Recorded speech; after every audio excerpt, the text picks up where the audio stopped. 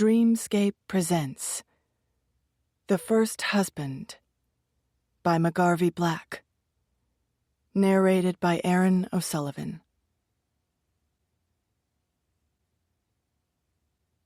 This is dedicated to my parents, Dorothy and Charles McGarvey, who showed their 4 children what a positive and loving relationship looks like. We and our spouses are eternally grateful. 1. Delhi, India, September 1988. The young American woman gripped the hand of the Indian man she loved, while the Air India ground agent printed out only a single ticket. With tears in his red eyes, the young man reluctantly picked up his fiancée's backpack, and together the couple slowly walked through security towards the gates. When the first boarding announcement for Trina Holmgard's flight home to New York was called, the couple looked at each other in a panic, and Sam put his arms around her as if unwilling to let her go. "We still have a little more time," Trina said, trying to reassure the man she loved, her light blue eyes getting teary again. "I'll board at the very end, right before they close the doors. That way we can stay together longer." "Do you have a picture of yourself that you can give to me?" said 21-year-old Sam as he squeezed his soulmate's hand. Trina frantically dug through her bag and pockets. The only pictures she had of herself were on her passport and her New York State driver's license. She needed her passport to get home, so she handed him her license. "It's not the best picture of me," she said, wiping away another tear, "but you can have it if you want." Sam looked at it, smiled, and eagerly accepted his future wife's photo. "You're so beautiful," he said, admiring her picture. "You must really love me if you think my driver's license picture is beautiful," she said, crying and laughing at the same time. "How will I make it through a whole year without seeing your face, hearing your voice, or feeling your arms around me?"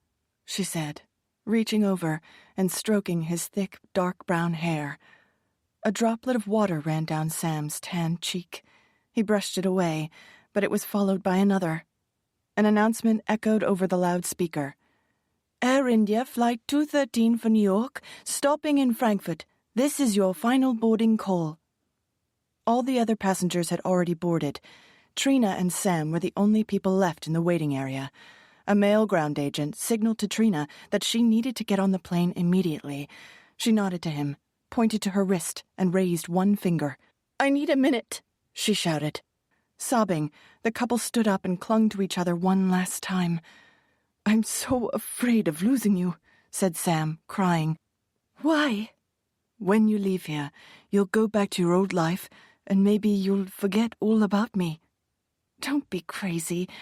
I love you more than anything," said Trina, her voice cracking. "Sam, I'm committed to becoming your wife. Don't forget that. Please don't cry." "What if you meet someone else once you're back in America? Maybe when you get home you'll decide I'm too poor and uneducated for you," he said, tears sprinkling over his thick black eyelashes and drenching his face. Trina tightened her arms around the man she loved to convince him that their feelings were real and unbreakable, but Sam was inconsolable. The ground agent called out to Trina one last time. "Miss, we are closing the plane door now," he shouted. "I'll be right there. Please hold it for one more minute." She turned to face her fiancé. "Sam, look into my eyes," she said. "I've got to go, but I'm going to prove to you that I'll be back and that we will get married." Sam cocked his head as he looked into her big eyes. Trina reached her hands behind her neck and unclasped her silver necklace with an antique locket. "Take this," she said, holding up her most prized possession. "You know I'd never part with my grandmother's locket. You keep it until the day we're married." She fastened the silver chain around Sam's neck before he could protest. He sighed and smiled. Now he knew for sure she would return for him. "I will never take it off. I'll wear it until our wedding day," he said. They kissed one last time, and she ran for the closing door. She didn't know it then, but Trina Holmgard's reckless and ill-conceived decision to give Sam her locket would eventually trigger the death of thousands and ultimately destroy both their lives. 2. Copenhagen, 1861. Lena Jensen had agreed to marry a man she didn't love or even like. In fact, he disgusted her. The young woman's rash yet calculated decision to marry him and the deception that followed would influence the course of history and ruin the lives of all her descendants. Earlier that day, Johan Petersen nearly wore a hole in the old braided rug that covered the floor of Rasmussen's silver shop. A plain-looking young man, Johan wasn't handsome or ugly. He wasn't tall or short. His muddy brown-colored hair barely covered his overly large head, and despite the fact that he was only 22, it was already thinning. His pale features were unmemorable. People often forgot Johan, forcing him to constantly reintroduce himself to those he had met many times before. It was just the way it was. Johan was reliable, but painfully dull, though he didn't know it. On this day, he perspired as he paced back and forth across the tiny front room of the silversmith's shop. For the 10th time, he pulled out his watch and sighed. "Why is Mr. Rasmussen taking so long? I have something very important to ask Lena Jensen. I must have my silver locket today." For almost a year, Johan had painstakingly saved money to have a custom silver piece made, especially for the woman he loved. He was convinced that presenting the necklace when he asked Lena his important question would result in a positive outcome. The shop's front door swung open, triggering the little bell attached to the top. Rasmussen heard the jingle and rushed out from the back to wait on an elderly couple who had entered the store. Fidgeting by the front door, Johan started to pace again. "Mr. Rasmussen, if you stop every 5 minutes to talk to customers, it will be too late for me to take my sweet Lena for a walk." In most people's opinion, 17-year-old Lena Jensen was the most beautiful girl on the south side of Copenhagen. No one was able to put their finger on what made the young woman so striking. Each of her facial features on their own was not spectacular. Her bright blue eyes curved upwards at the corners and were small and somewhat closely set. Her lips were possibly too big for her face, and her nose turned up almost a little too far. Each feature alone was ordinary, but together they created a symphony. With her magnificent head of strawberry blonde hair, Lena was envied by the girls and lusted after by the boys. For most of the young men, she was unattainable, like catching a hummingbird. Despite this, dull and boring Johan had convinced himself that he and Lena were destined to be together. Lena and her 2 younger sisters worked in her family's general store after school each day. Regularly and deliberately, Johan passed the store on his way home to ensure chance meetings with Lena. Whenever he accidentally bumped into her on the street, he was sure she was glad to see him because she always smiled and laughed at his jokes. "What a coincidence to bump into you again," Lena exclaimed on more than one occasion. Johan noticed when he went into the family store, even if Lena was busy with a customer, she found a couple of minutes to offer him a free piece of candy or a cake. He was also certain she danced with him more than anyone else at the last Christmas ball. Clear signs she felt the same way he did. The truth was, Lena Jensen barely noticed Johan, and he wasn't her type at all. She had already given her heart to another, an actor from a touring theater company. Their affair had started when Lena, along with her mother and sister, had gone to see a new show. He was extraordinarily handsome and made all the girls in the audience swoon. Tall, muscular, and lean, with thick, wavy dark brown hair and a mustache to match. He moved across the stage with cocky confidence. From the second he stepped into the light, his soulful eyes instantly captured Lena's heart, and she was smitten. Her skin grew hot, her heart pounded, and she could barely catch her breath as she sat in the dark auditorium. She had never felt like this before and carefully considered what these new feelings meant. Boys usually admired her, not the other way around. She realized she was in love with a total stranger, and she liked it. Over the next few days, Lena borrowed a few kroner from the store's till to buy tickets to the performances. Sneaking out of the store early, she'd meet a friend on the corner and go to the theater and sit in the front row. By the third day, the handsome thespian noticed the pretty young woman with strawberry blonde hair gazing up at him adoringly. Lena had enlisted different friends to accompany her to the first 4 performances, but by the 5th day, no one was available to go with her. Not wanting to miss an opportunity to see him again, she ventured to the theater alone and sat in her regular front row seat. At intermission, she received a note from an usher inviting her to join the actor in his dressing room after the performance. Nervous, but also thrilled, she interpreted this gesture as a sign that the actor felt the same way she did. When the last curtain call was taken, Lena walked out of the theater and around the building to the stage door. Her heart pounded so intensely that she thought it might beat right out of her chest and leave a gaping hole. She approached an old man sitting on a stool outside the alley door. He was reading a newspaper and didn't hear her approach. Shaking slightly, she cleared her throat and handed him the invitation she had received. The old man looked up at the eager young girl and shook his head with a mixture of pity and disdain. "She's much prettier than most of the other girls who have shown up with similar notes. Some of them were downright homely, and one had enormous feet.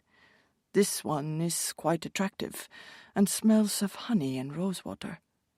He pointed to a door down a hallway. "You sure you want to go in there, miss?"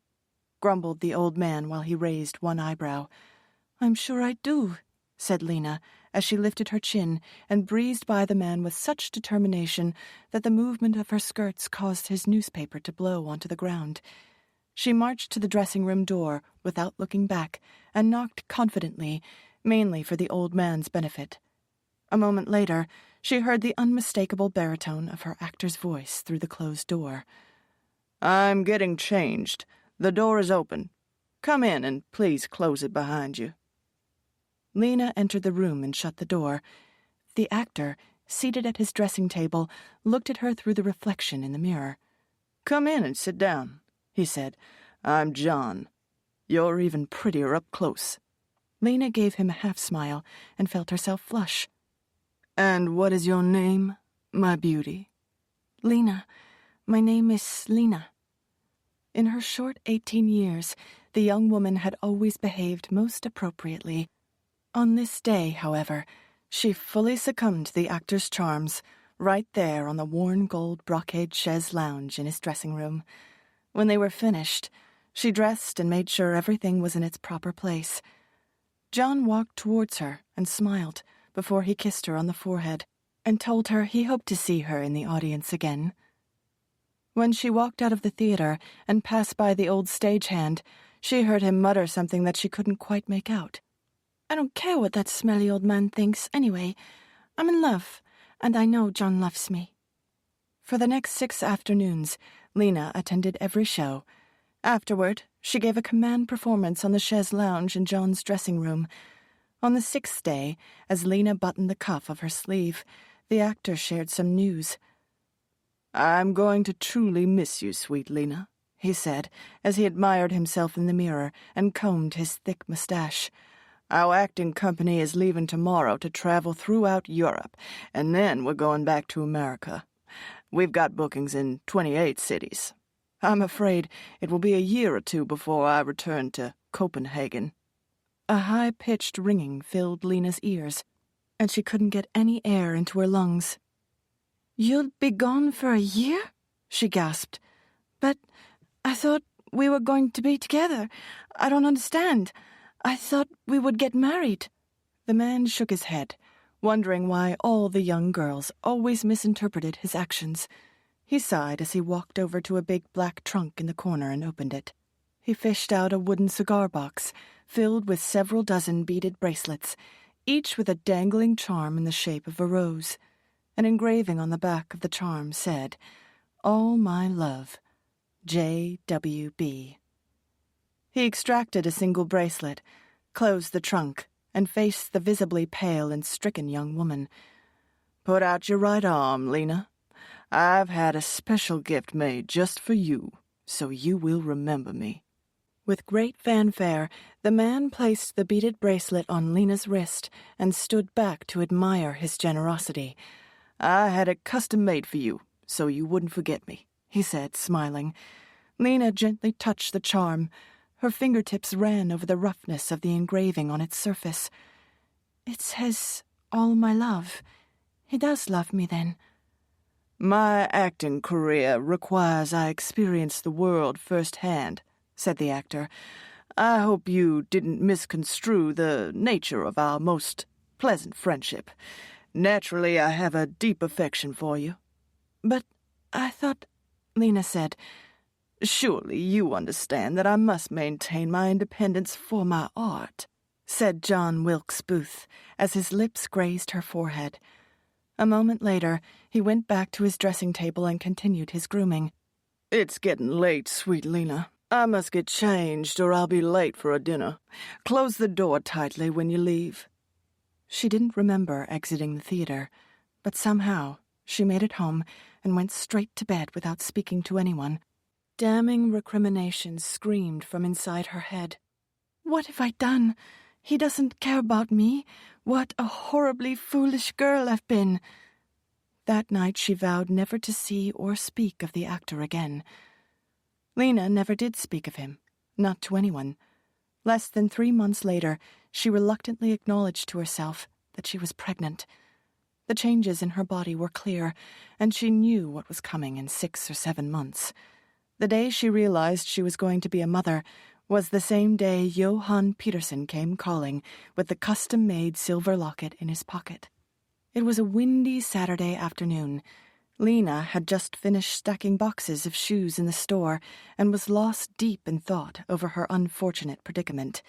Johann stopped by to ask if she might be free to go for a walk. Normally, she would have doled out a piece of candy to get rid of him and tell him she was too busy, but today she was glad for an excuse to get out and get some air. Walking along the wind-swept cobblestone streets of the city, Lena felt the red, yellow, and brown fallen leaves brush up and swirl around her ankles. Johann chatted about the goings-on around town and the local gossip, but Lena barely heard a word he said. When they rounded a corner, a gust of wind blew leaves and debris at the young couple.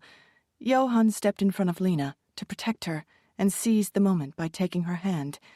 Startled by his grasp, Lena was confused and wished she had never agreed to go for the walk. "Miss Jensen, there's something vitally important I need to ask you." Lena looked up at his puffy red face and into his beady eyes. "He's perspiring and breathing so hard. Why is he squeezing my fingers?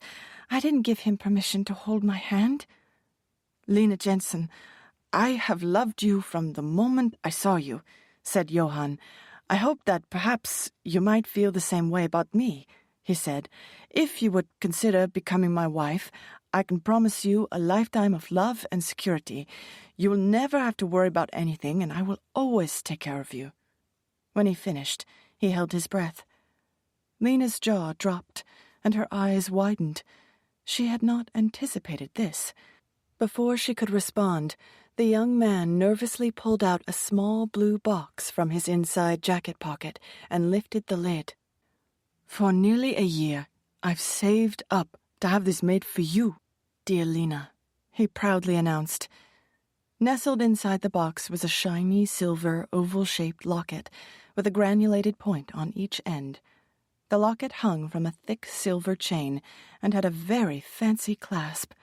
A picture of a heart was engraved on the front. He opened the charm and inside was engraved, "You are my heart." With the exception of her recent dalliance with the actor, most of the time, Lena Jensen was a practical young woman. She quickly evaluated her options. Johann did go to a lot of trouble and expense to have that locket made for me. That was sweet. But he's still repulsive and rather irritating. She didn't have much time, because soon the baby would start to show.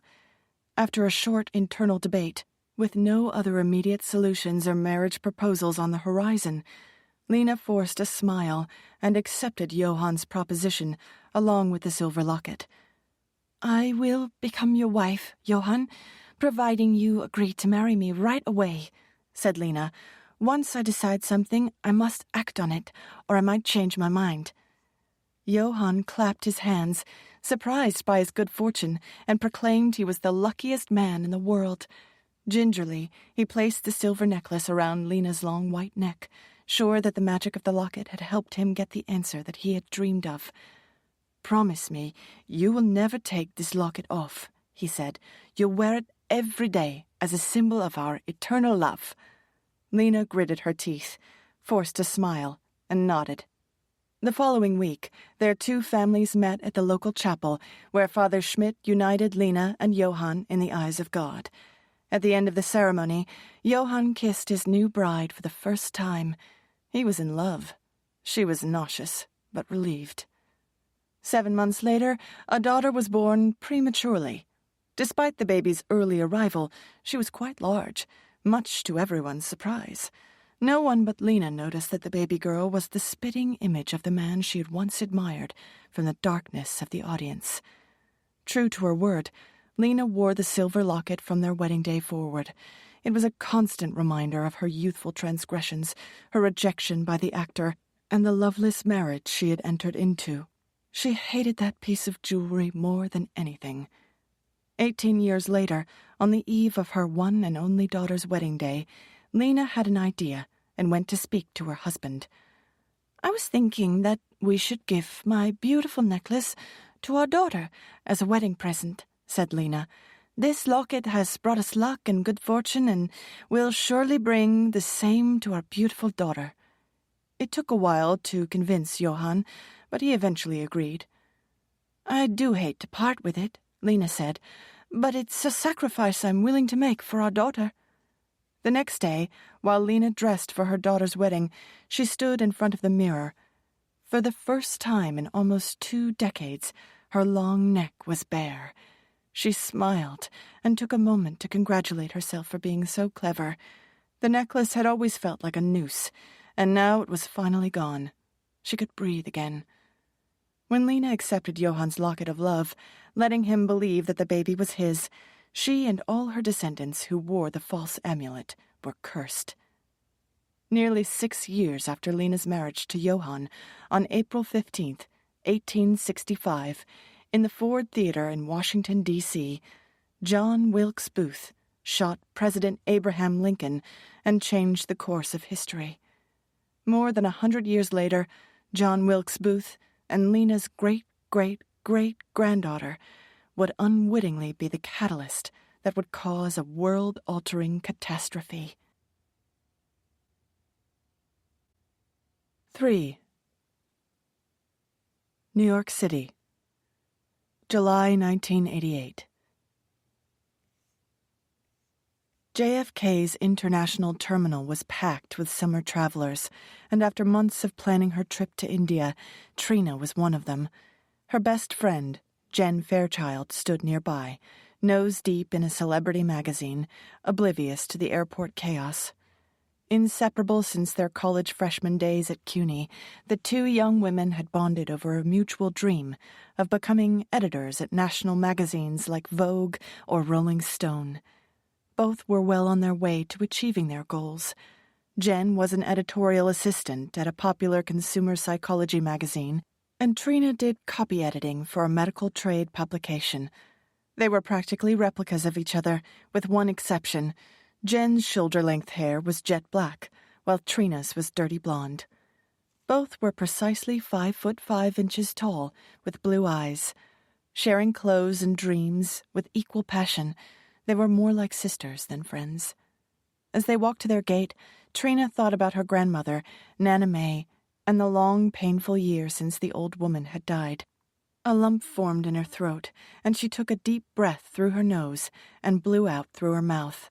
"Put a smile on your pretty face," Nana May always said with a wink. "It'll trick your brain into thinking you're happy, even when you're not. Trust me, Cookie, it works." She smiled, remembering the time she and Nana received a letter saying Trina had won a college scholarship. Her grandmother had danced around the kitchen, banging 2 pot lids together while crowing. Later that same day, the joyous mood changed dramatically when Trina learned from a friend that the boy she secretly loved, Jake Manelli, had asked another girl to go to the prom. Trina had been convinced that Jake had felt the same way she did, and she was furious with herself for being so stupid and so wrong. Her inability to read relationships accurately was her Achilles heel and would plague her for the rest of her life. Jake was just the first of many unrequited romances that she misinterpreted. On that day, Nana May had wrapped her arms around the sobbing teenager and assured her everything would be all right, and Trina had almost believed her. There will be loads of other boys, Cookie. Way better than that stupid Jake what's-his-name, said Nana May, giving her another squeeze. Focus on your happy news. You're going to be a college girl. Trina's own mother had died when Trina was 2, and never divulged who Trina's father was. Nana May had been everything, her mother, teacher, and champion. In the winter, their small 2-bedroom apartment in Astoria, Queens, always had the delicious aroma of Nana May's homemade soups simmering on the stove. In summer, you could smell Nana's special coffee cake cinnamon muffins baking in the oven. Now, those comforting smells had been replaced by the faint odor of mildew mixed with stale cigar smoke that wafted up through the floorboards from the fat guy on the first floor. Her final conversation with her grandmother played on an endless loop in Trina's head. Right before Nana May died, she had given Trina her antique silver locket, the one that had been handed down for generations. Put the chain on, Nana commanded. It's yours now. Wear it every day, just like I always did, and one day you'll give it to your own daughter. Remember, it will protect you, as it did me, and all the women in our family. Trina's eyes welled up as she put the locket on for the first time. Never take it off. Promise me, Nana May said. I promise, Nana. I'll wear it always. Satisfied, the old woman smiled and closed her eyes. 20 minutes later, she was gone, and Trina was truly all alone. Nana had been Trina's chief advocate and strongest protector, helping Trina to believe in herself and reminding her granddaughter that she was worthy of being loved. Now, Jen was the closest thing Trina had to family, and their friendship meant everything to her.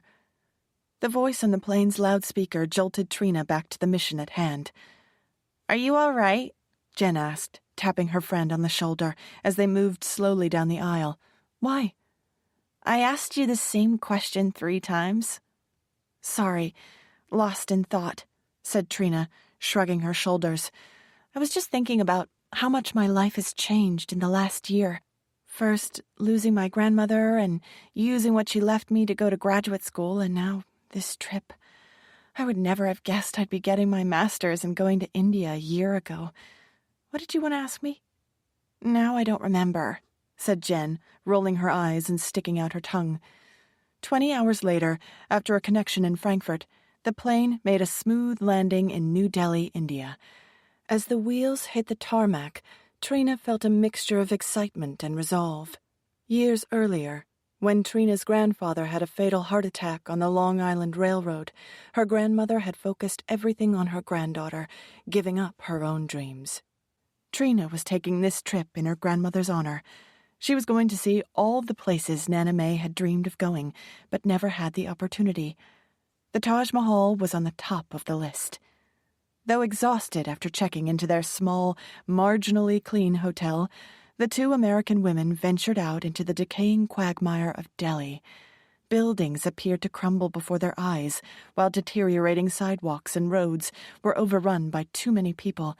Bodies, both human and animal, moved in every direction, yet went nowhere. Indian women in colorful saris, arms stacked with shiny yellow gold bangles, colored dots on their foreheads, and tiny jeweled studs in their noses, created a spectacular rainbow. Roaming livestock darted in and out of alleyways, looking for scraps of food or water. Gas exhaust puffed in clouds of thick black smoke out of tailpipes as sirens blared. Car horns honked incessantly for what appeared to be no reason at all. The air was filled with a mixture of odors, some good, most bad, a combination of gasoline, cigarettes, cooking meat, curry, and the stench of rotting, putrid garbage. Worst were the flies.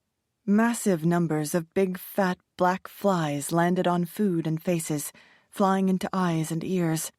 Cover up and maintain a low profile when you're walking around India, ladies, their New York travel agent had warned. Delhi is not New York. Respect the local customs. Young, single Indian women do not walk alone without a chaperone, so don't draw attention to yourselves. The two friends tried to blend in with the locals by donning headscarves, long skirts, long-sleeved shirts, and sunglasses to hide their light eyes. They were significantly taller with much lighter complexions than the locals, and their camouflage did not work well. No matter how the women tried to cover up, scores of young Indian men catcalled to them and made lewd comments in Hindi and English. The women were poked, squeezed, pushed, and groped. Warm, rough hands grabbed at their thighs and thrust between their legs. Fingers brazenly grabbed at their breasts or cupped their buttocks.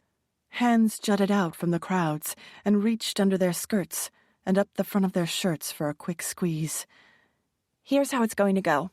If one more guy puts his hands anywhere near my upper thighs, said Jen, defiantly raising her knee in the air, he's going to feel this right where it hurts. Remember, I've been taking kickboxing for the past 3 years. Might as well put it to use.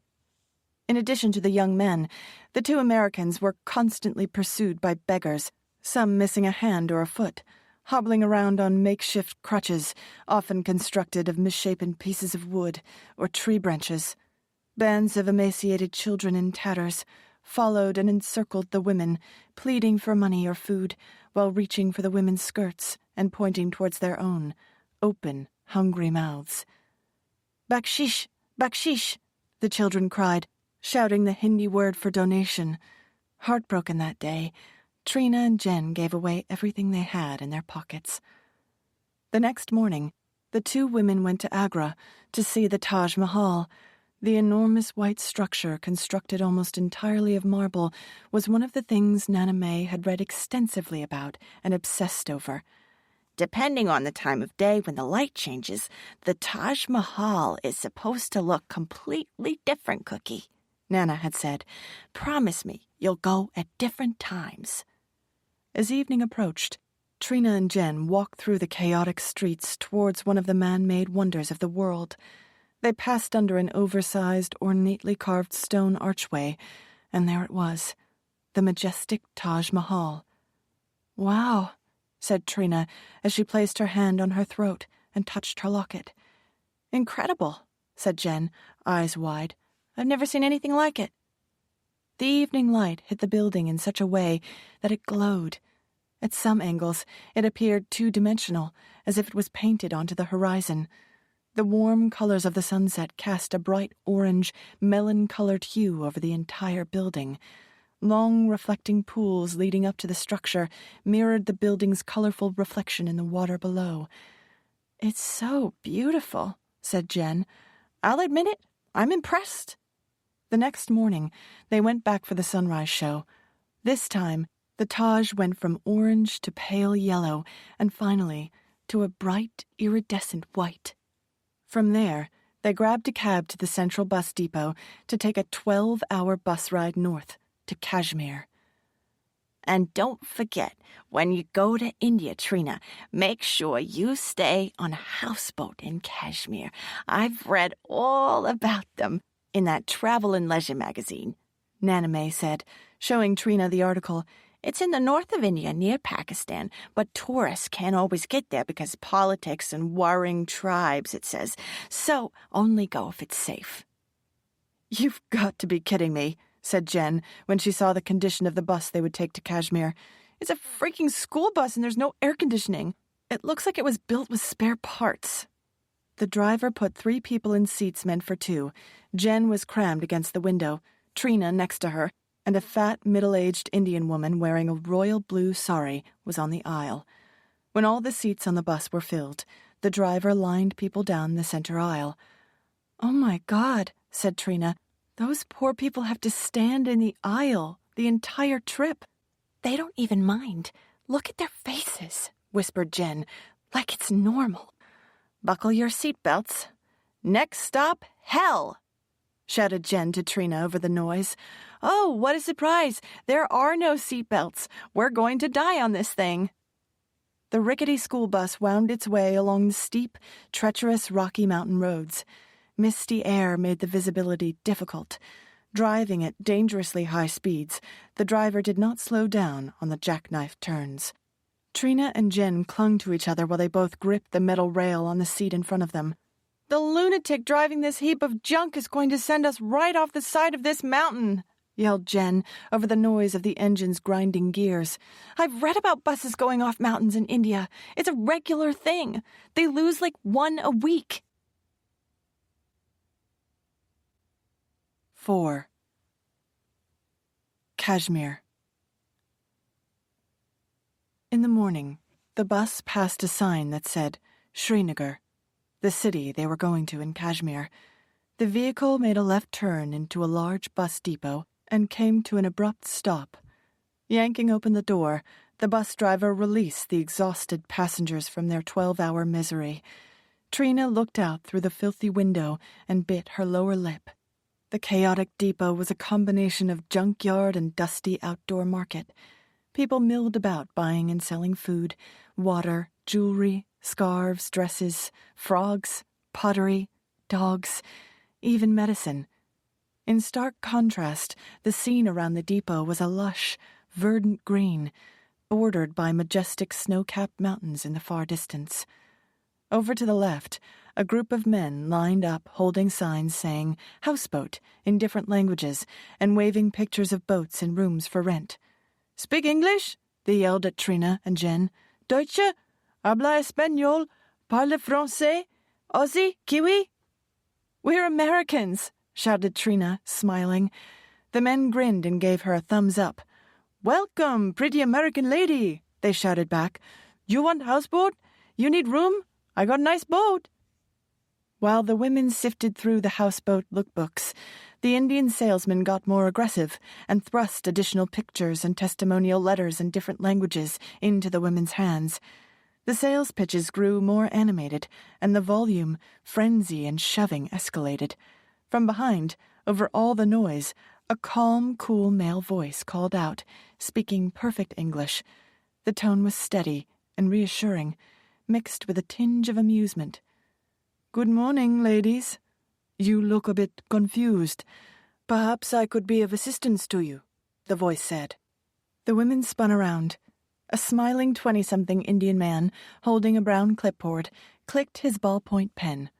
He wore khaki shorts and a green Izod Lacoste golf shirt with its collar turned up ever so slightly. His curly dark brown hair was neatly combed, and his thick black eyelashes made him look like he was wearing eyeliner. "He looks like that actor from the class we took on silent movies," whispered Jen. "What was that guy's name?" "Rudolph Valentino," Trina replied, without missing a beat. "How do you remember that? You're a freak. You know that?" The man with the calming voice had a welcoming smile and 2 rows of straight, sparkling white teeth. Holding his clipboard and pen, he looked very official, like a cruise director. "Welcome to Kashmir. My name is Samir, but everyone calls me Sam," he said with confidence and a sly grin. "Do you need some help in choosing a place to stay? Our convoluted process here makes perfect sense to us, but can be very confusing to foreigners." As he spoke, Trina felt her anxiety level diminish. In 5 seconds, the young man had made all the crazy disappear. The crowd of barkers began shouting things to Sam in Kashmiri. "Yes," she said over the noise of the crowd, "we have no idea what we're doing." Sam smiled and gestured for the ladies to follow him, away from the other men. As the 3 walked away, the barkers raised their fists and yelled at Sam. The young Indian stopped, walked over and faced the barkers, and shouted back at them using big hand gestures. One of the men stepped closer to Sam and pushed him. Sam stumbled and fell. It looked like a fight was developing until 2 older men intervened and stopped it. They helped Sam up and spoke to him sternly for a minute. Brushing himself off, Sam walked back to the Americans. "Are you okay?" said Trina. "What just happened?" "Nothing," said Sam, flushed and clearly distracted.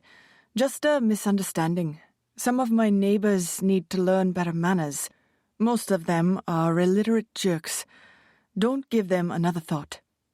When they were out of earshot from the others, Sam turned and faced the two women. Trina stared at his face. There was something unusual about him. He wasn't traditionally handsome, but something drew her to him. His voice, the timbre and pitch were soothing, sounding as if he had been born and raised in a fancy neighborhood in London. "I'll bet you're both from America," Sam said, looking Trina over from top to bottom. She felt herself blush.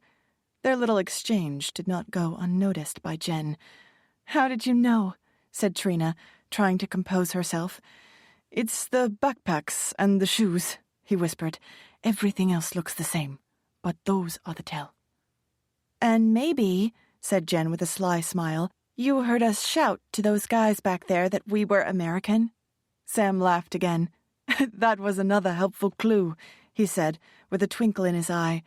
"It can be very confusing to choose a place with all those guys screaming at you," said Sam. "Do you want to be right on Dull Lake?" "I promised my grandmother I'd stay on a houseboat," said Trina. Sam nodded and told the two women about the different neighborhoods and the vastly different price levels of accommodation. "We can do about $35 US per night for the two of us," said Jen. "Will that get us a nice boat?" Sam clapped his hands and smiled. "Yes," he said, $35 is a perfect amount. I know of a very special houseboat right in the center of everything. It is quite beautiful, nicely maintained, and costs exactly $35 US per night, and it has the best cook in all of Kashmir." The two women looked at each other and smiled. "It sounds perfect," said Jen. "It turns out," Sam said, "the cook on this particular houseboat happens to be my mother, and this boat belongs to my family. Of course, you may want to look at some other options," he said, as he gestured to the mob of barkers still waiting to pounce. The women stepped away to talk privately. "What do you think?" whispered Trina. "I think he played us," said Jen. "You don't want to deal with those shouting guys again, do you?" said Trina. "I say we go for it." Jen nodded, and the two women walked over to Sam. "We look forward to meeting the best cook in Kashmir," said Trina to the Indian with a smile. He loaded their backpacks into an old green and white Volkswagen van, and they were off. While he drove, Sam described the nuances of the landscape while pointing out local flowers. He explained the history and development of over 1,000 private houseboats that dotted and lined the lake. "Dull Lake runs on a waterway economy," he said. "People live their lives on the lake and get around by small boats.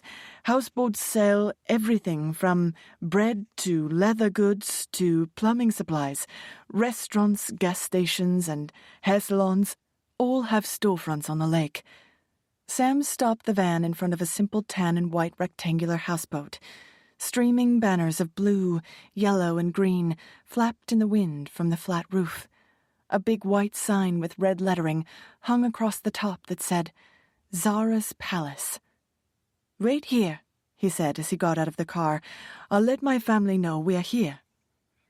"He's one smooth operator," Jen whispered to Trina after Sam left. "While those other guys at the depot were fighting with each other, he marches up with his clipboard and snags us away in under 10 seconds. "We needed to find a houseboat anyway, and he seems perfectly nice," said Trina. "I think he's kind of cute." "I knew it! You like him!" "Don't be ridiculous." "Shh, here he comes." Sam opened the car door. "Good news! Everything is ready. My parents are waiting inside." He carried their backpacks onto the boat, and the two women followed him up the gangplank. Once inside, they were greeted by Sam's father, a small, wiry man with black hair flecked with gray, wearing a traditional white skull cap and long white gown. Sam's diminutive mother stood behind her husband in a long brown dress fitted over loose pants. Her dark hair was mostly covered by a yellow, orange, and green print scarf. Sam's parents waved and bowed their heads as they welcomed the women to their houseboat. "Neither of my parents speak much English, but I'll be around to translate," said Sam. "There are 4 bedrooms on our houseboat. Each room could sleep 4, but at the moment you are our only guests. For now, you'll have the place to yourselves. My family and I live on another small boat down the road. While you stay with us, I'm at your disposal for your entire visit, day or night." "That's wonderful," said Trina, looking in his eyes and blushing again. "Come," said his father as he beckoned the women to enter the sitting room of the houseboat. The front room was round, and while it looked old and dated, it contained 3 plush velvet maroon chairs and an ornate wooden coffee table in the center. Woven murals depicting life in Kashmir hung on the walls. Thick, colorful reddish and gold, handmade Indian rugs with black accents covered the wooden floors. An old crystal chandelier was suspended from the ceiling.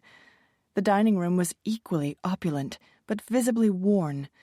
The oval dark wood table, surrounded by 4 upholstered chairs, had such a high-gloss finish that the women could see their reflections. Thick drapes were secured by cords with dangling tassels. An exquisitely carved china cupboard was against one wall and showcased colorful hand-painted dishes. Jen noticed many were cracked. Sam's father led them to their bedroom. It was small, with 2 twin beds, each with a hand-carved wooden headboard. Bright white, green, and yellow floral cotton bedspreads covered each bed. A fan turned briskly over their heads, creating a cool breeze in the room. On the ceiling, around the fan, was a mural of hand-painted vines, leaves, and birds. Down the hall, there was a tiny, immaculate bathroom with the smallest white pedestal sink the women had ever seen. "Who knew they made sinks that small?" whispered Jen. "It looks like a bird bath for a sparrow." They took another lap around the boat that was to be their home for the next few weeks and noticed every wall was lined with books. Hundreds, maybe thousands of books, from floor to ceiling. "Sam, please tell your parents we think Zara's palace is beautiful," said Trina. "And that we will be very comfortable here," added Jen. Sam translated the compliments to his parents, who both smiled. For the first time since her grandmother had died, Trina felt like she was exactly where she was supposed to be, in Kashmir. 5. In the morning, when the women walked outside onto the deck, Sam was leaning against a tree, sketching a building design in the notebook he always carried. "Good morning," he called out as he put his book into the waist of the back of his pants. "I've been waiting for you to wake. We'll bring your breakfast now." "Sam, what's the deal with all the roosters crowing in the morning?" asked Jen. Sam laughed.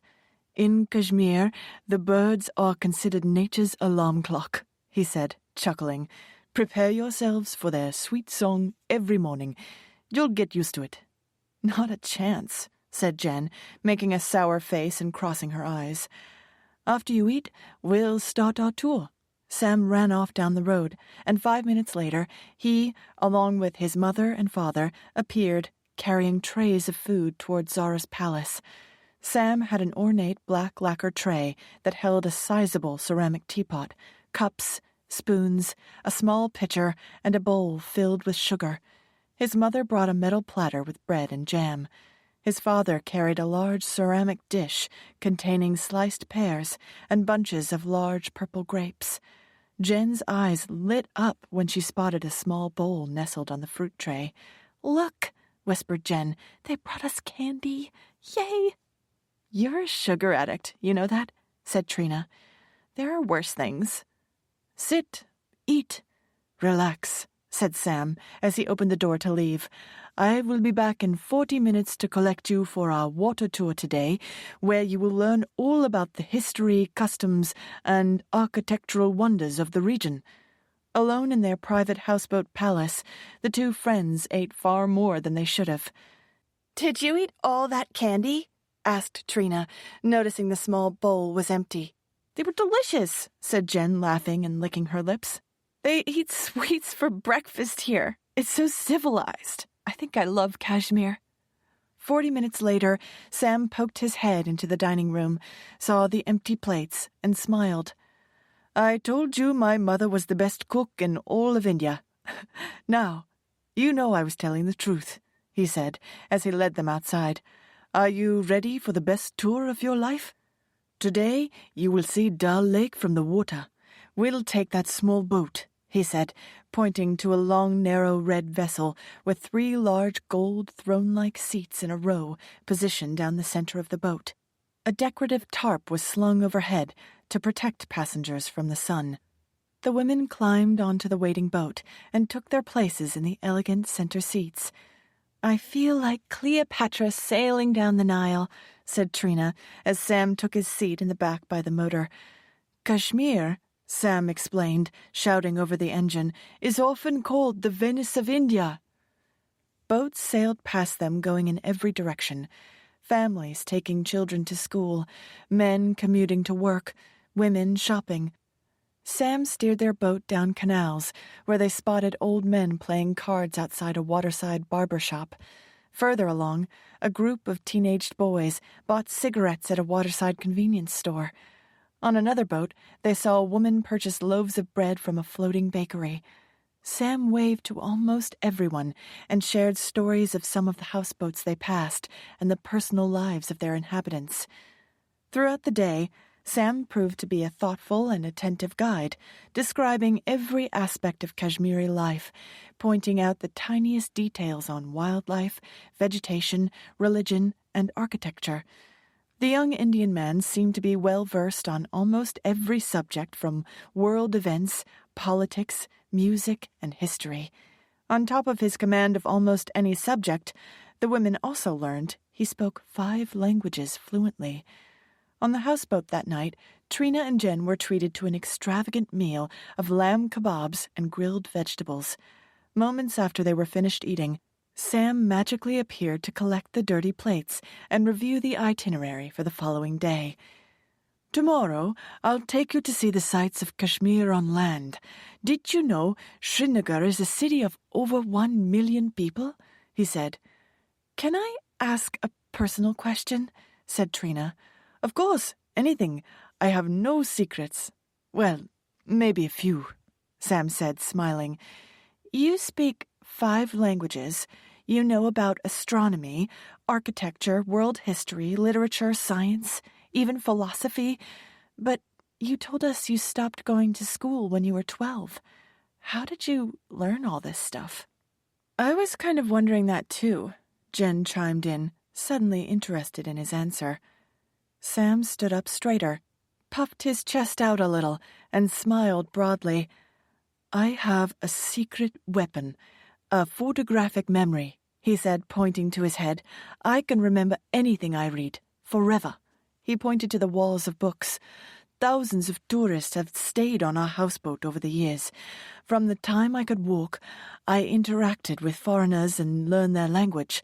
Pretty soon, I did all the communication with our guests and helped build my family's business. I read in other languages, too. My older sister also speaks English and German, but she's married now and lives across the lake. You learned to speak all those languages by yourself? Asked Jen.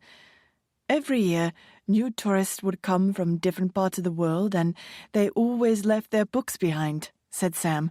I read everything, novels, history, biographies, language books, textbooks, even instructional manuals.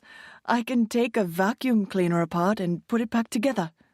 The 2 women laughed, and Sam chuckled at his own joke. There were also many travel books to read as well. I'm impressed, said Jen, and that almost never happens.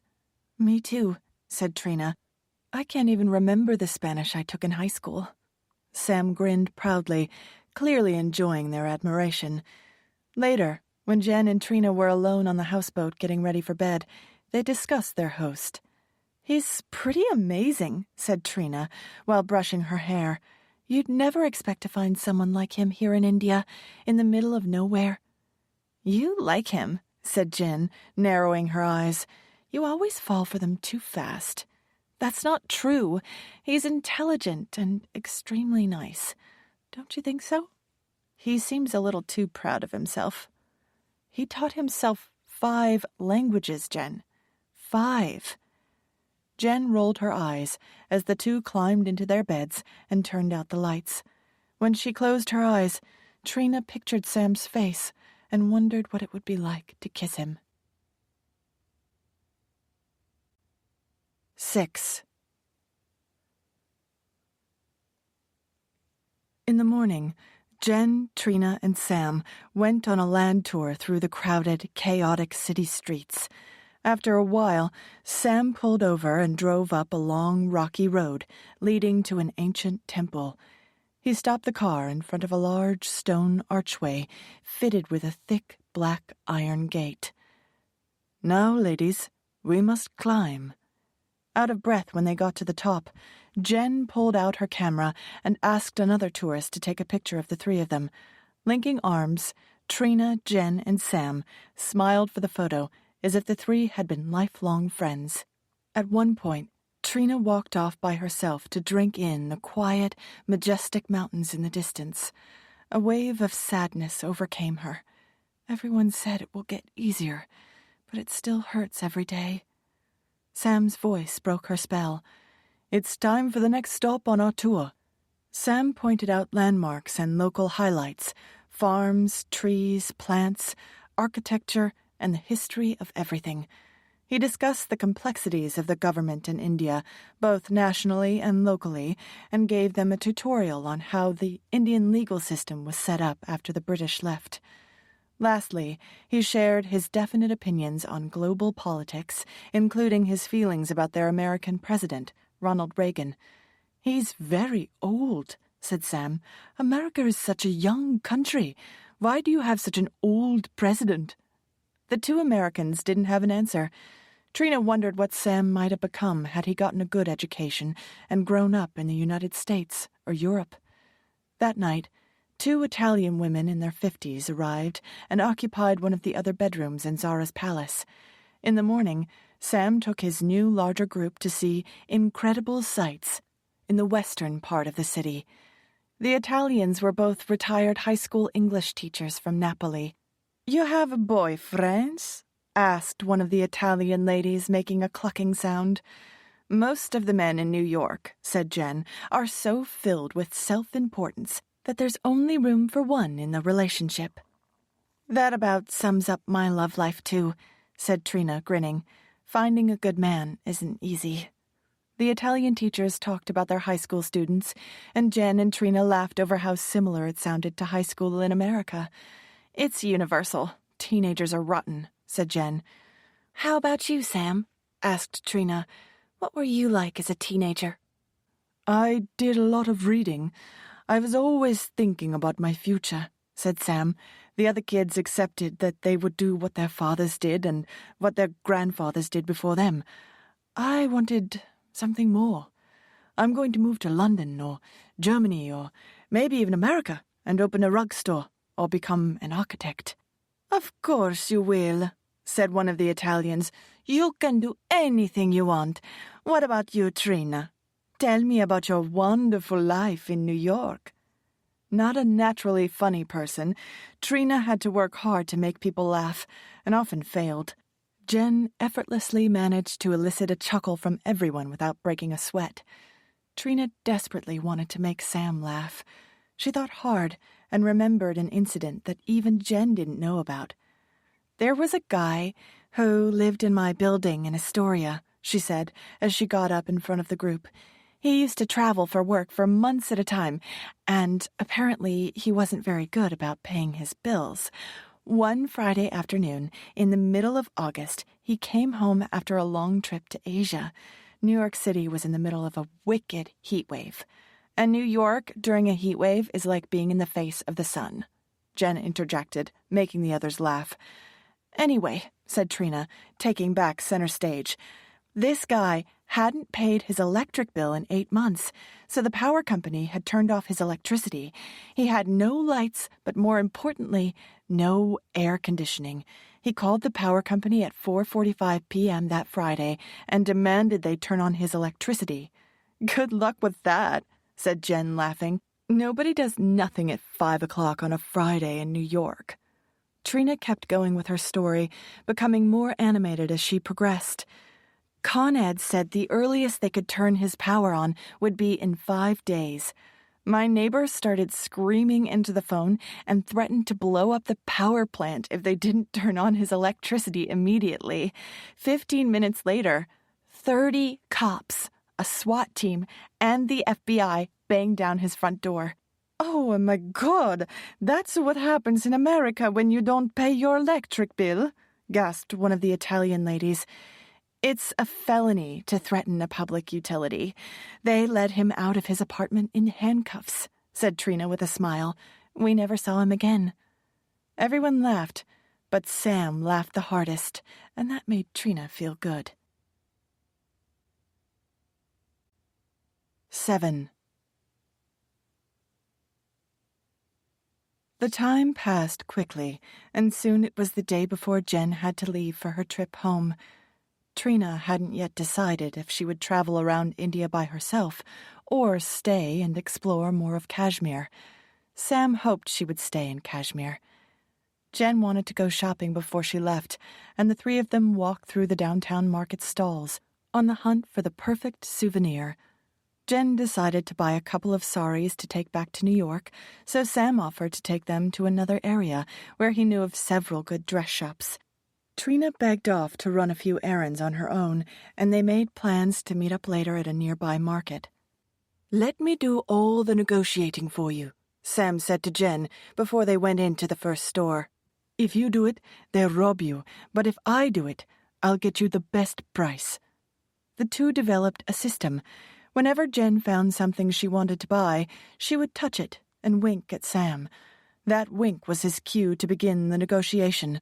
At the second shop, Boutique Jawad, Sam got into a long and spirited conversation in Kashmiri with the owner as he was negotiating. After a while, Jawad's voice grew louder, as did Sam's. Jawad threw up his hands and got red in the face. So did Sam. Finally, Sam handed the angry shopkeeper the money, and he and Jen walked towards the exit. As they stepped out onto the street, the owner shouted something at them. Sam looked over his shoulder at Jawad and glared as he took Jen by the elbow and guided her away from the boutique. "What was that all about?" asked Jen, who had remained quiet during the whole altercation. "That guy is a jerk," said Sam. "He said I had no business being here and that I should let tourists pay what they are willing to pay. That's the way Jawad makes his money, dumb tourists paying too much. He also said some bad things about my father. He'll be sorry he said that." Jen grimaced. "Don't worry," said Sam, putting a smile back on his face. "There's nothing to worry about. Let's find Trina." Carrying overflowing bags of colorful dresses and shawls, Sam and Jen arrived at the market and spotted Trina across the plaza, seated on the ground in a circle, playing with a dozen local children. A little boy galloped around, tapping the other children on their heads, saying something as he passed each one. "Look at your friend over there," said Sam, smiling. "She's having such a good time with the children." "That's Trina," said Jen. "She's really just a big kid." "She's as beautiful on the inside as she is on the outside," said Sam, causing one of Jen's eyebrows to go up. Later, when they got back to the houseboat, Sam excused himself to help his parents prepare their evening meal. Jen asked Trina to take one last walk with her before it got dark. The sun was low on the horizon as the day traded places with the night. When the women walked down an alley, an odd-shaped figure lumbered towards them. The shadows along the path and the advancing sunset made it difficult to see clearly who or what was coming. The strange figure was only a few feet in front of them when they saw exactly what it was. An old man was walking a brown chicken, wearing a blue collar tethered by a bright blue leash. The old man smiled proudly, nodded at the women as he and the chicken walked by. Once the odd couple was out of earshot, the two friends burst out laughing. "India is freaking crazy," said Jen, trying to catch her breath. "You'd never see that in New York." Don't leave tomorrow, said Trina. Send a telegram to your office saying your flight got canceled. Make something up. They'll fire me if I don't show up, said Jen, as they turned to walk back to the houseboat. I'm going to be all by myself. You'll have plenty of company, said Jen, smiling knowingly. What are you talking about? Sam, Jen said. I see the way he looks at you. When he tells stories, he tells them for you. He gets so happy when he makes you laugh. He told me he thought you were beautiful on the inside and the outside. Clearly, he doesn't know you like I do. He said that? And my gut tells me you like him too. When you told your little tale about your neighbor and the electric company, it was like you were doing a private audition for him. I was not, said Trina, looking away. Whatever you say. Trina felt herself redden, that full-body flush she used to get in high school whenever she'd see Jake Minnelli in the halls. He is kind of cute, said Trina, but it's not going anywhere. We come from different worlds, and soon I'm going back to mine. I'm certainly not going to stay here in Kashmir. You still have another month here, said Jen, laughing, as the two friends climbed onto the deck of their houseboat. A lot can happen in a month. After dinner that night, Trina learned Sam was a die-hard Bruce Springsteen fan, just like she was, and when he sang part of a Springsteen song with an Indian twang, it made the women laugh so hard they gasped for air. I know everything about American music, said Sam, boasting. I love rock and roll. A lot of our guests give me their old music cassette tapes. Tapes are my second favorite treasures, after books. In the morning, before he drove Jen to the bus depot, his father spoke to him. We've not had a lot of business lately, Sam, said his father.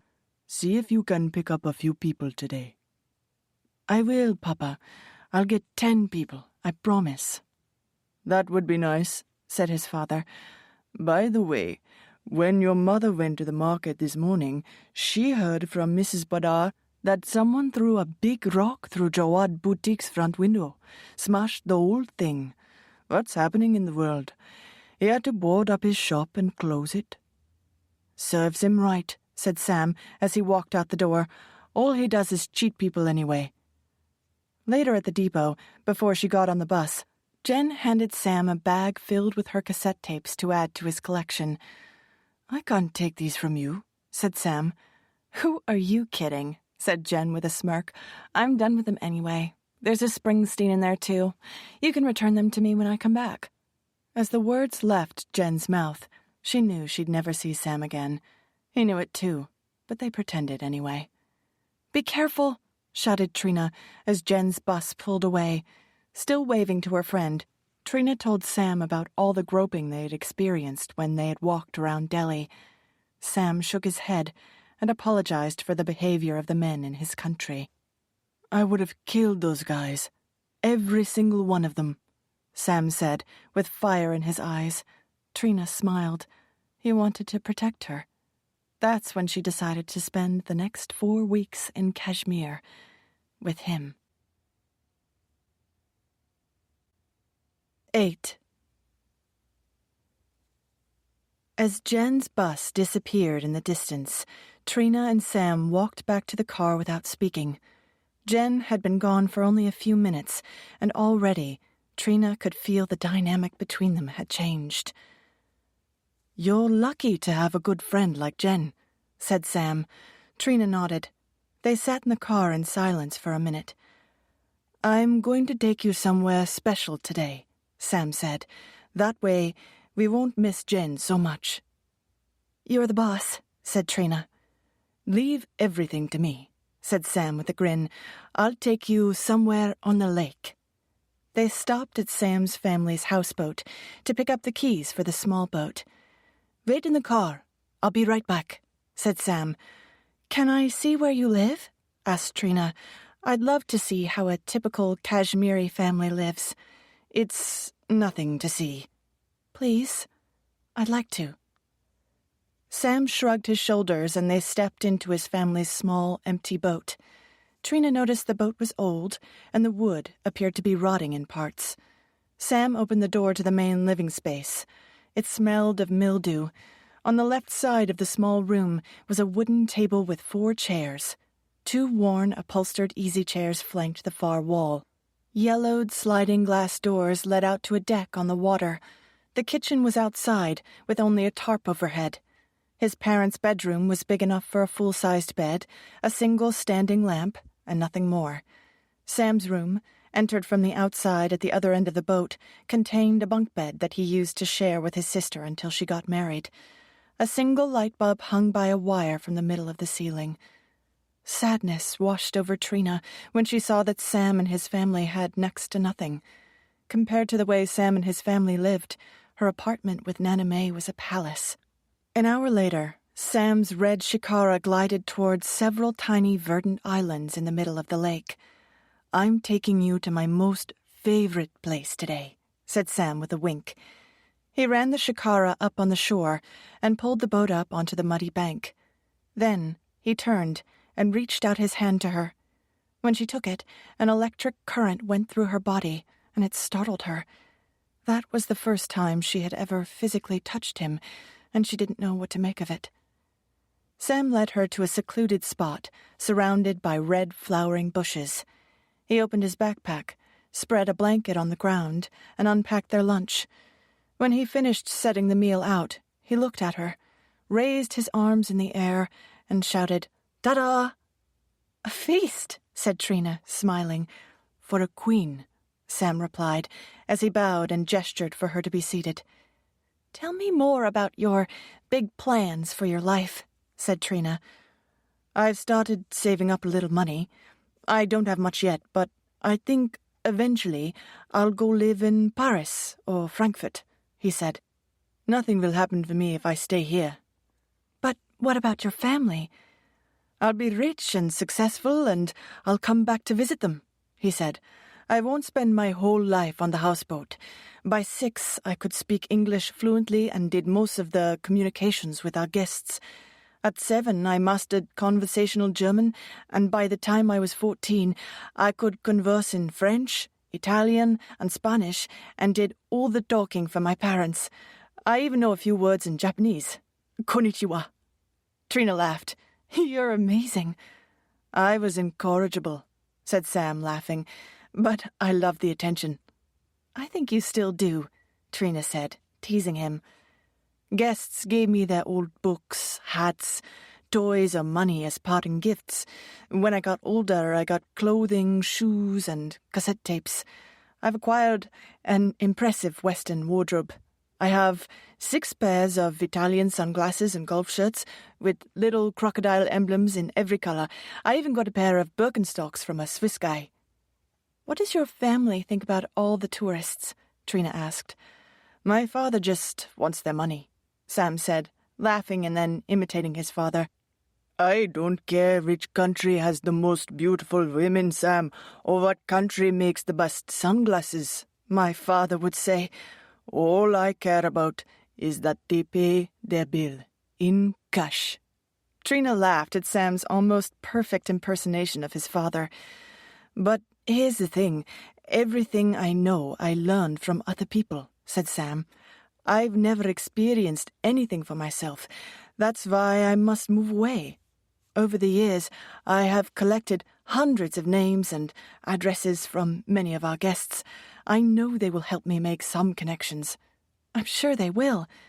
"I'll probably get a job in Europe or Australia and maybe even America. Then I can visit you and Jen," he continued. "I'll open my drugstore and maybe go to a university and study architecture or hospitality."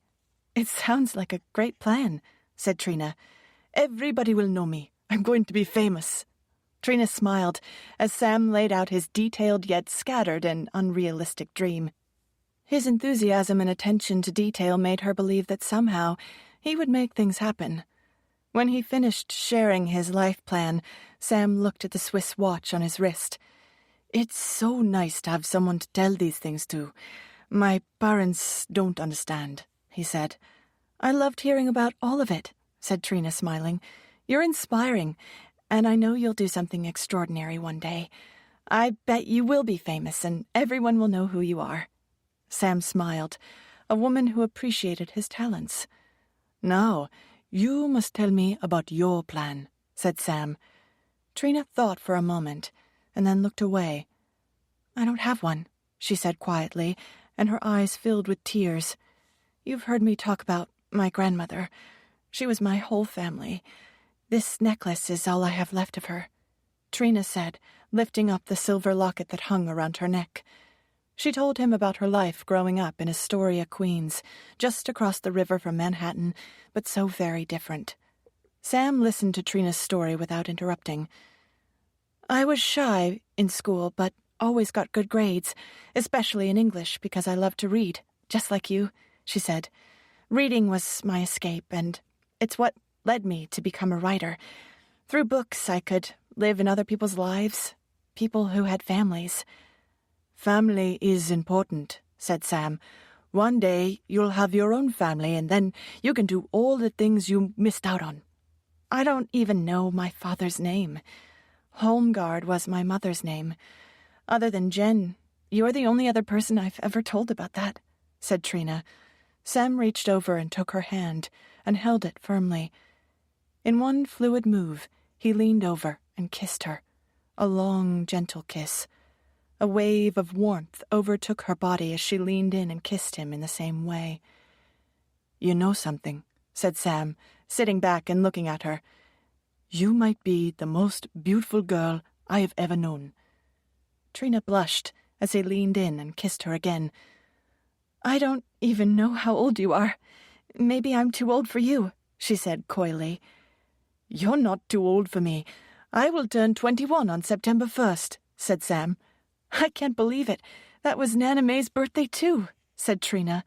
"See? It's in the stars. The moment I saw you, I felt something powerful. It was like whoosh," said Sam.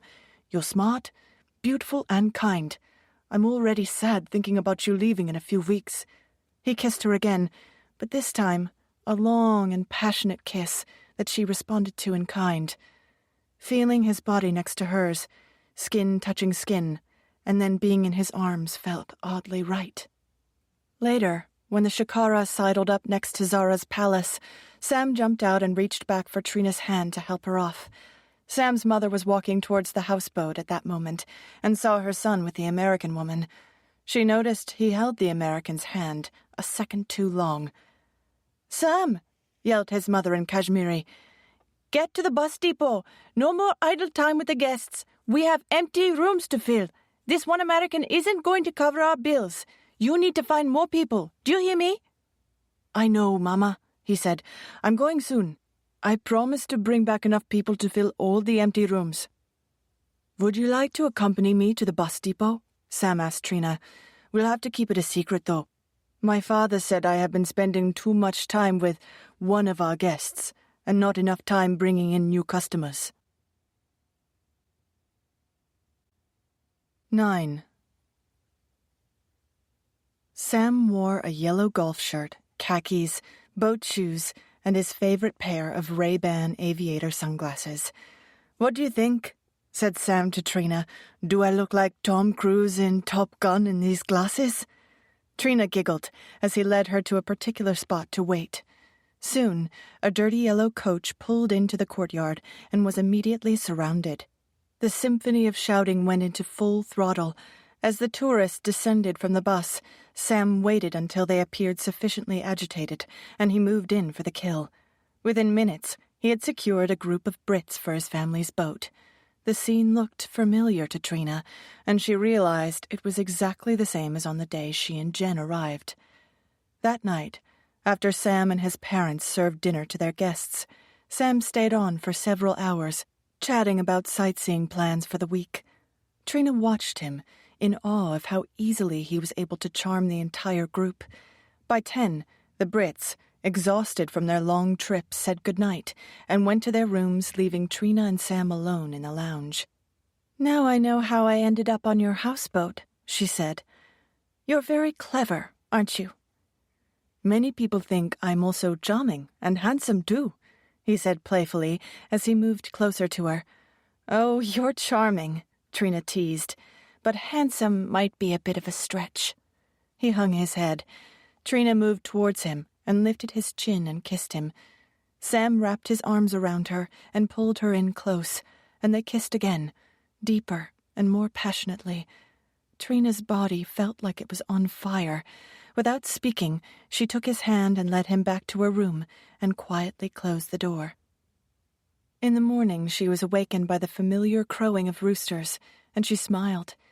Lying in bed alone, she thought about their first night together. She had only known Sam for 3 weeks, but she felt more connected to him than any man she'd ever met. With every conversation, she felt more grounded, and her heart opened further. The final test had been the previous night, and he more than passed. Everything had been perfect with one exception. He had to leave her in the middle of the night, to return to his family's boat before anyone noticed he was missing. "My parents wouldn't understand," he whispered. "I don't want to leave you, but I must. It's better this way." He kissed her one last time, and then he was gone. Trina stared at the spinning ceiling fan over her head. "I'm falling in love with a guy who only finished the 5th grade. Is this really happening?" For the next week, Sam took Trina and the other houseboat guests on tours around the region. In the evening, he would say a formal goodnight and leave.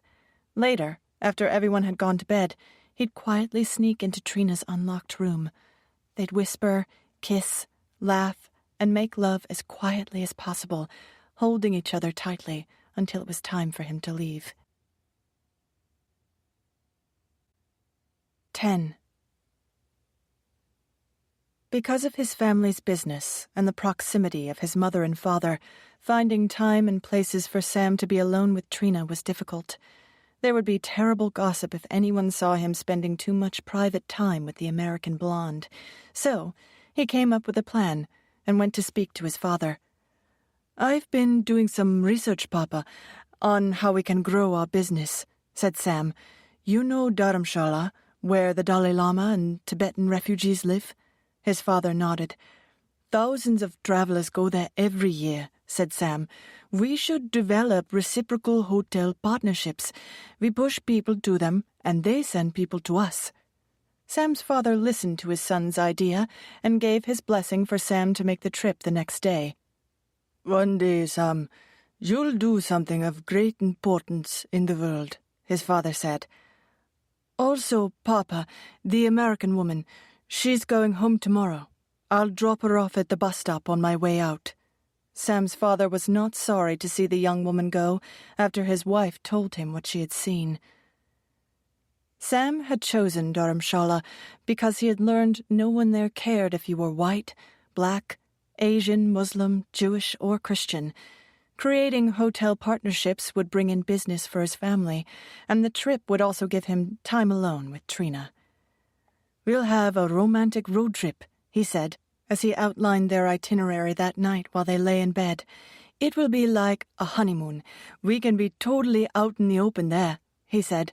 "We wouldn't have to hide from anyone." Trina's heart was full. Sam is what I was supposed to find here. He's the reason I came to India. The next morning, they drove for hours, laughing, talking, and singing old Beatles songs as loud as they could. When he pronounced a lyric with an Indian accent, she found it endearing, and it made her laugh. "Did I tell you that my father was originally from Egypt?" Sam said. "He came to Kashmir many years ago to work, met my mother, and they fell in love. I was actually born in Egypt while they were visiting my father's brother. If I wanted, I could get a dual citizenship from both Egypt and India." "You're so international, like James Bond," she said, laughing and giving him a kiss. They held hands the entire ride, sharing their most intimate secrets and dreams, opening themselves to each other like they had never done before. "It was the universe that brought us together," said Sam. "I think you're right," said Trina, smiling at him. When they arrived in Dharamshala, the air smelled clean, and the views of the snow-capped lower Himalayan mountains in the distance created a magical backdrop. McLeod-Ganj, the section of Dharamshala they were going to, looked nothing like the rest of India.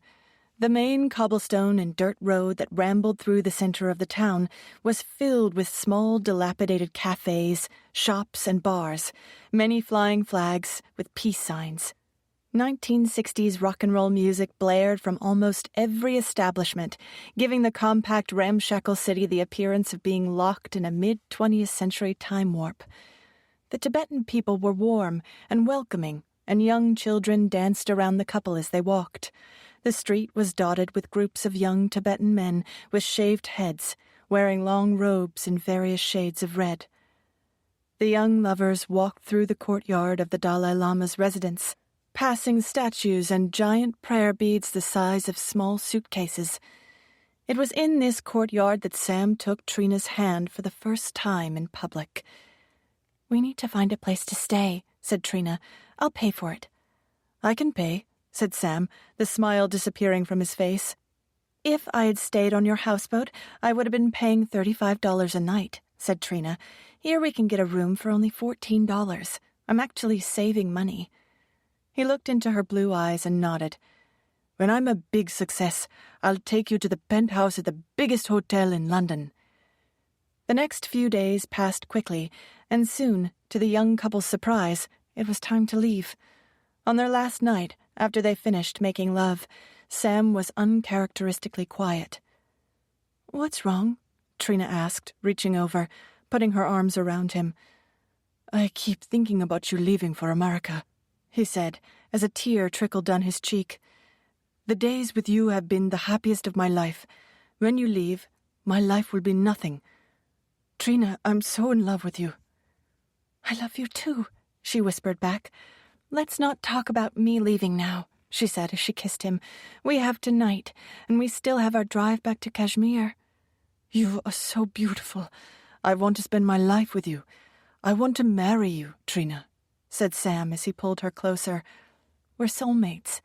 The odds were against us ever finding each other, but we did," said Trina, kissing him again. "Something stronger than the two of us made it all happen." "I found you, remember?" Sam said proudly.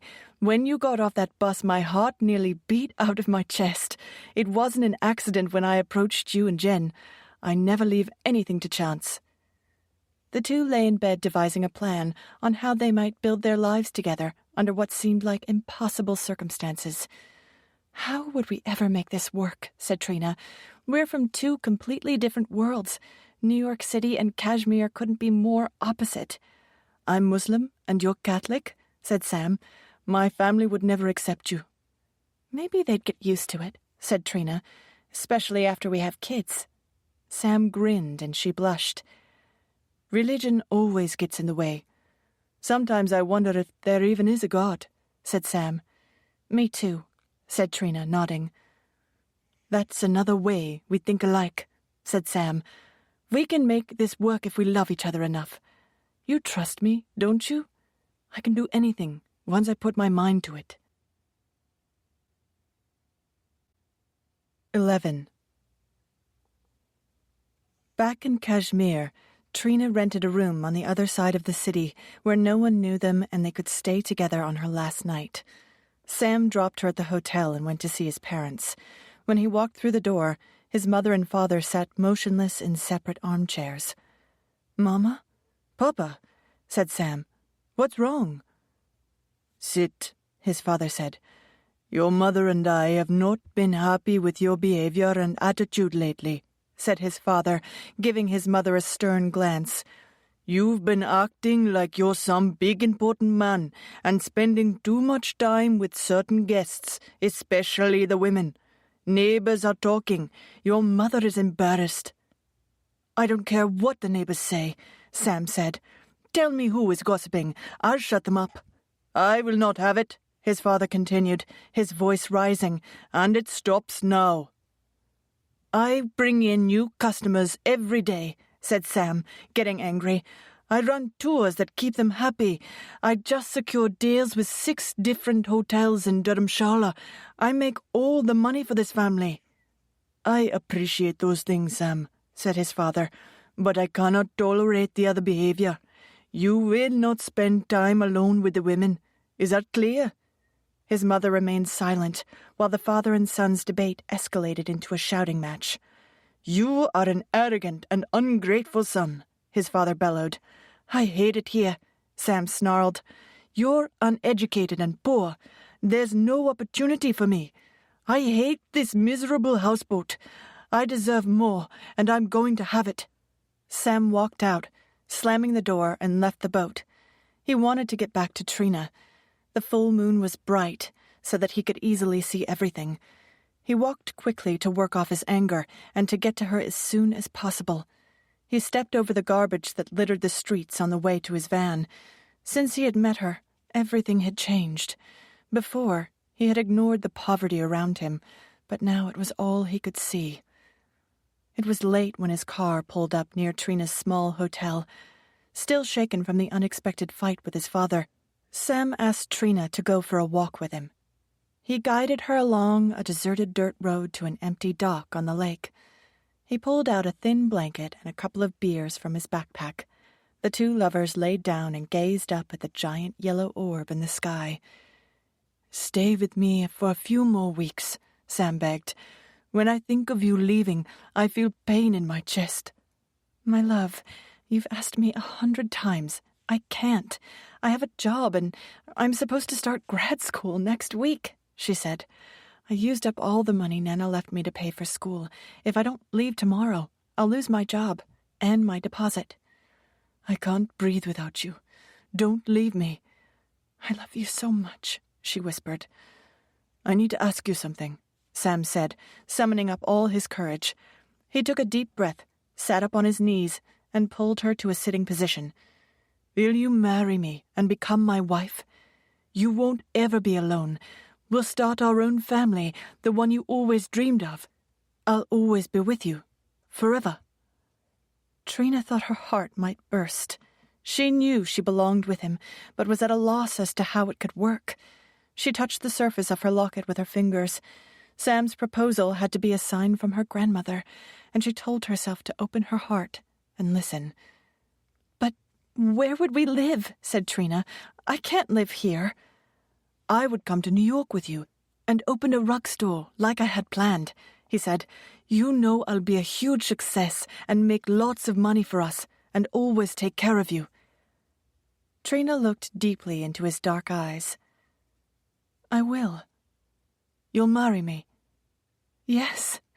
"Oh, my God, this is so crazy," said Trina, laughing and crying at the same time. "I am the luckiest man in the world," Sam cried out as he leaned over and kissed her. For the rest of the night they planned their lives. The possibilities were endless, even though the obstacles were enormous.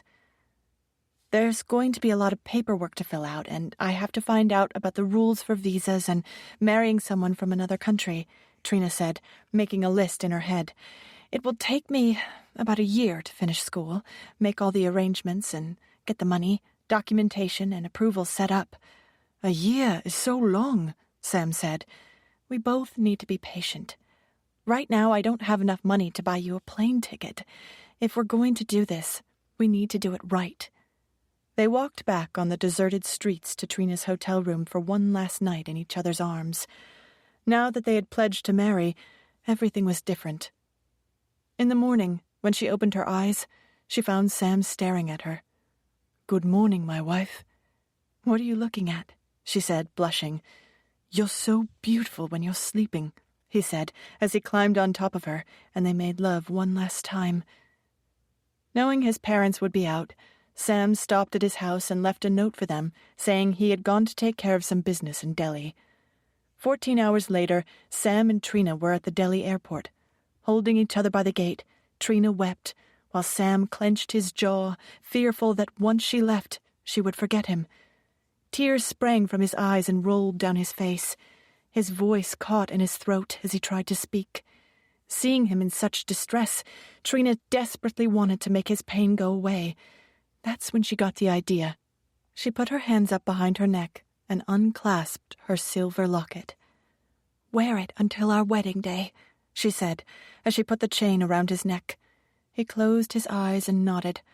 That gift changed everything. Now he knew she would come back for him. Moments later she ran for her plane and was gone.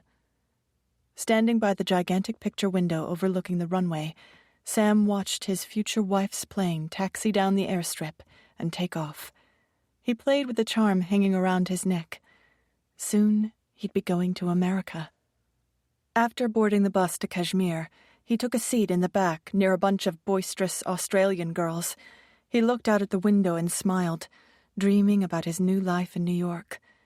He considered the brightness of his future for a few more minutes, and then started a conversation with the Australians. They were funny and loud, and Sam spent most of the long, tedious bus ride making them laugh. By the time they arrived in Kashmir, he had 4 new paying guests for his houseboat. One of the Australian girls was particularly pretty, and Sam gave her a wink, flashed her a smile, and wondered for a moment what it might be like to live in Australia. I could open a rug shop in Sydney. I've always wanted to see a kangaroo. 12. Miss, are you all right? Can I bring you anything? The Air India flight attendants had taken note of the distraught blonde woman who had been last to board in Delhi and were doing their best to comfort her each time they passed. Trina shook her head and waved the kindly flight attendant away. She blew her red nose and wiped away the tears. No one can help me. The man I love is on the other side of the world and I'm alone. 3 days later, still jet-lagged, she was back to work at the small medical publishing company on Madison Avenue and 38th Street. Piles of manuscripts and yet-to-be-published articles were waiting for her on her desk. Urgent projects had been handled by co-workers, but the rest, 6 weeks of day-to-day stuff, lay in one massive, disorganized heap. I'm going to be working until 10 o'clock every night, said Trina to a co-worker when she saw the backlog of paperwork. All day, people stopped by her desk to ask about her trip, but she only had one thing on her mind: Sam. She ached for him, and her stomach was churning. She couldn't focus on anything, especially not the files on her desk. At lunchtime, Trina went to the post office to get some prepaid international stationery so she could write to Sam several times a week. She passed a newsstand and scanned the headlines. The Olympics were about to start in Seoul. Vice President George H.W. Bush was the favorite to beat Michael Dukakis in the 1988 presidential election in November. At the post office, she purchased 20 pale blue onion skin paper envelopes, each with a red and blue chevron patterned border on the outside. On her way back to her office, she stopped at a little coffee shop for lunch and began her first letter. September 15th, 1988. My love, I can't believe it's been almost 4 days since I've touched you. I think about you from the minute I wake up until I fall asleep at night. I got nothing done at work this morning because my brain was completely focused on you. People stopped by my desk and talked to me, but I didn't hear what they were saying because my mind is always on you. Does that happen to you too? I go over every minute that we spent together in my mind so I can relive it. Everything reminds me of you. Sounds and smells, colors, and even the moon. I'll tell you my little secret. I miss smelling you. Does that sound crazy or weird? You smell delicious, by the way. I miss the breakfasts on the houseboat and even those annoying roosters in the mornings. In New York, we use an electric alarm clock to wake up, and not poultry. Maybe I should get a rooster. My New York neighbors would chase me out of my building if I did that. I miss you and love you so much. I'm getting all my pictures developed this week. I'm going over to Jen's tonight. She's already developed hers, and I'll get to see her pictures of your handsome face. I start school tomorrow night. Working full-time and going to school is going to be tough. I love you, my darling and future husband. I guess that means you are my fiancé. I have a fiancé. How cool. Love always and forever. Trina. She was about to lick the envelope but stopped and dug into her bag and pulled out a bright red lipstick. Carefully coating her lips with extra gloss, she placed a big red kiss on the blue paper next to her signature. Satisfied, she smiled, sealed the envelope, and put it into her satchel to be mailed on her way to the office. The next night, after work, Trina stopped at Jen's apartment on East 35th Street on her way home. Jen lived in an old walk-up building and had a bottle of white wine, 2 glasses, and a plate with cheese and crackers sitting on the coffee table when Trina arrived. Jen poured 2 generous glasses of wine and plopped cross-legged on the couch next to Trina. "Okay, let's have all of it. I want to know everything that happened after I left Kashmir," Jen demanded. "Every bit of juice, leave nothing out. I will decide what's important. I've got lots of time and plenty of wine." "Okay, go," she said with a hearty laugh. Trina got comfortable on the sofa, leaned back, picked up her glass, and took a ceremonial sip, milking the moment in the spotlight for all it was worth.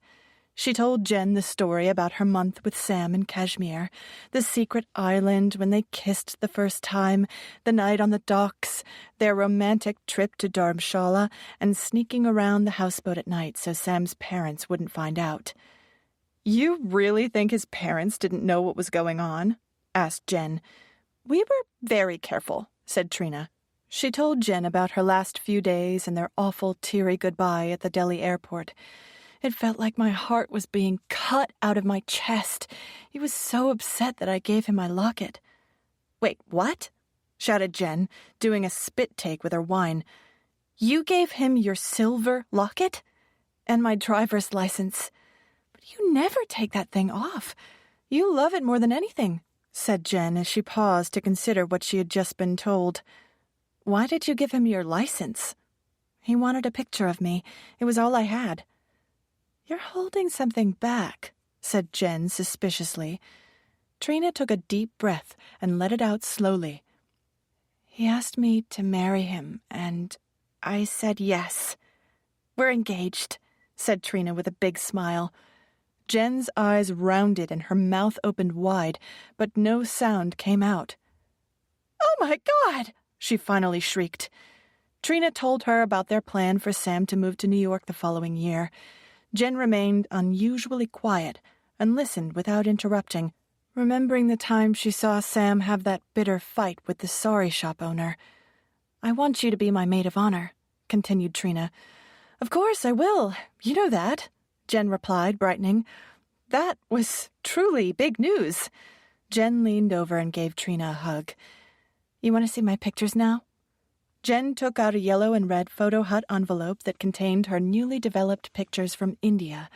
As the 2 friends looked through the images, they reminisced about their great Asian adventure and talked more about the wedding plans. "You took me totally by surprise," said Jen later that evening. "You know I love you and I'm a little protective of you. I can't believe it. Trina, oh my God, you're going to be a bride." Jen hugged her friend and regained her usual good humor because she knew, in the end, the wedding would never happen. There were too many obstacles. When Trina came back down to earth, she'd realized Sam was just an exotic vacation fling. Jen had one of those when she had gone to Peru the previous year.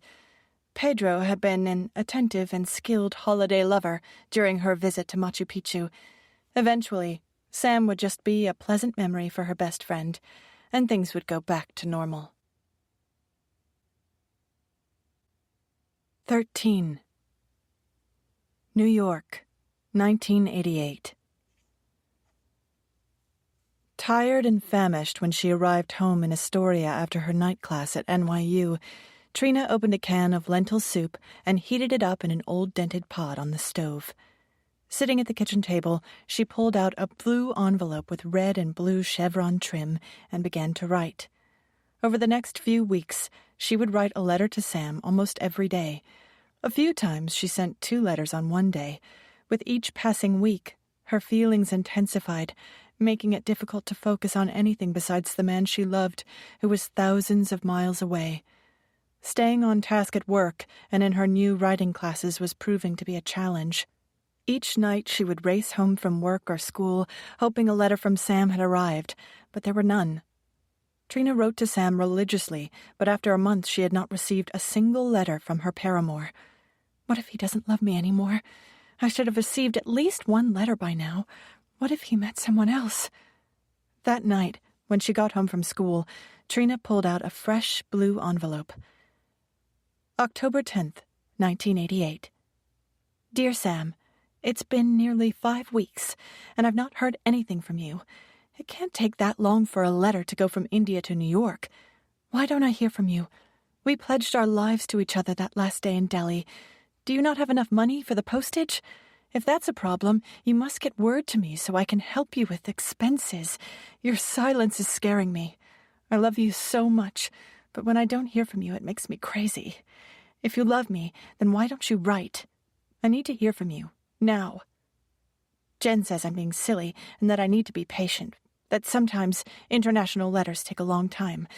It's possible, but it's been so long. I need to hear from you, now. I mean it. Please write soon. I miss you so much. My heart is breaking. Love you, always and forever. Trina. She included her customary lipstick kiss at the bottom, but she could feel anger coursing through her body. On her way home the following night, Trina's pace quickened, and her heart beat faster as she got closer to her apartment building. Entering the vestibule, she thrust her key into the mailbox lock. When the little bronze metal door creaked open, it revealed several blue par avion envelopes nestled within a bunch of junk mail. Yes! She screamed, grabbing the mail from the box. 1, 2, oh my God, there are 5. He loves me. With the letters clenched in her fist, she raced up the stairs 2 at a time to her apartment. 5 minutes earlier, she had been sad and angry, and felt gullible and used. When she opened her mailbox, her world was suddenly brighter. She was loved. She sat on the couch and organized the envelopes by date, so she could read them in the order they were written. Picking up the first one, she waited a moment to savor the feeling, and then carefully tore open the delicate blue paper. September 12, 1988. Dearest Trina, I stopped at the post office in Delhi to pick up some envelopes so I could write to you on this bumpy ride back to Kashmir. Leaving you today at the airport was difficult. When your plane left the ground, I thought my heart would break in 2 pieces. Then I touched the locket around my neck, and it was like you were there, telling me everything would be all right and that you would come back for me. One day we will have a family, just the way we said, and we will have a perfect life. Forgive my bad handwriting. This bus is bouncing around and I'm writing while leaning on a book. The bus is very crowded, but at least it's given me a chance to find some new customers for the houseboat. I met some backpackers from Australia. I'm happy to report they will all be staying on my houseboat for a week, maybe more. My father will be happy. See, Trina, I'm already starting to make money for our future. I will make as much as possible and save it for our new life in New York. I have a goal now. You are my goal. I might even make some extra money finding customers for other houseboats and make commissions. That's about all I have to say since I just left you at the airport, and nothing much has happened. I will write to you tomorrow. You are my heart. Sam. All is forgiven. He totally loves me. He said I was his heart. Oh, why did I doubt him? The heavy physical weight that had been on her for the past few weeks slowly lifted. She felt light, happy, giddy, almost drunk. A dark fog had lifted and the world was beautiful again, rainbows and butterflies. Wanting to pace herself and savor each letter, she poured herself a glass of white wine and inhaled a deep breath. Grabbing the multicolored Afghan blanket that Nana had lovingly knitted years before, she wrapped it around her shoulders and curled up on the couch to begin the next letter. September 15th, 1988. Dearest Trina, 3 long days since you left me in Delhi. As much as a person can miss someone is how much I miss you. While you were here, Kashmir was filled with colors. Everything smelled better, tasted good. The sky was bluer, the grass greener. Even the grumpy old man who runs the bakery seemed nicer. While you were here, it was like being in heaven. And now, Kashmir is only a place. But I will make the best of it, because I know we have a plan to build our lives together. A year seems like a long time, but when you think about it, it's only a small part of a lifetime. I have made a deal with 3 other houseboats, and I will be looking for customers for them and make commissions. I'm thinking of taking a free class in bookkeeping, too. There is a school here in Srinagar that teaches all sorts of accounting classes. If I'm going to run a rug shop or a cafe in New York, that might help. I need to prepare for my life in America. Think of me as often as I do you, which is every minute. You are my heart. Sam. Trina took a big gulp of her wine. Everything is fine. He loves me. She had worried that he might meet another woman, another tourist. Now, after reading his letters, she knew he was devoted to her, and all would be good. She opened the 3rd letter. This one was a little different. It started out about her, but then his writing turned to his family's boat business and how he was trying to make more money from the tourists. The majority of the letter was about what he was going to do once he got to New York, how he might open a rug shop or take classes in accounting or architecture. He hardly mentioned their mutual dreams of a life together, and focused mainly on his fantasies of his life in America. She leaned back on the couch. She loved that he worked so hard and was always trying something new, but she liked it better when the letters were more about her. She felt her insecurities creep up the back of her skull. He is everything I want, and I mustn't sabotage this relationship with my usual doubts and crazy thoughts. Pouring herself another glass of wine, she opened the 4th letter. She let out a sigh when she realized that this one was filled with more pledges of his love for her. How could I have doubted him? He does love me. The final letter lay unopened on the coffee table. She picked it up slowly and held it in her hand for a moment. She wanted to make this one last. Who knew how long it would be before new letters arrived? She pictured Sam's face, took a deep breath, and slit open the envelope, looking forward to the magic carpet love ride she was about to take. But it wasn't a love ride. It was a documentary on fixing up a houseboat, giving tours and serving meals to visiting tourists in Kashmir. There was no mention of their great love, only paragraphs about taking an inventory management class, working so hard on the houseboat, and finding people at the bus depot to make more money. Why is he telling me about all the guests? I don't care that there's a couple from Switzerland or 3 sisters from Rome staying on Zara's palace. Does he like one of the sisters? Is he trying to tell me something? Stop it, Trina. You always do this. She put the letter down, and tears welled up in her eyes as she talked herself off the ledge. She picked up the blue paper and reread the last few lines. I'm always thinking of how I can build my business while I make a good life for us. You are my heart. Sam. Trina stared at the blue paper and tried to focus on the last line. While I make a good life for us. You are my heart. He did say us, and he said I was his heart. She felt a little down and was sorry she had saved this letter for last. His first letter had been romantic, and with each one, they had gotten progressively less romantic. The last one talked mainly about the houseboat and hardly mentioned her at all. Insecurity had always been her undoing. Fears of inadequacy routinely lurked in the back of her mind and undermined her success, especially with men. Nana used to warn her about that. Why do you always doubt yourself, Cookie? Her grandmother would say. You're a beautiful, smart girl. As far as I'm concerned, you're practically perfect. Relax. Have a little fun. You're your own worst enemy. Nana was right. Don't let your stupid baby fears ruin this relationship like all the others. He wrote about the houseboat and his classes because that's what he's doing. Some letters are going to be romantic and some will just be news. Get over yourself.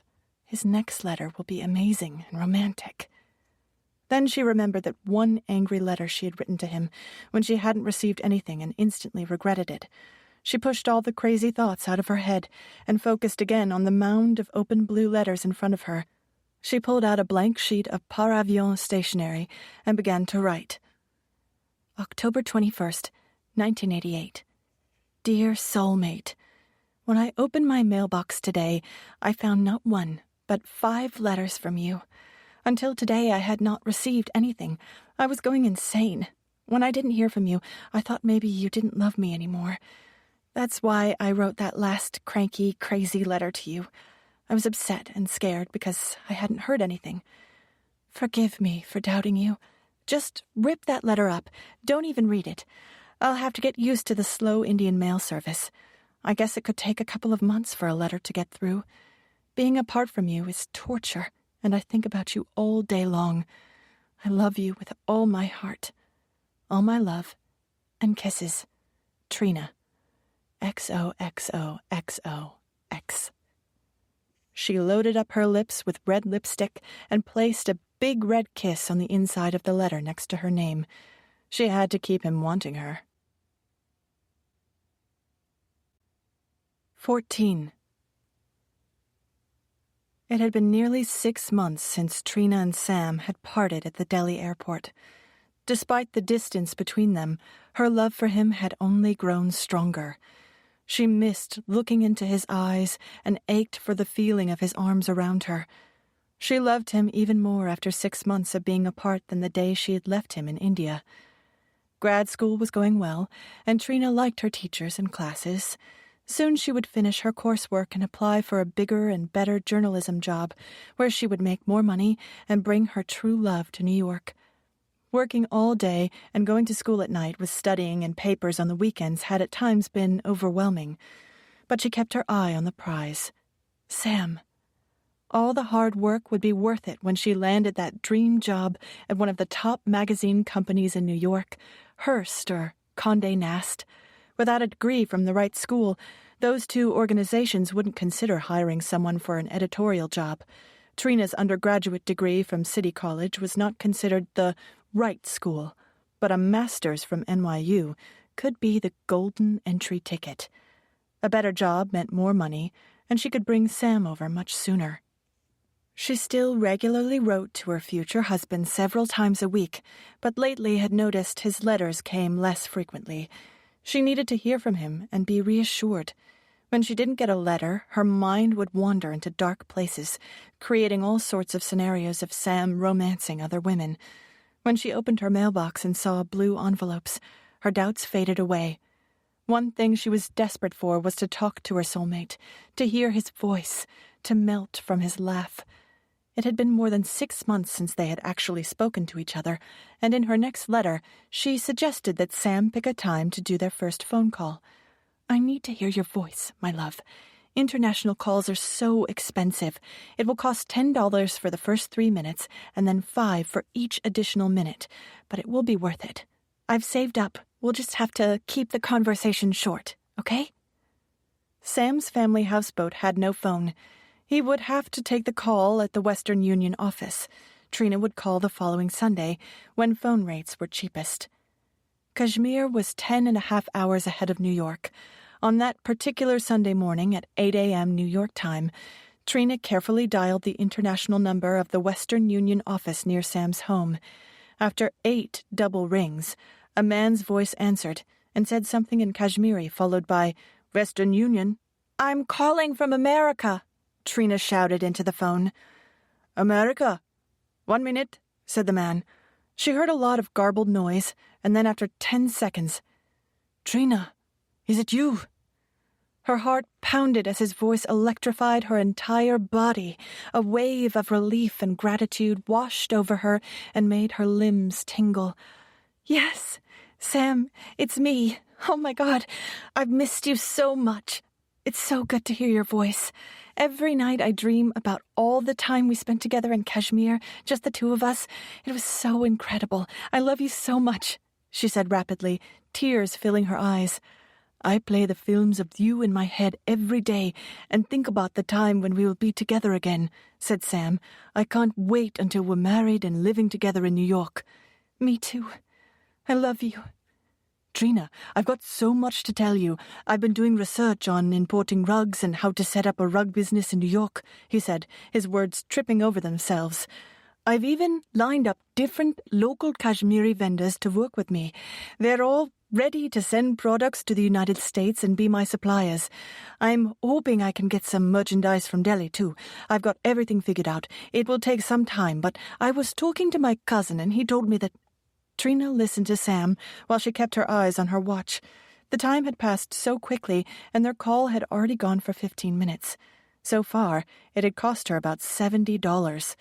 She needed to wrap the call up, or she would be eating nothing but peanut butter and jelly sandwiches for the next few weeks. "I've made lots of contacts from my import business," he continued. "I talked to all our foreign guests about my plans and got their opinions. They all think my idea is very sound and clever. Sam, I haven't gotten many letters from you lately. I've been so busy with all the guests, my love. You know how crazy it gets here." "I know, but one of our guests told me that diners in New York refill your coffee for free. For free! I want to go there and sit all day and drink my free coffee. Then I'll take the ferry to Staten Island. I heard that's free too. Maybe I'll get my free coffee and take it with me on the free boat. And I'm sorry to interrupt, Sam, but we've got to finish. The call is $5 a minute, and I think it's already cost about $75 or $80, she said. "I'm such an idiot. I was so excited to hear your voice, and it looks like I did all the talking, and all I wanted to tell you is a little about Sam. Seriously, I have to go." "Oh, sure," said Sam. "Okay then, Trina. It was so good to hear your voice. Write soon." "I love you," said Trina, a second later, into a dead phone. She leaned back on her bed. At first, hearing his voice was like slipping on a pair of cozy, worn-in slippers. He sounded so happy to hear from her, but he talked only about his rug business and living in New York. Did he say he loved me, or that he missed me? Most of the call was about how much profit he would make on his rugs. He never asked how she was. That familiar little worm of doubt crawled around Trina's brain as she did a mental inventory of their relationship. For the last 6 months, she calculated she wrote 4 or 5 letters for every one she received from him. The tone of his writing had changed over time. They used to be about their relationship, but more recently, they focused exclusively on him and his future life in America. Is he in love with me, or is he in love with New York? Am I his soulmate, or am I only the way for him to get out of India? She wondered if he went to the bus depot every day, looking for a new woman to romance, that maybe he was having an affair with another girl.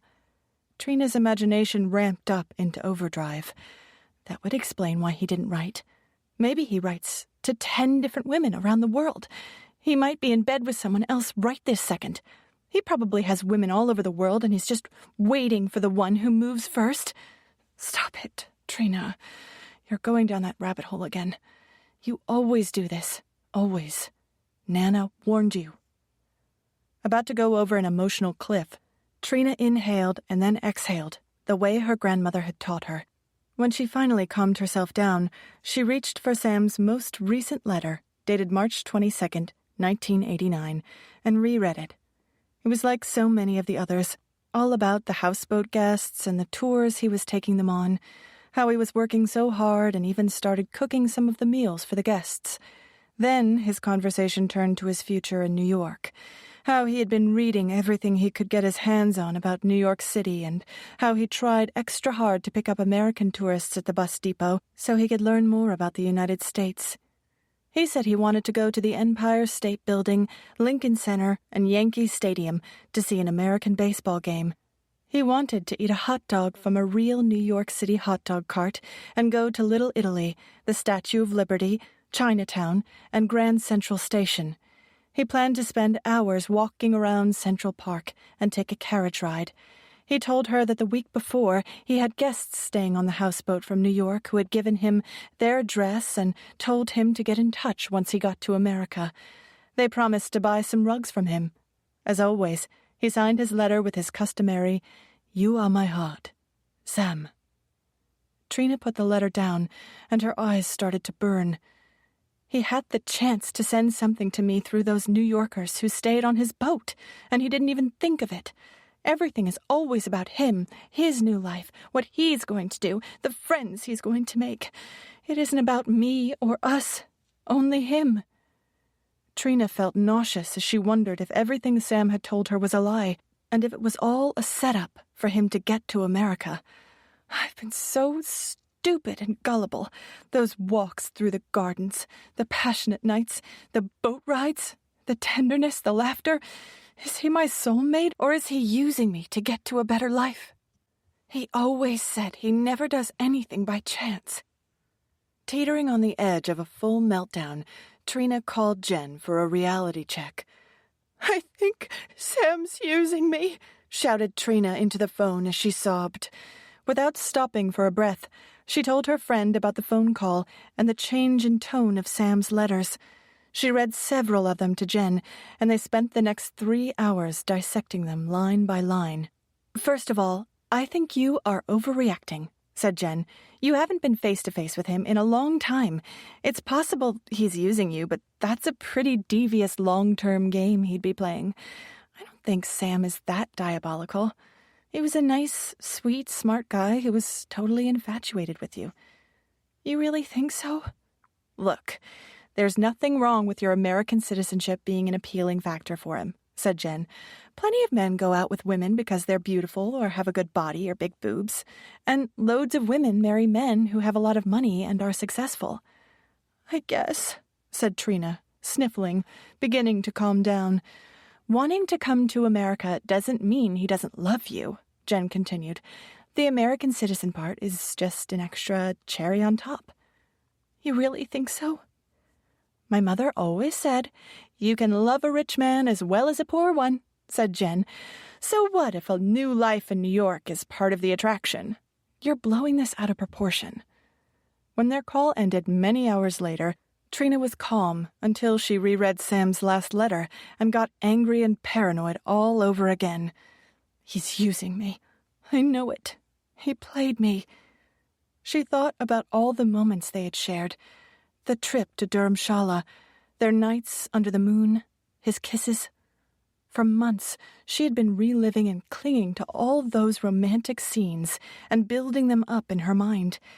Now she saw everything through an entirely different lens, one of deception. "I'm just the vehicle for him to get to the United States and get his American citizenship. That's all he wants." With tears running down her cheeks, Trina snatched up his letters in her hand. She was about to throw them all into the trash when she remembered Nana's locket. She had given it to Sam in that reckless moment of passion at the Delhi airport. Not 100% sure about Sam's true motives, she knew one thing. She had to get her locket back, no matter what. "I told him he could keep it until the day we got married. Shit." April 5th, 1989. Dear Sam, hello, my darling. I just reread one of your letters today, and it made me miss you more than ever. I'm looking forward to seeing you soon, and hoping I can book my trip to India sometime in July. Only 4 more months until we're together again. Still saving up for it, my love. I can't wait to see your handsome face and feel your arms around me. Soon we'll begin our lives together. I can't wait for you to hold me again. In the meantime, I have a favor to ask of you. I know I gave you my locket to keep until I came back, but it reminds me of my grandmother, and I've been missing her so much lately. Would you mind terribly sending it back to me now? We'll be together soon, anyway. Thank you for understanding, my love. You know how much I loved Nana May. Kisses. Love always, Trina. She coated her lips with red lipstick and planted a big red kiss next to her name like she always did. 3 weeks later, in early May, she got his response. He wrote about the usual stuff, houseboat guests, his future life in New York. I've been reading all I can about America and watching movies, too. I saw a movie called Wall Street and read a book called Bonfire of the Vanities. There sure are a lot of crazy people in New York with a lot of money. Money makes people do terrible things. About the locket, you promised I could keep it until we got married. It gets me through the days and nights without you. I never take it off because it's like having a piece of you with me. You told me I could keep it until our wedding day. I promise I'll put it on your neck right after we say our vows. You are my heart. Sam. When she read his response, she made her decision. She would have to go back to India to get the locket herself. Only then, when she looked into his eyes, would she know what was in his heart. He was either her soulmate or a world-class liar. The next day, she booked a July flight to Delhi and wrote to him about her arrival. Sam was surprised and delighted Trina was returning to him. Everything was finally coming together. In no time, he'd be living in New York. 15. India, July 1989. 2.5 months later, an old yellow bus lumbered towards the depot in Srinagar, Kashmir. Trina wiped her clammy hands on her shirt and wondered if they were wet because she was excited to see Sam or scared to learn the truth. Regardless, she told herself, the main objective for this trip was to retrieve the locket. As the bus stopped with a screech, Trina peeked her head out the window. She scanned the crowd and caught a glimpse of Sam, standing in his favorite spot, apart from all the others. He was smiling with anticipation and holding an enormous bouquet of yellow and white flowers. His creamy tan complexion was offset by a crisp white linen shirt. She noticed his thick wavy brown hair was longer and thought it looked sexy. He was taller and looked more mature than she remembered. He looked good. When he spotted her through an open window, he smiled from ear to ear and waved. Their eyes locked, and Trina felt her breath involuntarily quicken. I had forgotten how nice his smile was, and his eyes. He looks genuinely happy to see me. He brought me flowers. Oh, was I completely wrong about him? Despite all the crazy negative thoughts she had been having over the past weeks and months, at that moment, she was very glad she was there, and smiled and waved at him with genuine enthusiasm. He ran over to her window and reached his hand out. She extended hers, and when they touched, electricity shot up her arm. The sensation confused her even more. She waited for all the other people on the bus to disembark, using the time to take several deep breaths. When she climbed down the steps into the bright sun, a grinning Sam bowed and presented his flowers. "I can't believe you're really here," he said as he stepped back to get a better look at her. "You know I'd pick you up and kiss you if I could, but there are too many people around. You've grown more beautiful in the months we've been apart." Trina blushed. "Your hair is longer. It looks good," she said, vaguely aware that her doubts about him were fading. "I've missed you so much," said Sam. "I couldn't sleep this whole week thinking about your arrival. My beautiful Trina is finally here." She looked up into his dark, gentle eyes rimmed with those thick black lashes and smiled. "Come on," she said with a grin. "Let's get out of here. I'm starving and desperately need a bathroom." Sam grabbed her backpack and bags and carried them to the van. They had to be careful. They couldn't kiss or hold hands or anything like that, or news would go directly back to his father. They casually walked towards the van like two friends. He started the engine and drove out of the depot. 5 minutes later, he pulled over to the side of the road, switched the engine off, and turned to face her. He leaned over and gave her the most loving kiss she had ever received in her entire life, and she kissed him back in the exact same way. With his arms around her and his lips on hers, all her concerns dissolved. He told her everything was arranged for Trina to stay on Zara's palace. She would have the same room that she had had the last time. As they drove, Sam chattered on about all the upgrades and improvements he had made to the boat and was eager for her to see his handiwork.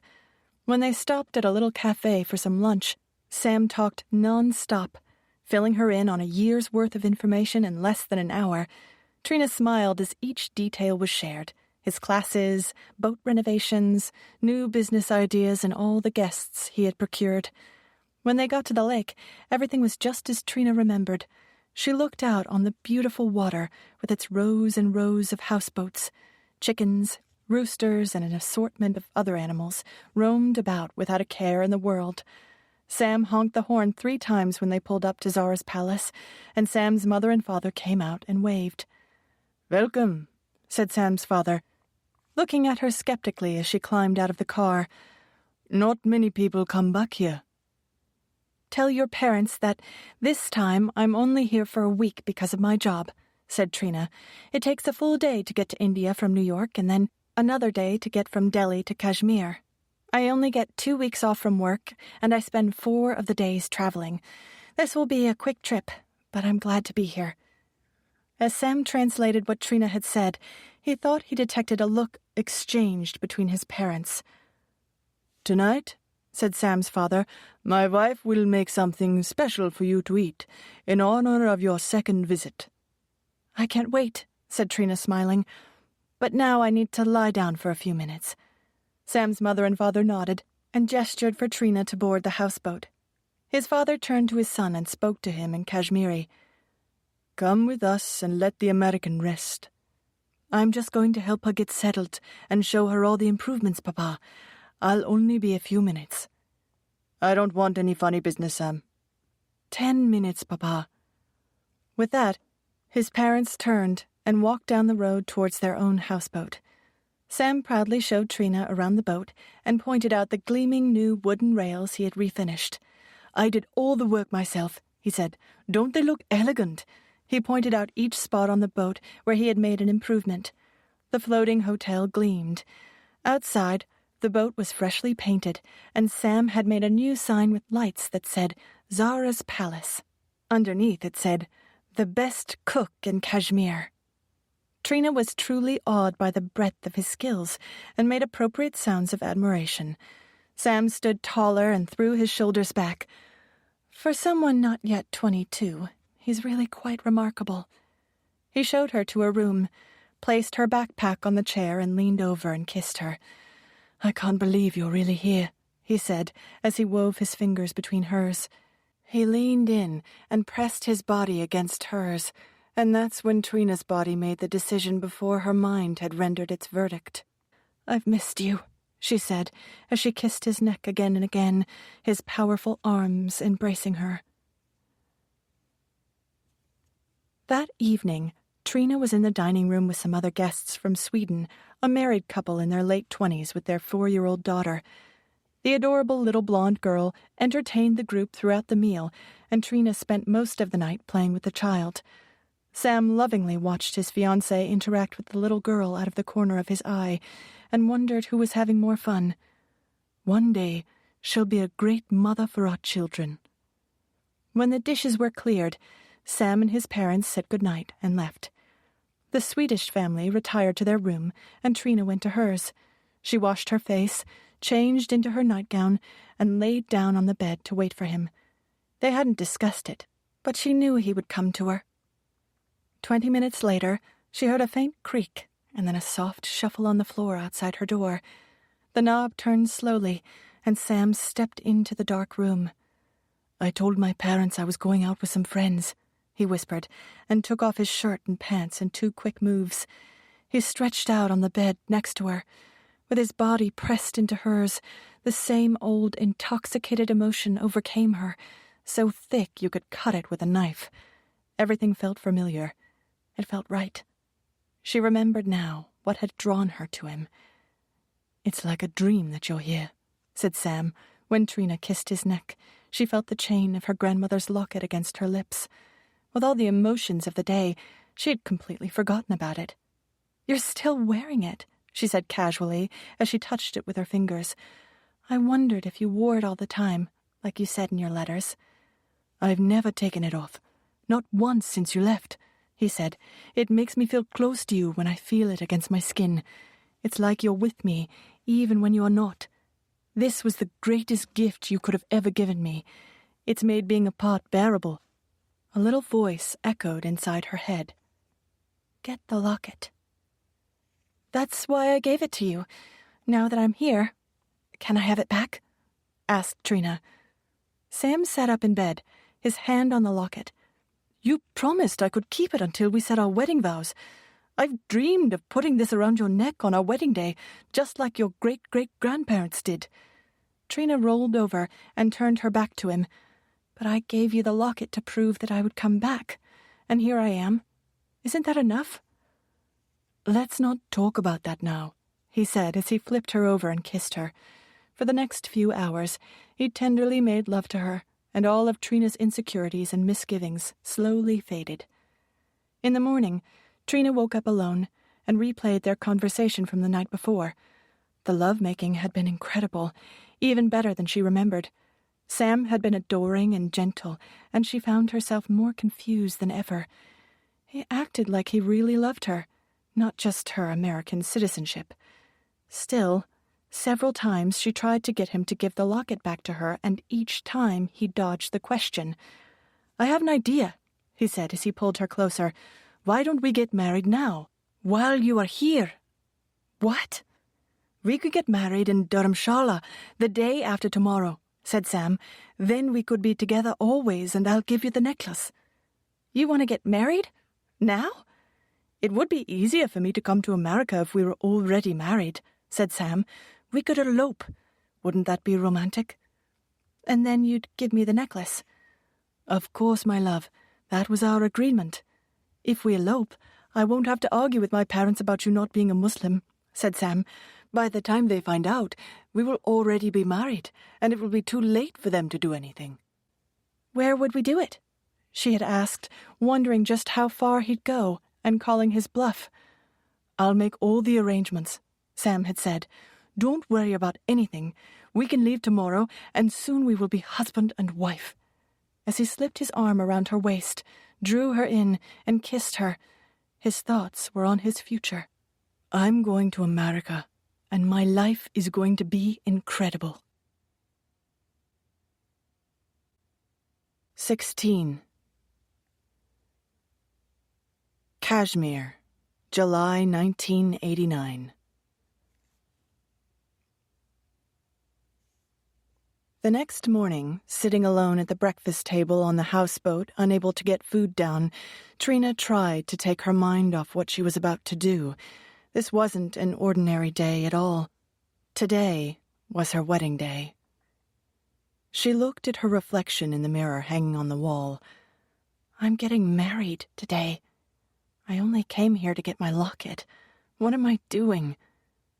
They had agreed to keep their marriage a secret until the time was right to share the news. She looked into her own eyes in the mirror. "This is either the smartest thing you've ever done or the stupidest. He's either your knight in shining armor or a duplicitous con artist. But which one? Which is he?" To throw off his parents' suspicion, Sam told them Trina had received an urgent telegram from America. Her cousin was extremely sick, and she had to return to New York immediately. The last bus of the day had already left. The American offered to pay Sam to drive her to Delhi so she could catch her plane to New York. "You are going to take her all the way to Delhi?" said his father. "That's a 12-hour trip. That's crazy. Why would you do that?" "Papa, it's an emergency," said Sam. "She's my friend, and besides, she offered to pay me a lot of money to take her there, and she'll pay for all the gas, too. While I'm there, I can visit my friend, Arif, for a few days. You remember Arif, don't you, Papa?" Sam's father grumbled, and he shook his head. The American woman was trouble. He wanted to forbid his son from going, but he could see the look of determination on Sam's face. At least the American would finally be gone from his houseboat, and he hoped this time it was for good. Trina tried to wrap her head around what was happening. Only a few days earlier, she had been at her desk in New York, editing a men's fitness and grooming book. Now she was about to travel into the mountains and marry her Indian lover. This is crazy. With her head spinning, she recognized the ridiculousness of the situation and started to laugh out loud, picturing Jen's incredulous face. Wait until Jen hears about this. She'll lose her freaking mind. With the van packed, Sam drove away from Zara's palace for what he thought was his last time as a single man. When he saw his parents again, he would be Trina's husband and on his way to becoming an American. "What are you smiling about?" asked Trina, touching his arm as the van sped down the road. "It's my wedding day, and I'm about to marry the most beautiful girl in the world," he said. He held the steering wheel with his right hand and reached out to hold her hand with his left.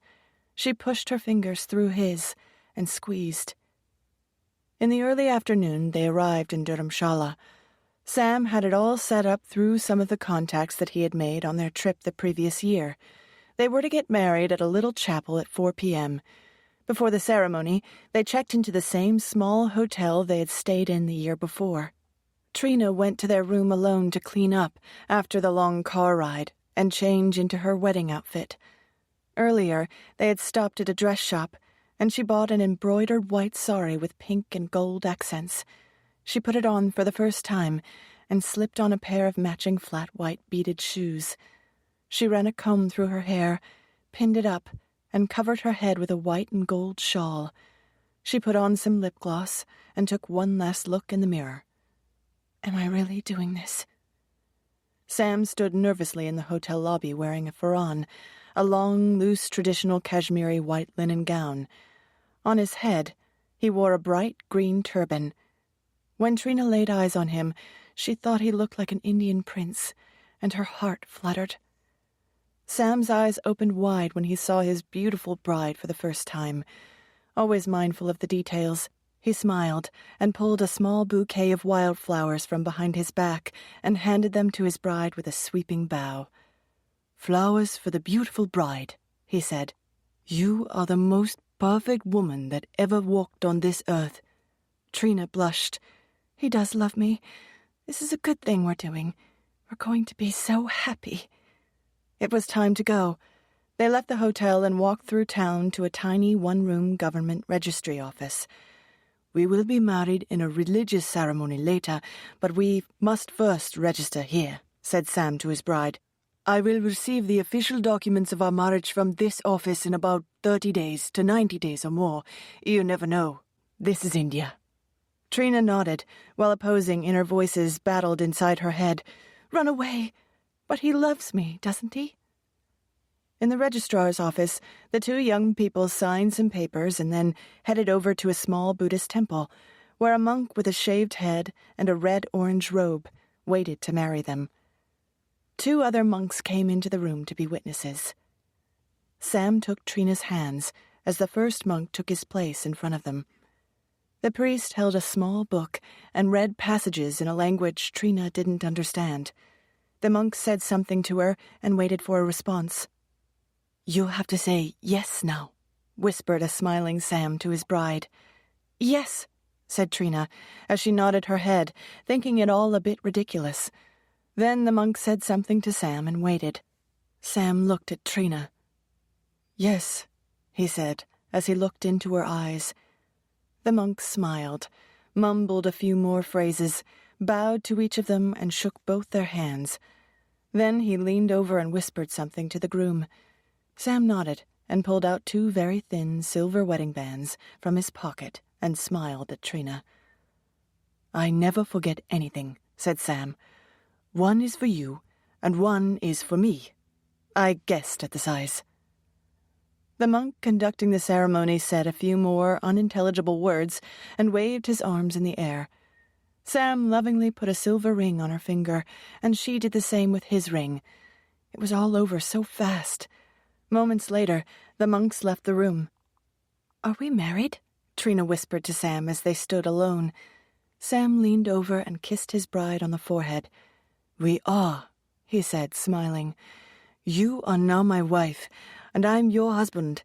Soon we'll begin our new life together in America." "I can't believe we just did this," said Trina, smiling nervously, trying to calm her conflicting emotions. "Are you sorry you married me?" "It all happened so fast, that's all." "Soon we'll be together all the time. Once we're in America together, everything will be great. You'll see."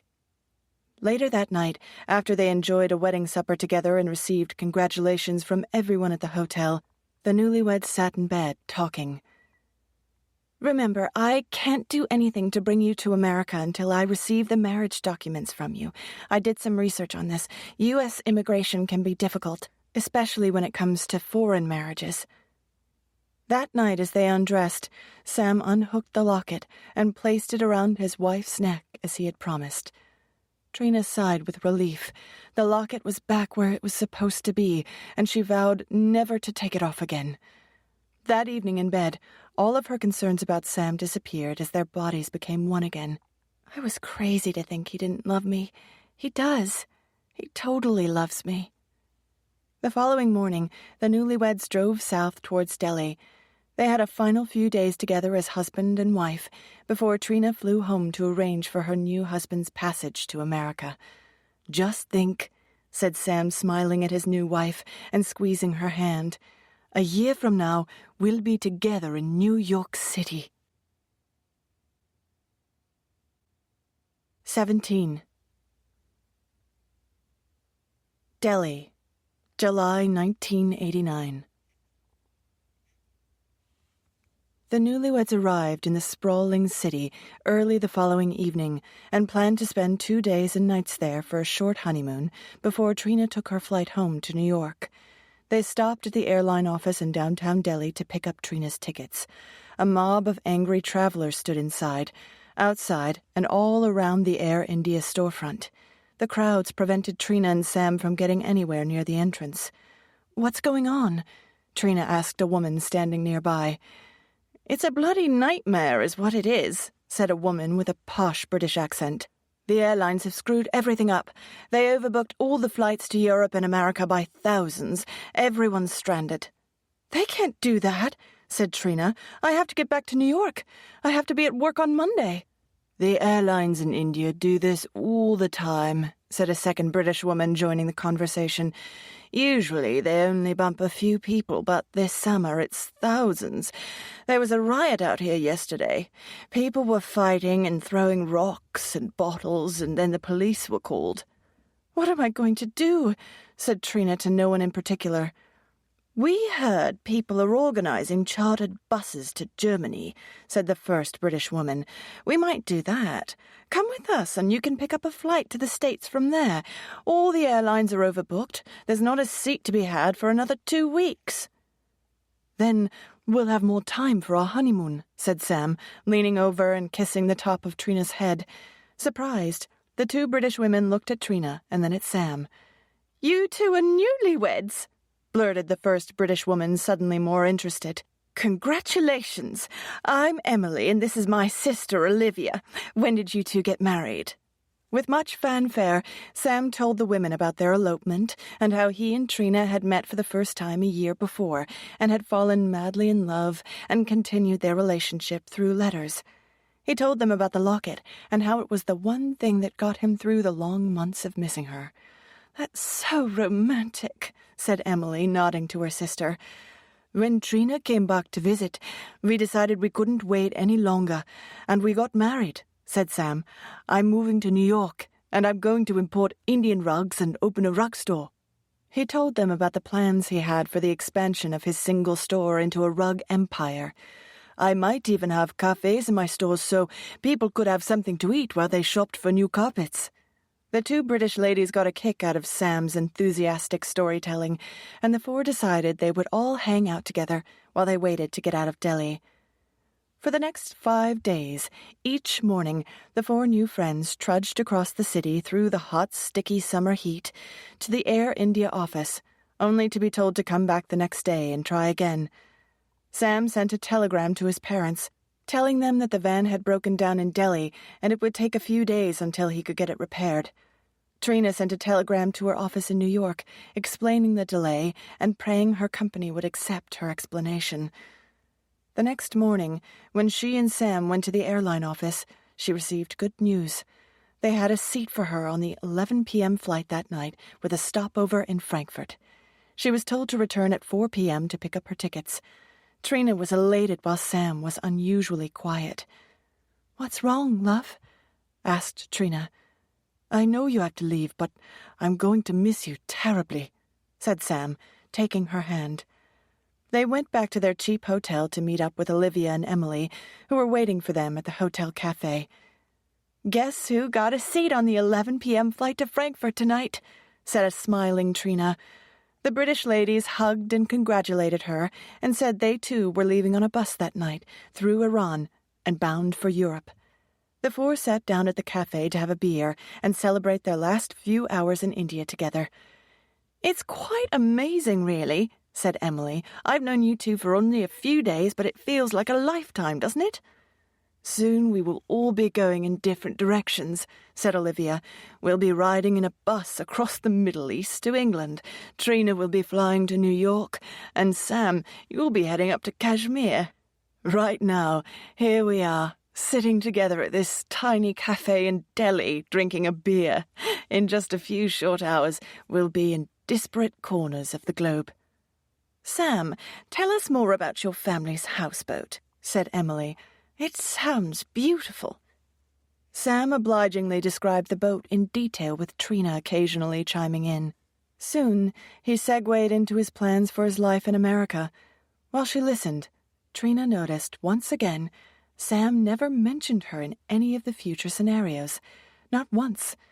It was only about him and the things he was going to do, the places he was going to see. Sam went on and on and on.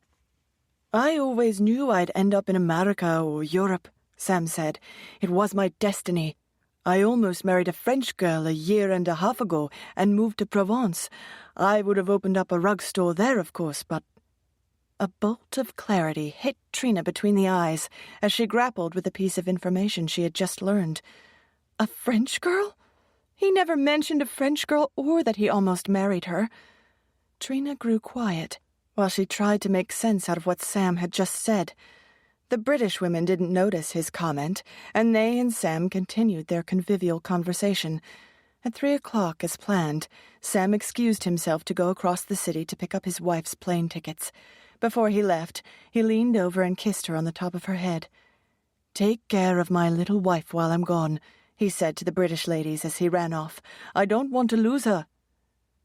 "He's scrumptious," said Emily, leaning over the table towards Trina as they watched Sam disappear down the road. "He's so bright, and he obviously adores you. You're a lucky girl." "He's lovely, Trina," said Olivia. "Every guy I meet is either unemployed, lives with his mother, or worse. Your darling husband is so ambitious with all those ideas about importing rugs and opening restaurants. He's quite the entrepreneur. It must be difficult for you to leave him now, right after your wedding." Trina pressed her lips together. "Don't worry, hon," said Emily. "He'll be with you soon enough."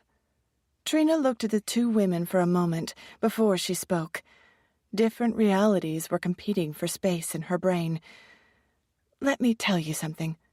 Tonight, I'm leaving on the 11:00 flight to New York, and that will be the last time he ever sees me.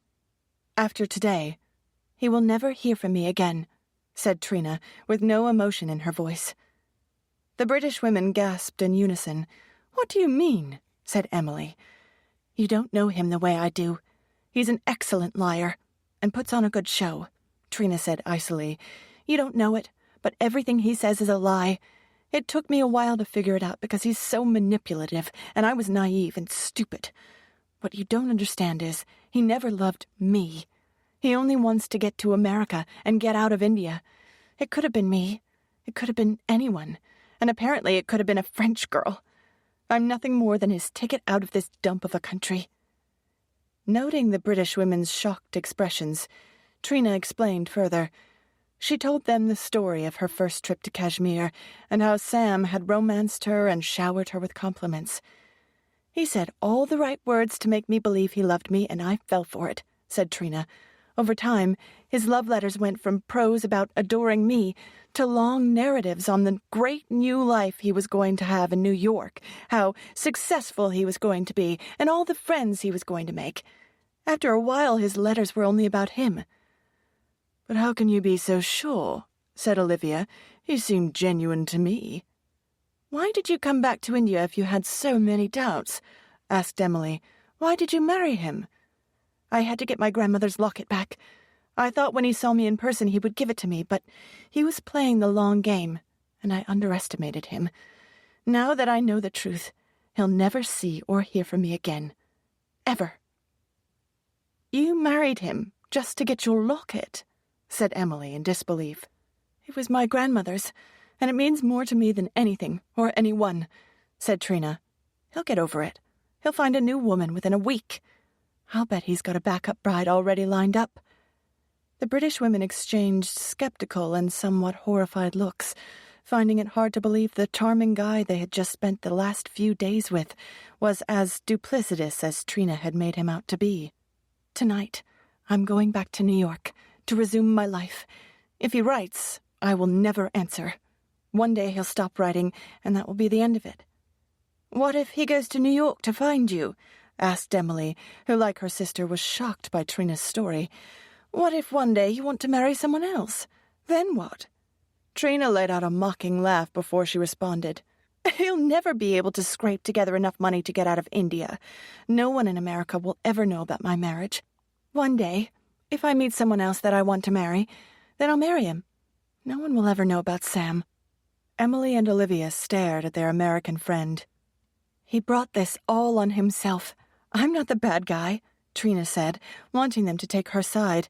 When I say goodbye to him at the airport tonight, that will be it. He'll be erased from my mind permanently. As Trina uttered those last chilling words, a smiling Sam walked up to the group waving an Air India ticket folder. Got your tickets, my love, he said, leaning down and kissing the top of her head. You are officially confirmed on the flight to New York tonight. One day soon, I'll be able to say the same thing. Thank you, sweetheart, cooed Trina, shooting a warning look at the other two women.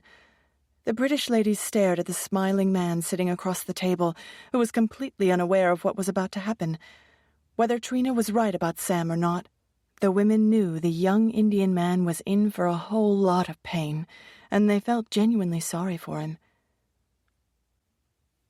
The four travelers said their goodbyes and wished each other safe journeys. Trina and Sam began the last leg of their trip together to the airport.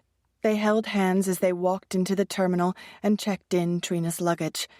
Sam walked with his wife to the gate and sat close to her while she waited for her flight to board. Tell me again how you are going to grow your rug business in New York and how you'll become the best skater in Central Park, said Trina, driving the invisible knife only she knew about deeper. Sam chattered on, happy to take her for another ride on his American fantasy train. There was nothing he liked more than talking about his future life in America. With each sentence he uttered, he further cemented her suspicions in her final decision. You played me. Now I'm playing you. Overhead, the loudspeaker blared. Air India Flight 670 to Frankfurt is now boarding at Gate 12. I should get going, said Trina without emotion. Sam looked ill. I didn't think it was going to be so hard this time. Now that we are married, I thought it would be easier, but my heart is still breaking thinking about being separated from you, he said with tears in his eyes. He reached over and gently pulled her into him to give her one final kiss. Automatically, she started to kiss him back, but stopped herself and pulled away, saying she needed to board. Goodbye, Sam. How long do you think it will be before we see each other again? He asked, reaching for her hand. I don't know. As long as it takes, I guess, she said, pulling her hand away. I've got to go. They're boarding, and I can't miss this flight. Trina turned and walked to the entrance. As she walked past the ground attendant, her right hand reached up and touched the locket hanging around her neck. She never looked back. 18.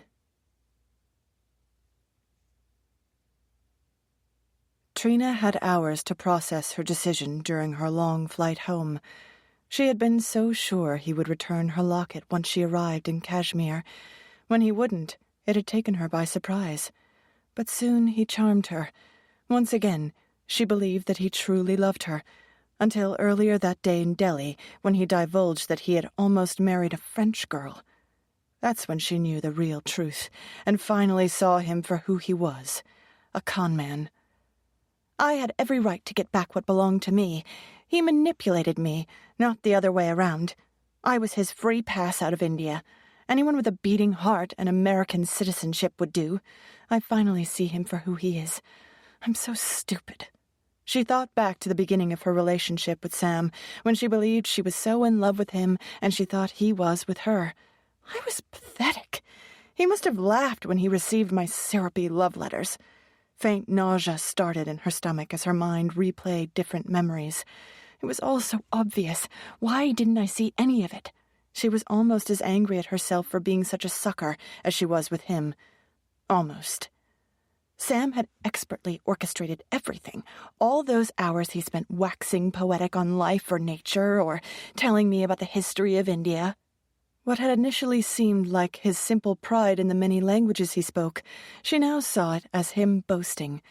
Now she thought his strong opinions on world politics from a kid who had never left his tiny village on the lake was laughable.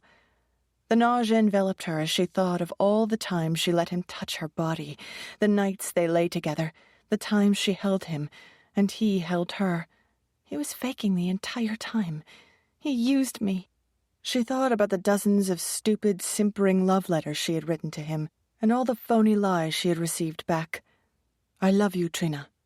You are my heart," he had signed off on each letter. It was all a big fat lie. He carefully fabricated a story meant to convince me that he loved me so I'd bring him to America. I hate him. Would he have pretended to love me after he got to New York? Now he won't have the chance to screw me over. I'll have the last laugh, not him. Trina turned and stared out of the window of the plane at the clouds, big balls of cotton hanging in the sky. She wanted to stop thinking about him and tried to clear her mind by focusing on the peaceful, wispy clouds. It worked for only a minute, and her anger reared up again. She got up out of her seat, walked down the aisle to the lavatory, went in, and locked the door behind her. She stared at her face in the mirror. Her eyes were red, and the skin on her face dry and blotchy. "You look like shit. Do what you came in here to do." She looked down at her left hand and saw the glint of her shiny silver wedding ring. She tugged it off, dropped it into the plane's toilet, leaned over, and pushed the flush button. With a grumble and swoosh, her silver ring vanished, and the last remnants of Sam were gone. She rubbed her naked ring finger, glad to have it gone, and looked in the mirror at her reflection again. He'll wait for eternity for the letter from me that will never come. Every day he'll go to the post office looking for a blue envelope from me, but it will never be there. Each day forever. There will be nothing. Furious thoughts of retaliation ricocheted around the confines of her skull. I'll be home soon, and will put India and Sam out of my life forever. Once I land in New York, I will never think about him again. The plane ride was her time to try, convict, and hang him. After that, Sam would cease to exist. Many hours later, a physically and emotionally exhausted Trina arrived at her apartment in Queens. She dropped her bag in the hall, walked directly to her bedroom, and opened her top dresser drawer. Dozens of light blue par avion envelopes with the chevron trim filled half the drawer. Next to them were photos of Sam and Trina, taken the year before in Kashmir. She picked up the letters, walked to the kitchen, and put them in her empty sink. From the cabinet overhead, she pulled out an oversized box of kitchen matches. She struck a match and lit the corner of one blue envelope and watched as it hungrily spread across the paper in colors of white, gold, and green. Holding the corner of the burning paper up to another envelope, she saw the flames leap from one to the other. She threw them both into the dry sink and opened a nearby window so the fire alarm would not be set off from all the smoke.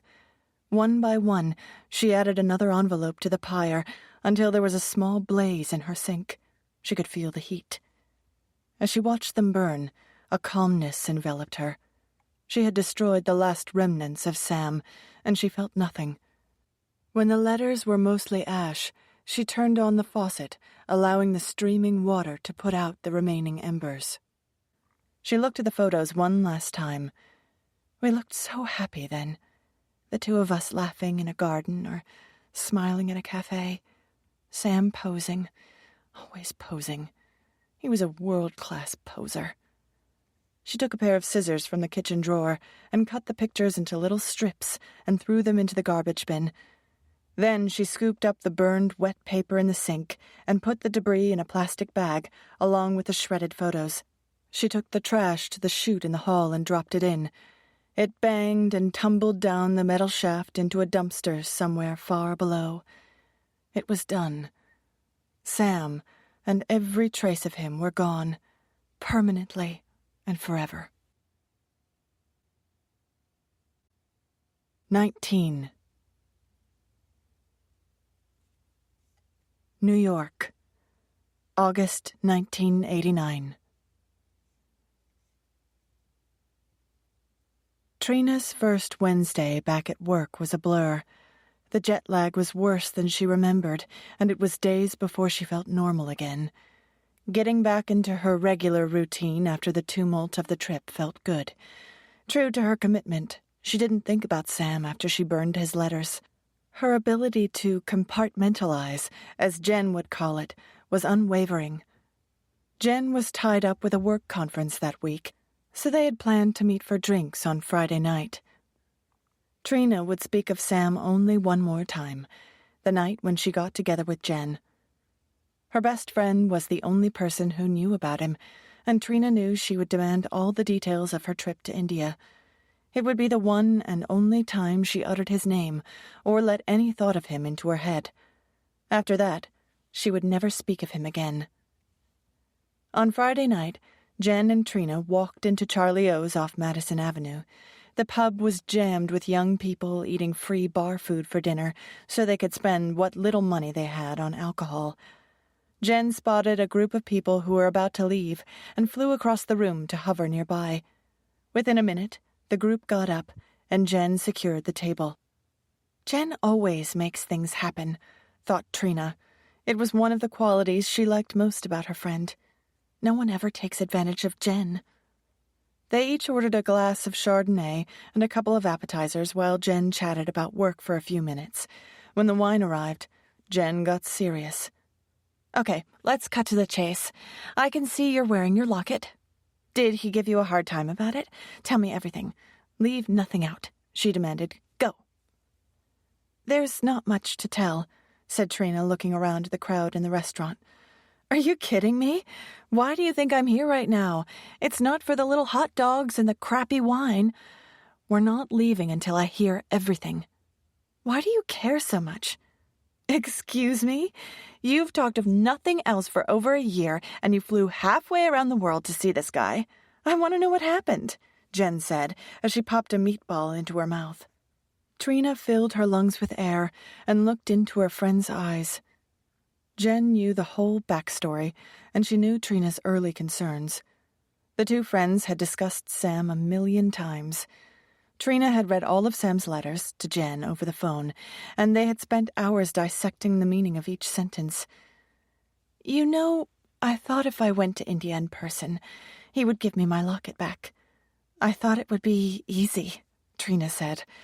"But when I asked for it, he refused and said he would only give it to me after we got married, so I called his bluff.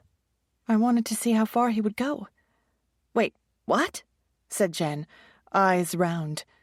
"So we drove to this remote village and I married him and got my locket," said Trina, with no expression. Jen's mouth gaped open, a horrified look on her face, but she said nothing. Jen's loss for words slightly amused Trina. Jen rarely had nothing to say. "Close your mouth. It was the only way I could get it back," said Trina. "You married him," said Jen. "Holy shit. Now what are you going to do?" "Nothing," Trina said. "There's absolutely nothing to do." But, you're married to him," cried Jen. "Are you going to get divorced?" "No." "What if he shows up on your front doorstep in 5 years looking for his wife?" "That's never going to happen," said Trina, with a resigned look. "He'll never get out of India. He doesn't have a pot to piss in. Besides, when I signed that marriage registry, I used a fake signature. You could barely make it out. It's a non-issue. For me, the marriage never happened. No one else knows besides you and me." "And him," said Jen. Within a month, Trina's trip to India was only a vague, unpleasant memory. She threw herself into her job and focused on her graduate classes and final thesis for her degree. When she got her diploma, she would apply for bigger and better jobs. She was determined to be an editor at a top publishing company. One evening, bone-tired after a long day at work, Trina walked up the front steps of her apartment building and put her key in the front door. She went into the vestibule to get her mail, and there it was. Stuffed between a few bills, some junk mail and a menu from a Chinese takeout place, was a light blue envelope with red and blue chevron trim. She had so well compartmentalized her association with Sam and put him out of her mind that she was genuinely surprised to see the letter in her mailbox. She grabbed all the mail and walked up the stairs to her apartment. Dropping the mail on the kitchen table, she changed out of her work clothes.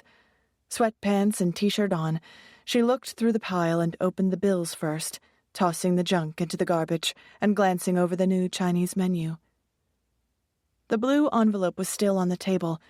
She picked it up, and for the first time noticed Sam's handwriting looked like a childish scrawl. At one time, receiving a blue envelope had made her heart race and filled her with joy. Now she felt nothing. She didn't even want to read it. It meant as much to her as the junk mail she had just thrown away. Less. I'm more interested in the new menu from Hunan Wok than I am in his letter. Ha! She was about to toss it into the bin when she changed her mind. She went to her closet, pulled out an empty red shoebox, and put the unopened letter inside. Closing the lid, she put the box on a high shelf in the hall closet. One day, Jen and I will open that letter together over a bottle of wine and have a good laugh. He thought he was so clever, smarter than everyone. He must have thought I was a fool.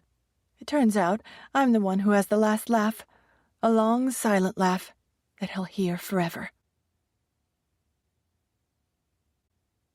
20. Kashmir, August 1989. Back on his houseboat, Sam missed his wife. He liked thinking of the blonde American as his wife. It made him feel grown-up and important. No one knew about their marriage. They had agreed to keep it a secret until everything was in place for his move to America. He was dying to tell his parents, but he didn't tell a soul. Fewer complications and recriminations from family and friends. It had been more than a month since his wife had left India. He had written to her twice, but had not yet received anything from her. The damn mail system in India is so inconsistent. Sometimes letters take a week, sometimes a month. Soon I won't have to put up with the backward way of life here in Kashmir. I'm going to live in the most exciting city in the world. While he waited for the day he would join his wife, Sam stayed busy with his family's business and filled rooms with new guests each week. I re-grouted all the tiles in the bathrooms, Papa, Sam said. Tomorrow I'll install new lighting in the hallways, and next week I'll start refinishing the wood floor in the sitting room. Keeping busy helped him pass the time. He didn't mind doing all the hard work, because soon he'd be gone, and his parents would have to pay someone to have things done to the houseboat. Sam's parents noticed their once irritable and sometimes self-absorbed son now appeared content, even happy. They hadn't seen him this cheerful in a long time. Until recently, Sam had been so restless and dissatisfied with his life in Kashmir. He always wanted more. "It is because he's so smart," said his mother to his father one night. "His mind makes him impatient, but lately he has been very calm." "Maybe he's finally growing up," said his father. "It's time for us to find him a wife." "Several local families have already inquired about our son as a potential husband for their daughters," said his mother. "And why not? He is nice-looking, intelligent, and his family owns a houseboat. Any girl would be lucky to marry our Sam." "Yes, but he's also hot-tempered," said her husband. Then he shrugged. "Maybe a wife will calm him down."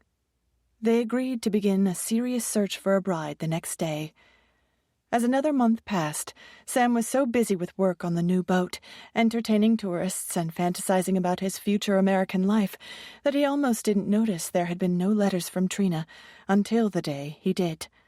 It had been 8 weeks since his wife left him, and he hadn't received anything from her. Later that night, Sam got out a blue envelope and wrote a long letter to his beloved Trina. October 14th, 1989. Dear little wife, it feels like a lifetime since we were together, although it's been barely 8 weeks. I was thinking I might go to the university in New York. I could study architecture or medicine or maybe become a pilot for some big American airline. Your husband the architect or the pilot? How does that sound? Kashmir is the same. Nothing changes. I've been working night and day, and my father fixing up the boat.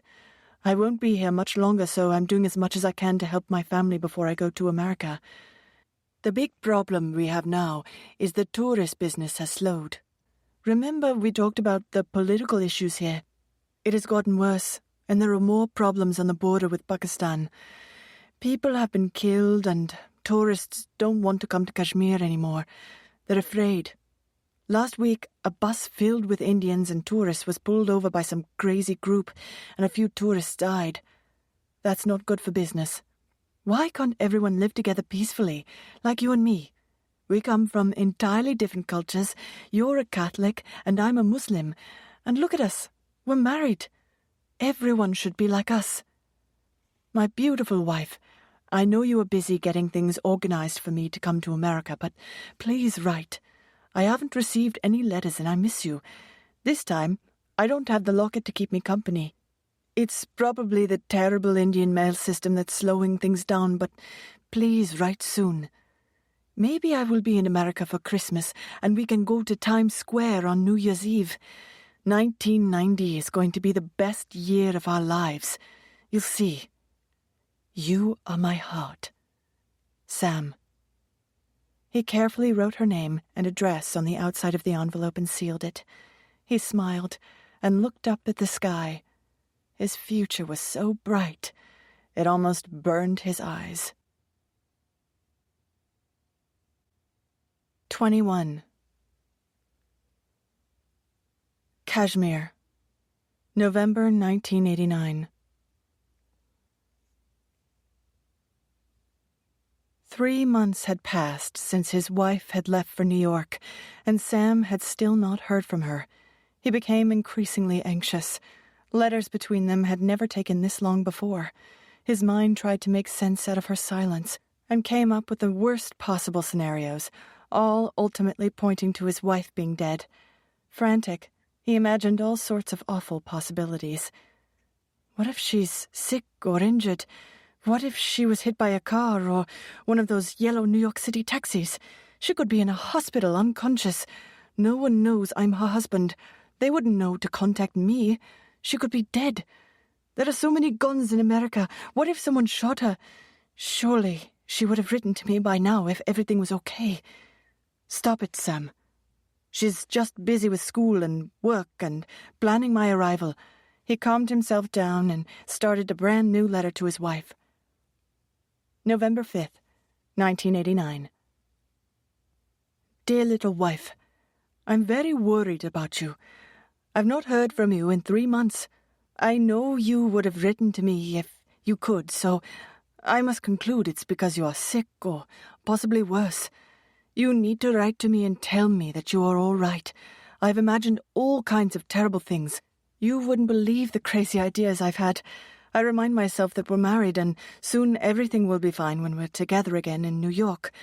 Please, write to me immediately. I'm going crazy. You are my heart. Sam. On a cold and dark evening a few weeks later, Trina walked along the streets of Astoria to her apartment. Thanksgiving was coming up, and she had met friends earlier that night for drinks to kick off the holiday season. After a couple of glasses of wine and some laughs with her co-workers, she was feeling rather merry. She entered her apartment building, stopped in the vestibule to open her mailbox, and saw a light blue envelope waiting inside. Its presence irritated her. She grabbed all the mail and went up the stairs. Once inside her apartment, she opened the hall closet, pulled out the red shoebox on the upper shelf, and put the unopened envelope inside with the other unopened blue letters, and replaced the lid. December 16th, 1989. Dear wife, why is there this deafening silence? 4 months ago, we said our marriage vows and pledged our lives together, and in 4 months I have not heard from you. I get nothing. My worst fear was that you were hurt or dead, a horrible thought. I wondered if you were in a hospital and couldn't write. I asked myself if I did something wrong to offend you. Are you angry with me? Trina, I'm your husband, and you have to know that I love you. I continue to hope that there will be a letter waiting for me at the post office tomorrow. You are my heart. Sam. February 8th, 1990. Wife, I have sent you 22 letters in the past 6 months, with no response from you. When we got married, you committed yourself to me and became my wife. I continue to be a devoted, loving, and loyal husband to you, yet I hear nothing. What am I to think? None of my letters have been returned, so I don't think you are dead. Did you find another man? I demand to know. Have you found an American man and now love someone else? Was our marriage a joke? Please, Trina, write to me. Remember all of our plans and all the loving nights we spent together. I won't divorce you. You are already my wife, and you can't change that. Maybe this is all a misunderstanding on my part. Please write to me and tell me everything is fine. You are my heart. Sam. April 26, 1990. Wife, after 9 months without a word from you, what am I to think? Maybe you have died or have amnesia and don't remember me. This letter is to remind you of who I am and who you are. I am your legal husband, and you are my wife. We were married in Dharamshala in July 1989. You went back to New York to arrange for my official documents so we could live together as husband and wife in New York. We fell in love on our first trip to Dharamshala, although I think I fell in love with you the first day I saw you at the bus depot. We spent so many nights in each other's arms. I hope this letter will remind you of the love and passion we shared. I can't take this any longer. Trina, please, you need to contact me. You are my heart. Sam, your legal husband. July 18th, 1990. Trina, I now know you have turned your back on our love and betrayed me. I've been waiting for a year. It has been like torture each day, waiting and hoping a letter from you will come, but it never does. After a year, it's obvious that your silence is not an accident. It's intentional and cruel. Let me be clear. You are married to me, and I am your husband. Nothing can change that. As your husband, I have rights. In front of God, you promised to love and honor me for the rest of your life. I have our marriage documents that prove we are married. I will not be ignored, and I will not be tossed away like a piece of garbage. Do you hear me? You have no right to do this. I have done nothing but love you with all my heart and soul. We signed a marriage certificate, and you committed yourself to me. I expect to hear from you immediately. You are my heart. Sam. October 26, 1990. Wife? Funny, I still cling to the idea that you are my wife. After more than a year with only silence, I know I won't hear from you. I have given up all hope. I have been through so many lonely days and nights, wondering and waiting. I have sent you over 30 letters, and nothing. What changed you from the loving, sweet, and beautiful wife I married to the cold-hearted bitch you have become? You can't just walk away from me like that.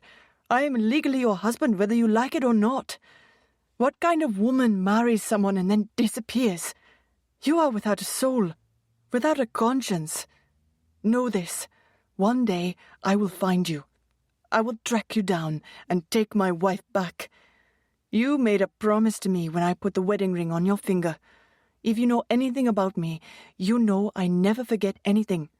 One day soon, when you least expect it, I will get your complete, undivided attention. Of that, you can be sure. Your husband, Sam.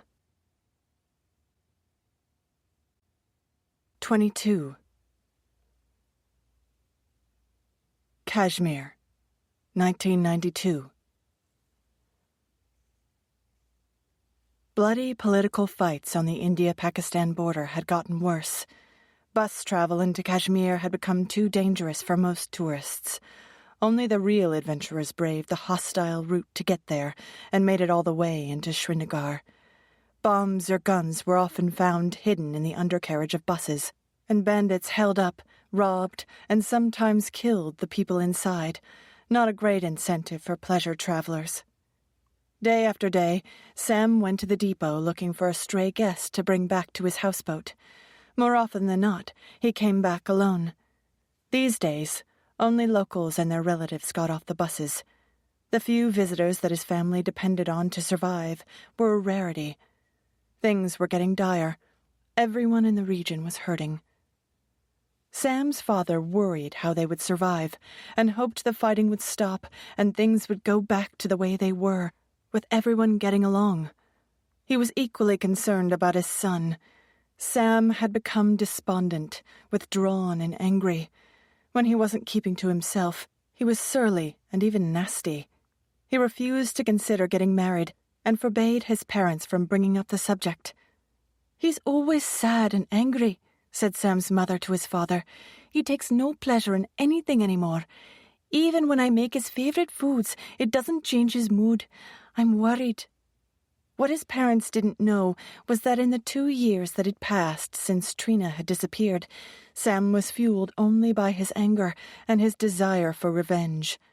He wanted to know what had happened, but more importantly, he wanted her to feel the same pain he felt. The last moments with his wife had been beautiful, so he determined that she must have been lying to him all along. Each passing month of silence only furthered his hostility and bolstered his desire for retribution. His worried parents, unaware of their son's marriage, watched him slowly deteriorate, with no idea of why. Life used to excite their son, but now he had no joy. He was often rude, and even impolite to the rare house guests they were lucky enough to get.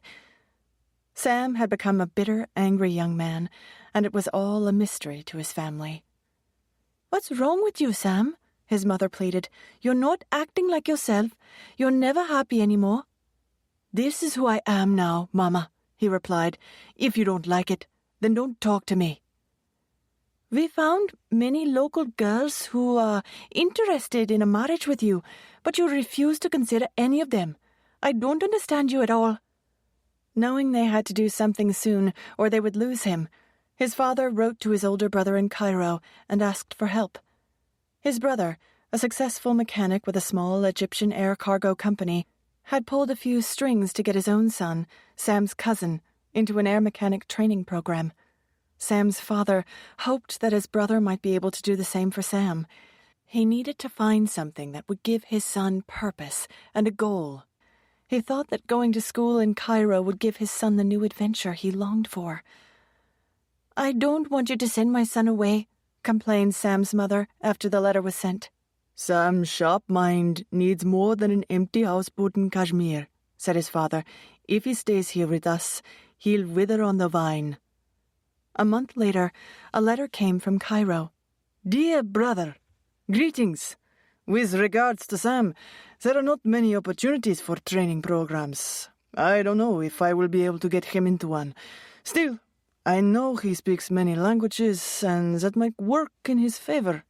They look for people who have language skills because mechanics and pilots need to communicate with people from many countries. I can't promise you anything, but let's get Sam to Cairo for a while and see what happens.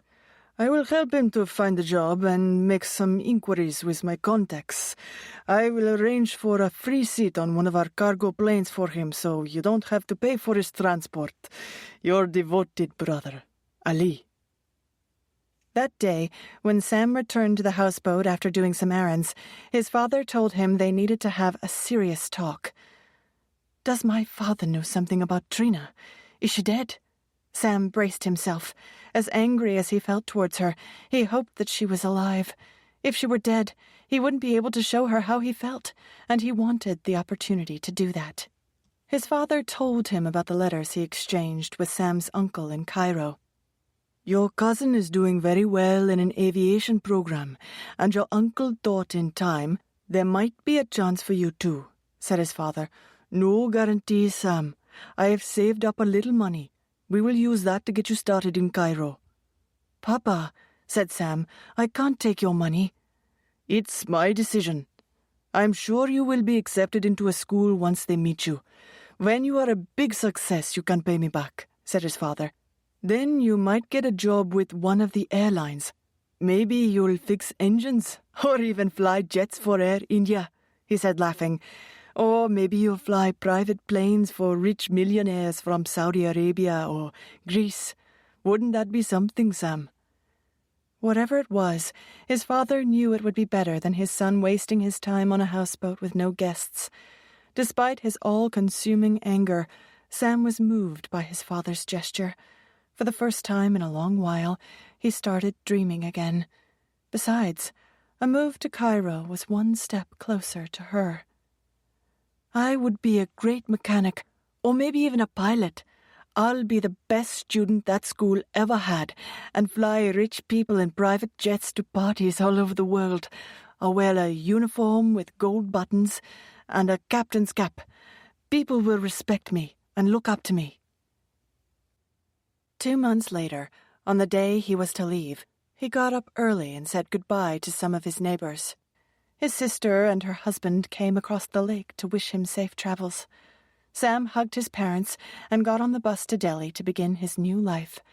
The last time he had taken this long bus trip, he had been with his new wife. It reminded him of how she had deceived him and ruined his life. He was almost as excited about going on a plane as he was about going to another country, neither of which he had ever done. When he boarded the cargo plane, the captain greeted him. Sam noticed the pilot's tailored uniform and how the other crew members treated the pilot with deference and respect. In the jump seat, Sam buckled his seatbelt. Minutes later, he would be up in the clouds for the first time. He braced himself as the plane taxied down the runway and felt it miraculously lift ever so gently off the ground. Soon they were in the sky, surrounded by white vapors. Out of a window, looking down on the ground, he could see dots and lines that were the houses, buildings, and roads far below. "I'm in the sky. Things are going to change for me. I can feel it. I'll get into a program in Cairo. I'm going to be someone important, wealthy, and maybe even famous. Then I'm going to find my wife." 23. Cairo, 1992.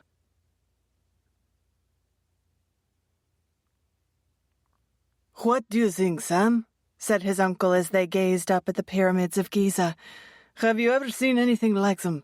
They're thousands of years old." "Truly magnificent, Uncle," said Sam, looking up at the humongous tombs. "Imagine how difficult these were to erect without modern equipment." "I never get tired of looking at them," said his uncle. "How they were able to move those giant stones, I'll never know." Many of Sam's houseboat guests had described the pyramids to him. Now he was finally the tourist and would have his own stories to tell. He stared up at the amazing structures and realized that, until this moment, his entire worldview had been second-hand. Everything he knew came from other people's stories, whether spoken or written in books. From now on, he promised himself, he wouldn't hear about the world from others. He would see everything for himself. He would be the adventurer and storyteller and write his own chapters. "One day, Uncle, I'm going to walk on the Great Wall of China, London Bridge, the Vatican, and the Empire State Building." Sam had been in Egypt for a week and was still acclimating to the frenetic pace of Cairo. He had been to Delhi many times, but Cairo was a different beast altogether. More modern than Delhi, it attracted a broader cross-section of travelers from all over the world. Sam's uncle soon arranged a job for him in a small restaurant in a busy tourist area in downtown Cairo.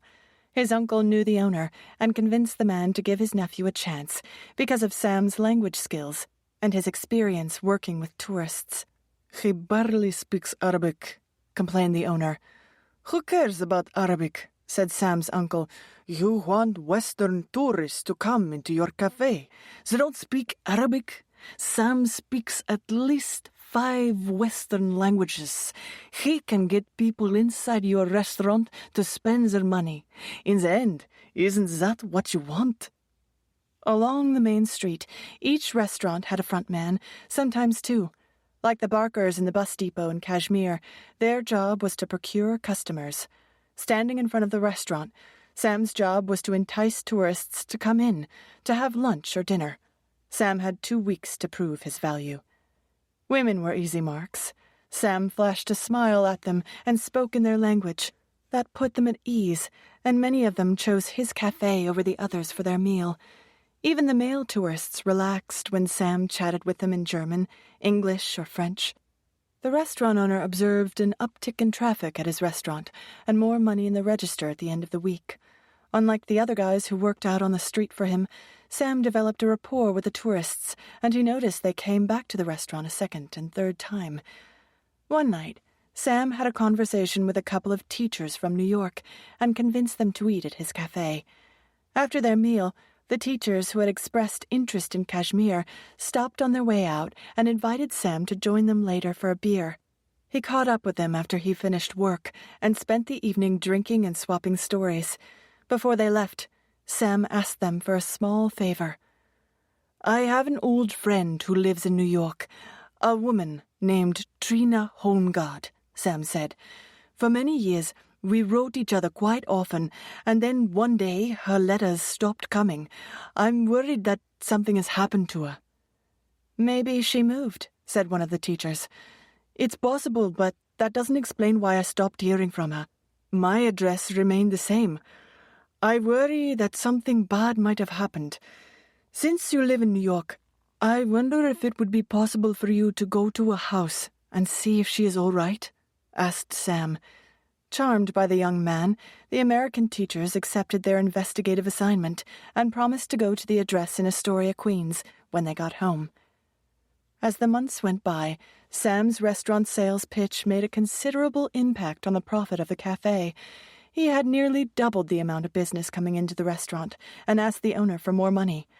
At first, the cafe owner balked, but when he considered that all the restaurants on his street served the exact same food for the same price, Sam could easily get a job with one of his competitors and bring in extra business for them. Ever since Sam started working for him, his restaurant had turned a nice profit. He even had the extra cash to buy his demanding and sometimes sour-faced wife the gold bracelet that she had wanted. After he gave his wife the bangle, she had been much more pleasant, and his life was much improved. He carefully evaluated the pros and cons, and decided to give Sam the raise he asked for. With more money in his pocket, Sam saved and sent money to his parents. Meanwhile, his uncle and cousin continued to work various angles with the hope of getting Sam into one of the travel industry training programs. His uncle, who was a well-respected employee at his air cargo company, pulled in some favors, paid cash under the table to some administrators, and got his nephew an interview. On the morning of his meeting, Sam put on his best and most Western-looking outfit. He shaved with a new razor, combed his hair, and said a little prayer, even though he didn't believe, just in case. He arrived on time at the 4-story brick building, took the elevator to the 3rd floor, and walked down the hall to the administrator's office and knocked on the door. The 50-something thin, dark-skinned interviewer behind the desk was a man of few words. Sam tried to charm him. It didn't work. He tried to impress him with his foreign language skills and his experience working with tourists. No reaction. He flashed a smile. Nothing. "Sorry," said the administrator, looking rather bored. "It's not personal. Your language skills are better than most. Normally that would be of tremendous value. Unfortunately, as I told your uncle, Our aeronautic, mechanic, and pilot programs are full. Maybe next year, he said, as he answered a ringing phone and waved Sam away. Aware that his interview was over, a disappointed Sam nodded and left the office. Waiting for the elevator, he got angry. Why did that man agree to meet with me if there was no chance? This was a big waste of my time. Just as Sam stepped onto the elevator, the administrator leaned out of his office and waved at him. "Hey, you, Sam," he called out. "Come back here a minute." Bewildered, Sam walked back and followed the administrator inside of his office. "That phone call I just got," said the administrator. 10 minutes ago, one of our instructors and a student crashed into the side of a mountain. Bad news for them, but good news for you. Now we've got an opening. You still want it?" Sam wasn't sure if he should smile, given the circumstances, but he couldn't help himself, and shook the administrator's hand. In 6 months, he would complete his coursework, and 6 months after that, he would become a certified commercial pilot. He was on his way. Luck was finally on his side.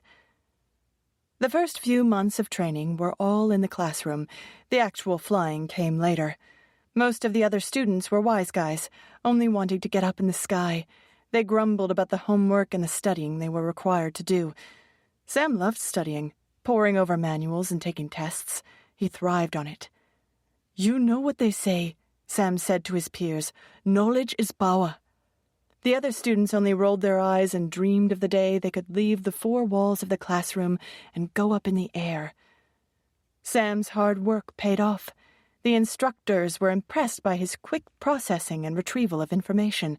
He remembered every command, protocol, sequence, and safety regulation, and became one of the stars of the flight program. When he finally did get up in a plane, he proved more adept than most of the others at that, too. One night after school, when Sam arrived home at his uncle's apartment, there was a light blue envelope with a red and blue border addressed to him on the kitchen table. He froze when he saw it. Was it from America? Was it from her? How did it get to me in Cairo? How did she find me here? I will not forgive her for what she did. Confused, he picked up the letter and examined it. He didn't recognize the handwriting, and the return address was unfamiliar. He took the unopened envelope to his room, placed it on the small white plastic table next to his bed, and stared at it.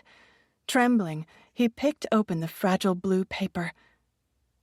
August, 1994. Hey, Sam. It's been a while since that fun night we had with you in Cairo. We went to London for a few weeks after leaving you before we got home to New York. If you ever get to New York, you must come to see us. We'll show you around. Sorry it took us so long to look up your friend, Trina Holmgard. Our school year started when we got back, and things were so crazy that we totally forgot about it. We finally took the subway out to Astoria this past weekend. We went to 3601 37th Street, apartment number 3, right? We rang the bell, and a man in his 60s answered the door. We explained why we were there. He was pleasant and said he had been living there for a couple of years. He said he didn't know the previous tenant. We knocked on another neighbor's door thinking maybe someone else in the building might have known her. We spoke to a woman in her 80s. She remembered Trina and said your friend lived there with her grandmother before the older woman died. She said Trina moved out about 3 or 4 years ago, but she didn't know where. Rest assured, your friend wasn't hurt or dead like you were worried about. Maybe when she moved, she lost your address. I'm afraid we've failed miserably as detectives. I tried to look her up in the New York phone book, but only found the same address and a non-working number in Astoria. Sorry. Looks like we're at a dead end, I'm afraid. We liked playing detectives. Don't forget, come visit us in New York. Your friends in America, Jeanette and Walter. Sam crushed the letter in his hand. He had hoped the two Americans were going to give him answers. He was no closer to knowing the truth about his wife than before. It had been 6 years since Trina vanished. He knew he would find her one day because he would never stop looking. She was, after all, his wife. He had every right. 24. New York, 1996. Walking out of her doctor's office in the Tribeca section of Manhattan in a fitted black Armani suit, Kat Sullivan raised her arm to hail a cab. She smiled, thinking she might be the luckiest woman in the world. The OB/GYN had confirmed that she was indeed pregnant, and everything looked fine. She decided to keep the news a secret from work for a while. After a few minutes of waiting, a yellow taxi pulled up in front of her. The journey uptown was slow, and when they got to Midtown, the traffic was practically at a standstill.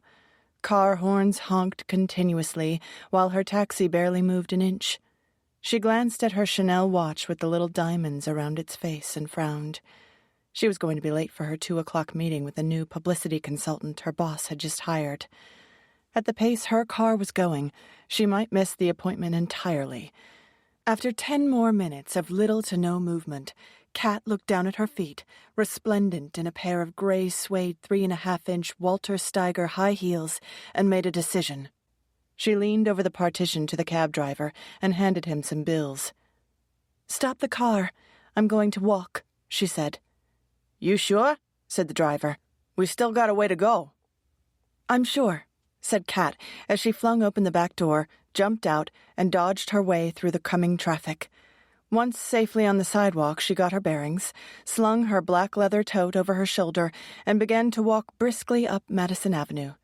It was at least 17 blocks further to her office building, and after crossing only 2 streets, the balls of her feet started to ache. High heels were not meant for hiking, she thought, as she soldiered on. Despite the New York City chaos around her, she was a million miles away, ticking off the many deadlines she had to meet that week. The monthly overview of all outstanding editorial pieces needs to go to Adam and the managing editor. Production has to get my sign-off on the next month's table of contents, and I've got to review all the resumes of the new assistants by end of day. Circulation wants copy for the newsstand promo. Ugh. Wrapped up in her own thoughts and not paying attention to her surroundings, Kat collided into a shabbily dressed woman, nearly knocking both of them over. Packages and bags went flying. "I'm so sorry," said Kat, regaining her balance. "Are you all right? I wasn't paying attention. That was totally my fault." "I'm okay," said the woman, bending over to pick up the shopping bag that had fallen during the collision. When the woman stood up, she looked at Kat with a hint of recognition on her face. "You look so familiar," said the other woman, dressed in an old gray coat, jeans, and ripped-up sneakers. Clearly she does not read Vogue, thought Kat, looking the other woman over. "I'm Kat Sullivan," she said, straightening out her bags. "Sorry, but you don't look familiar to me." "I know you," said the persistent woman. "Give me a minute, and it will come to me." "I'm afraid I don't have a minute. I'm seriously late for a meeting," said Kat, turning to walk away. "Wait!" shouted the woman. "I do know you. You're Trina Homeguard from Astoria, right? We went to the same high school. You were a year ahead of me. I'm Lizzie. Lizzie Minnelli? My brother Jake was in your class. Did you know him? Jake Minnelli." Kat stopped dead in her tracks, and she felt the familiar flush start to cover her body. She remembered how she had been so certain that Jake Minnelli had loved her, only to watch him take another girl to the prom. She slowly turned her head and stared at Lizzie. Kat hadn't seen or heard from anyone from her previous life in years. With the exception of Jen, she had almost forgotten there had been a Trina Homeguard, having so completely become Kat Sullivan, the polished New York GQ editor. Long before Drew came into the picture, she had abandoned the name Trina in favor of the more sophisticated-sounding Kat. She didn't identify with Queens anymore. She was a Manhattan girl now. "Did you know my brother Jake?" the woman asked again. "No," said Kat as she turned to walk away. "I didn't know him." It felt like only yesterday that she had been on her honeymoon in Australia with Drew, the love of her life.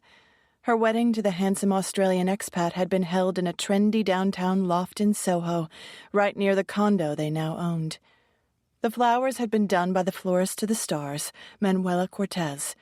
The 28-piece band rocked the room, and the party went into the early hours of the morning.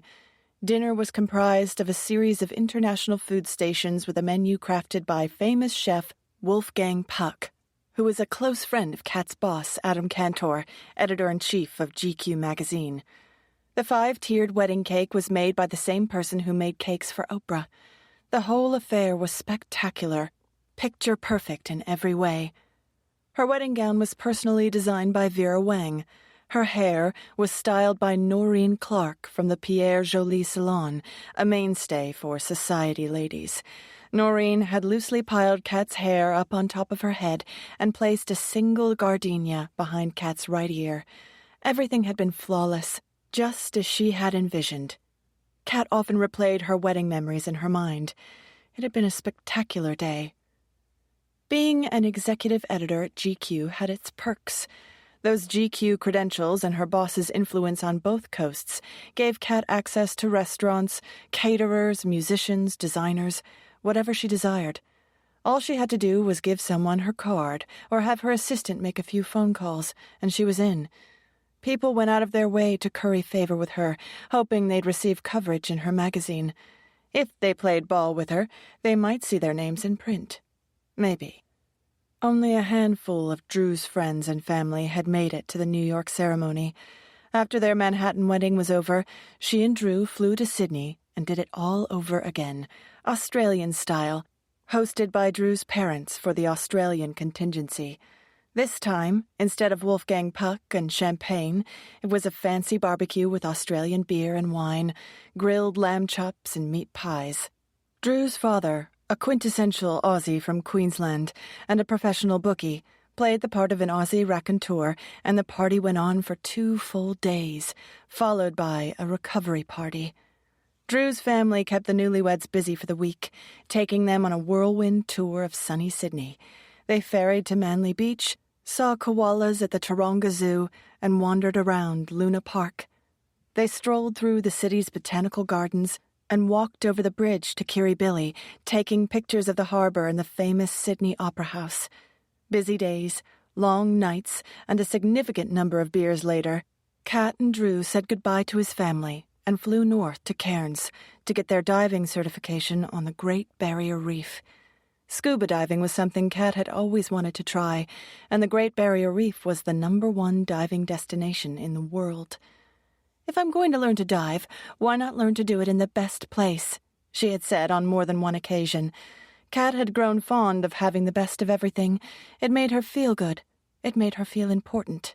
She had learned to appreciate beautiful things since joining GQ. Growing up, she had to settle for second best, but not anymore. Kat Sullivan had arrived. She had a great job and an amazing husband. Her future was so bright, it nearly burned her eyes. In the 2 years since their wedding trip to Australia, Kat had focused all her energies on her career, and it had paid off. Promoted several times, she was given more responsibility and moved to a higher position on the magazine's masthead. Now, she oversaw some of the junior editors and regularly received praise for her quarterly GQ travel column, Road Scholar, an off-the-beaten-path travel guide for young men, ironically written by a woman. The column had been the idea of her editor, Adam Cantor. "You've got the chops to write this column, Kat," Adam said. "Don't let me down." Road Scholar had been well received by the GQ audience from the start and had since become a reader favorite. Her first column covered Vietnam and Cambodia, still a mystery for Americans after the war in the 60s and 70s.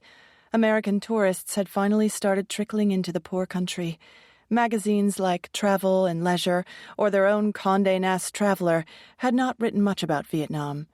Adam especially liked when GQ, considered a men's fashion and lifestyle magazine, outscooped the travel books. He relished the idea of beating the travel magazines with a never-done-before travel story. Covering a destination on the cusp of exploding before the mainstream travel books did it was precisely how Adam Cantor liked to roll. "We might even get an ASME award for that piece," Adam boasted to one of his cronies.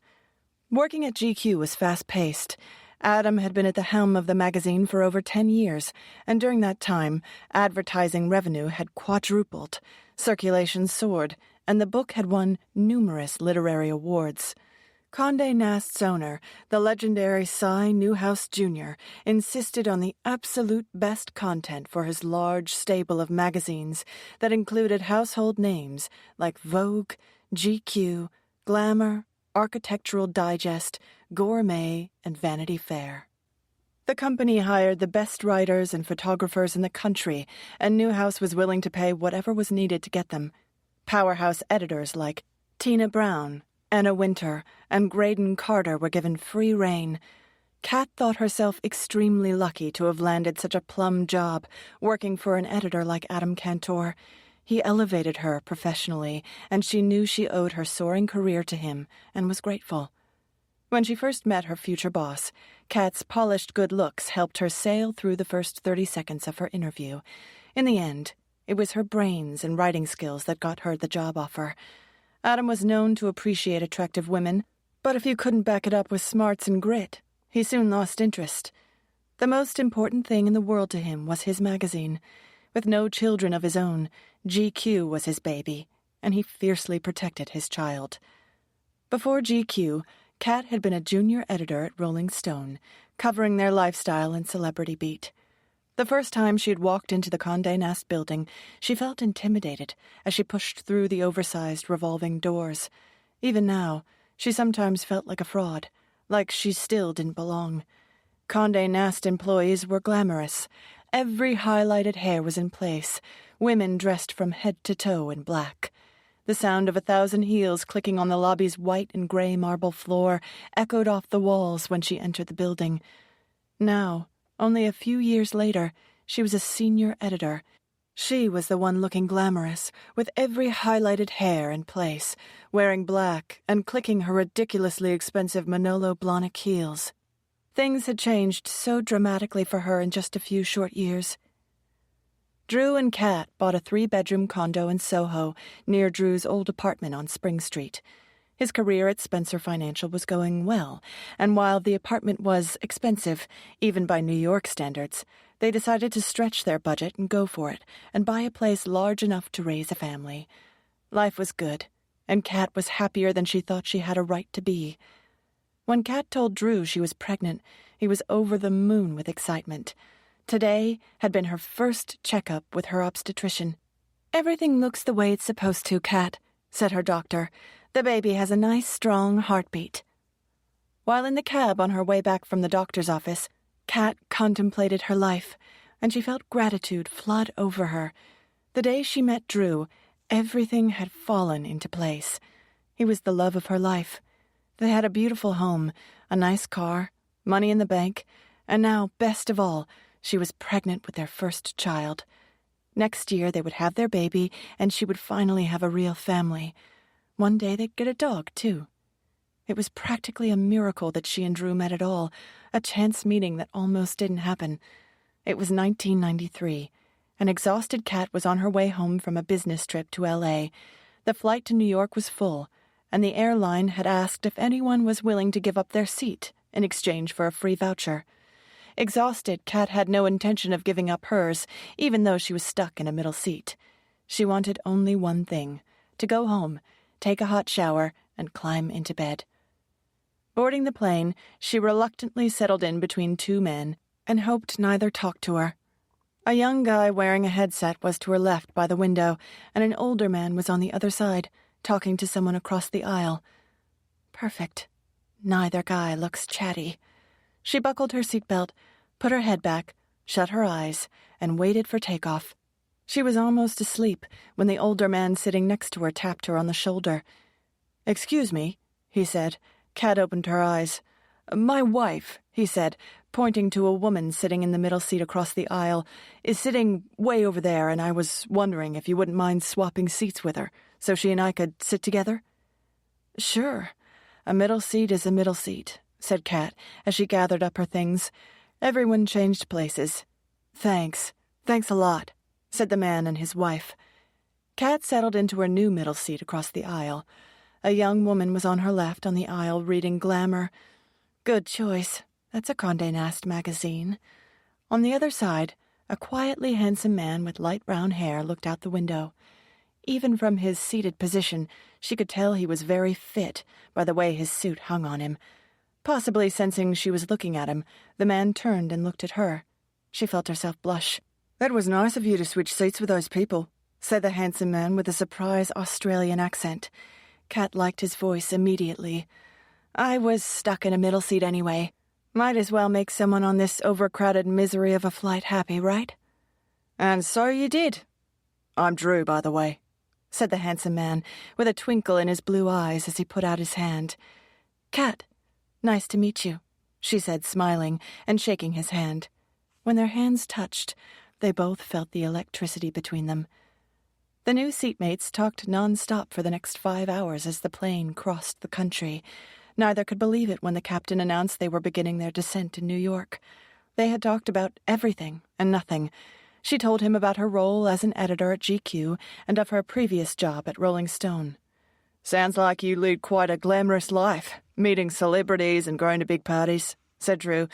"I, on the other hand, work at an international finance desk, where I push numbers around all day. Compared to what you do, my job is rather boring." She told him about growing up in New York City, and he talked about his home city of Brisbane, Australia, in an area called Queensland. Kat started to laugh. "What's so funny?" "I grew up in Queens, and you come from Queensland," said Kat. "Why do I have a sneaking suspicion that those two places are totally different?"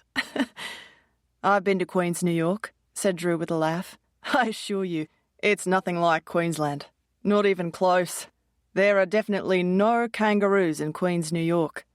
Kat giggled and shook her head. "My family doesn't live in Queensland anymore," said Drew. "They live further south in Sydney now." Though Kat and Drew came from opposite sides of the world, it somehow didn't matter. They were connected in a strangely deep and profound way, and Kat felt herself completely drawn to him.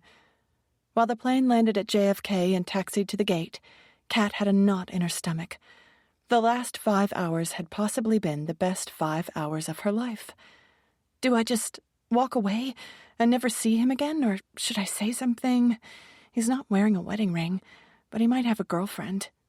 A girlfriend isn't a wife. They got off the plane and walked into the terminal together. As they neared the exit, Drew asked her if she wanted to share a cab into the city. "Yes, please." Kat smiled and nodded.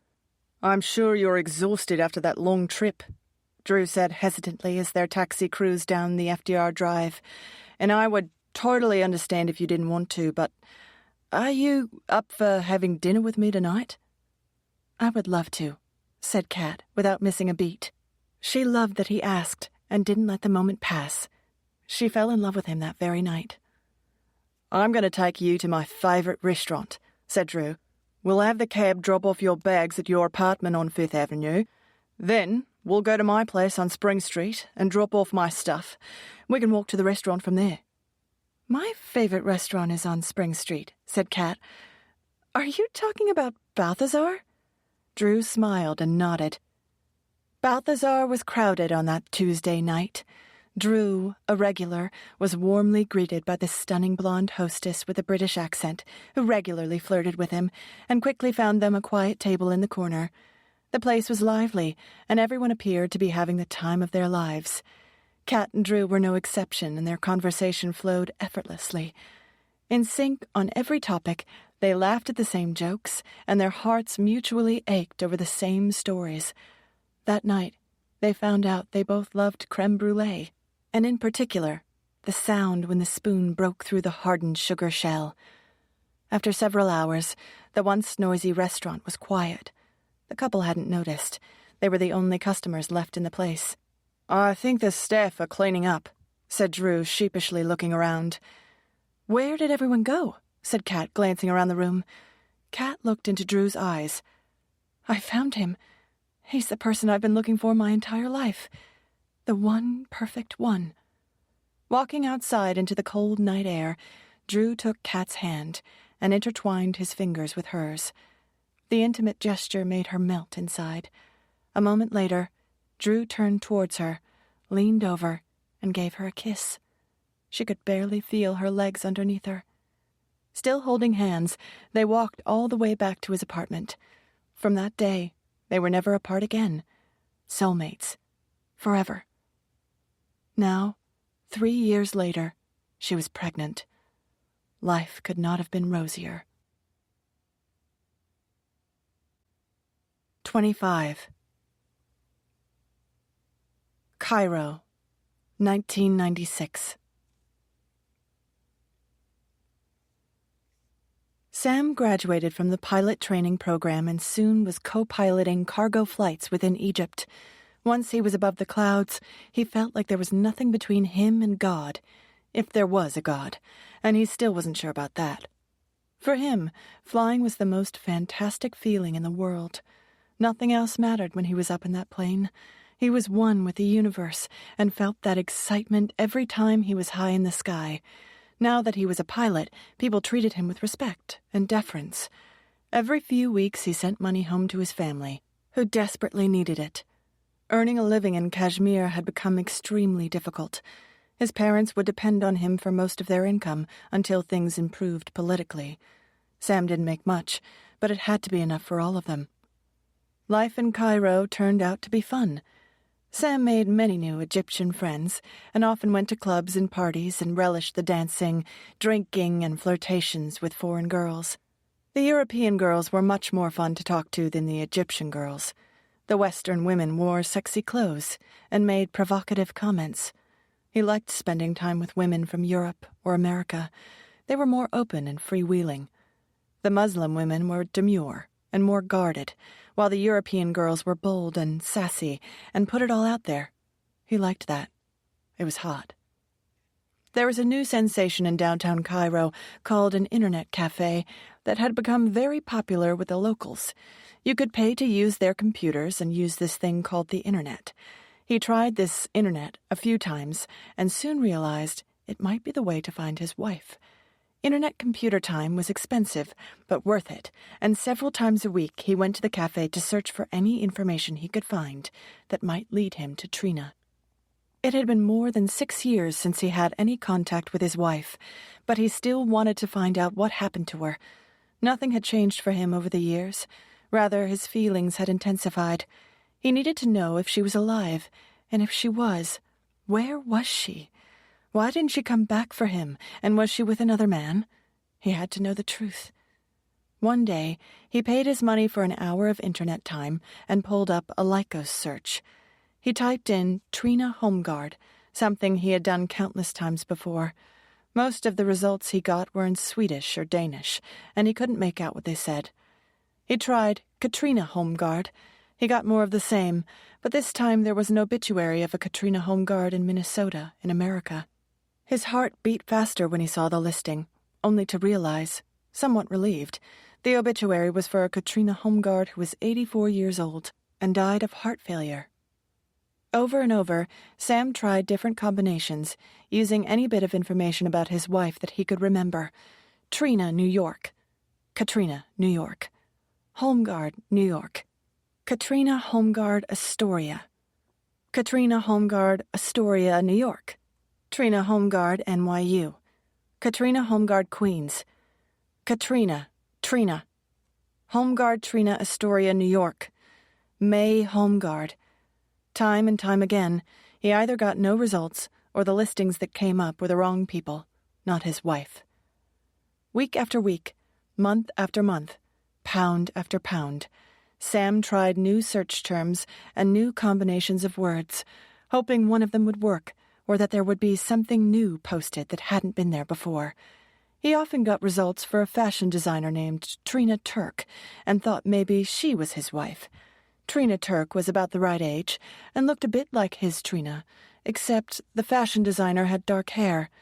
He scrutinized the online photos of the designer carefully and decided she was not his Trina. Because he spoke English and German, Sam applied for a new position within his company. He got a new route to fly, mainly within Egypt, but occasionally he would fly cargo internationally between Egypt and Germany. He was now an international pilot. Granted, he only carried cargo and not people, but still, he got to wear a pilot's uniform with a cap, and that made him important. He flew short trips within Egypt and once a month flew a long haul to either Frankfurt or Hamburg. Sometimes he would have a layover in Germany for a day or two before his return flight. On those days, he experienced the European lifestyle, and he loved it. He was never happier than on his layovers in Germany. The Germans were open-minded. just the way they had always been when they stayed on his family's houseboat. They didn't have all the social rules like they had in India or Cairo. They did what they felt like doing. He liked German food, beer, and clubs, and when he wore his pilot's uniform, the young German girls would come over and buy him a drink. Sometimes they would end up on his lap. Egyptian or Kashmiri girls would never do that. Whenever he had downtime in Germany or Cairo, he would always make sure to stop at an internet cafe. During one session in Cairo, he tried a search term he hadn't used before. Trina once told him her dream was to work for the biggest and best magazine company in New York. When Sam searched on New York Magazine Company, he got hundreds of results. What did she tell me about one company in particular? Was it the biggest or the best? What was the word she used? Sam typed in all sorts of search combinations. Affluent magazine, high-end publisher, expensive magazine, and on and on. After exhaustive searching, he narrowed it down to 2 magazine companies, Hearst and Condé Nast. Both published the top lifestyle magazines in America.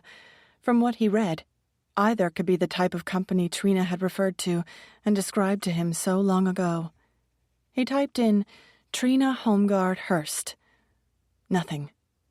Then he tried Katrina Homeguard Hearst. Still nothing. Frustrated, he typed in Katrina Homeguard Condé Nast. When he saw the results, he leaned back in his chair. He had found her.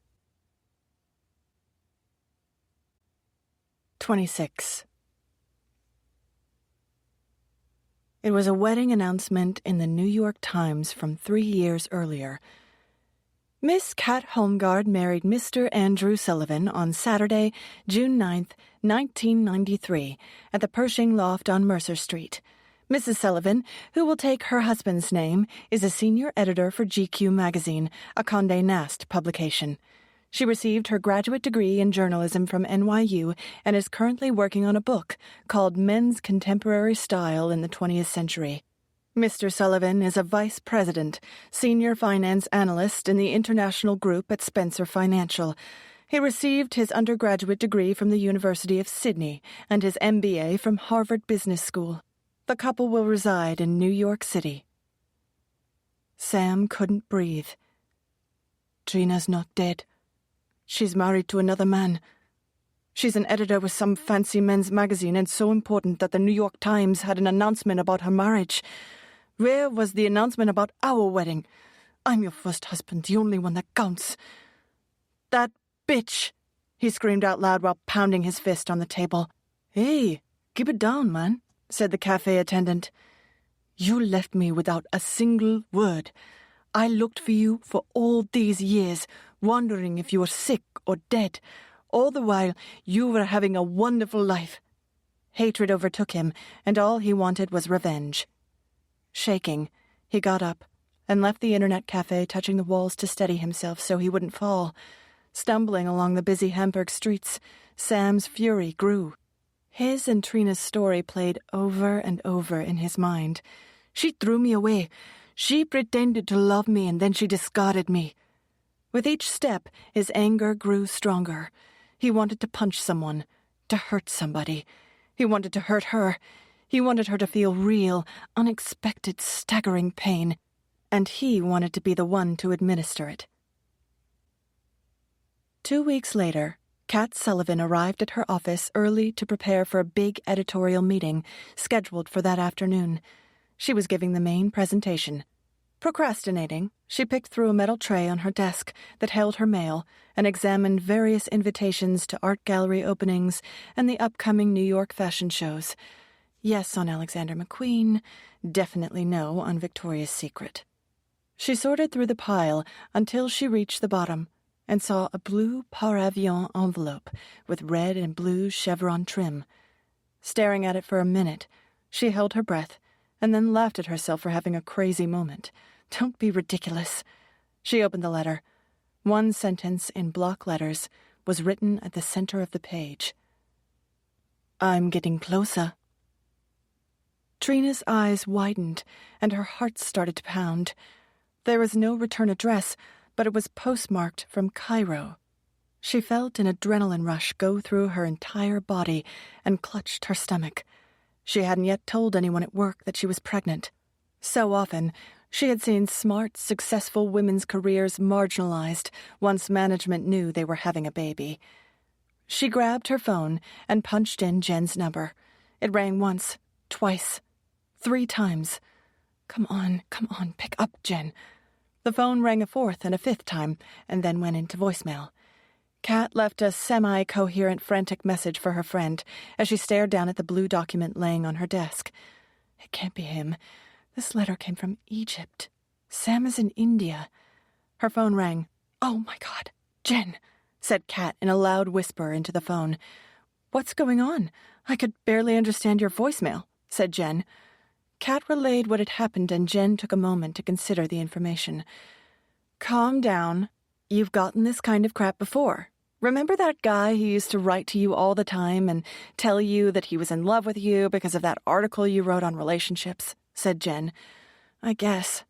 This is just another one of those. I wouldn't worry about it. But it's on the blue paper. Big deal.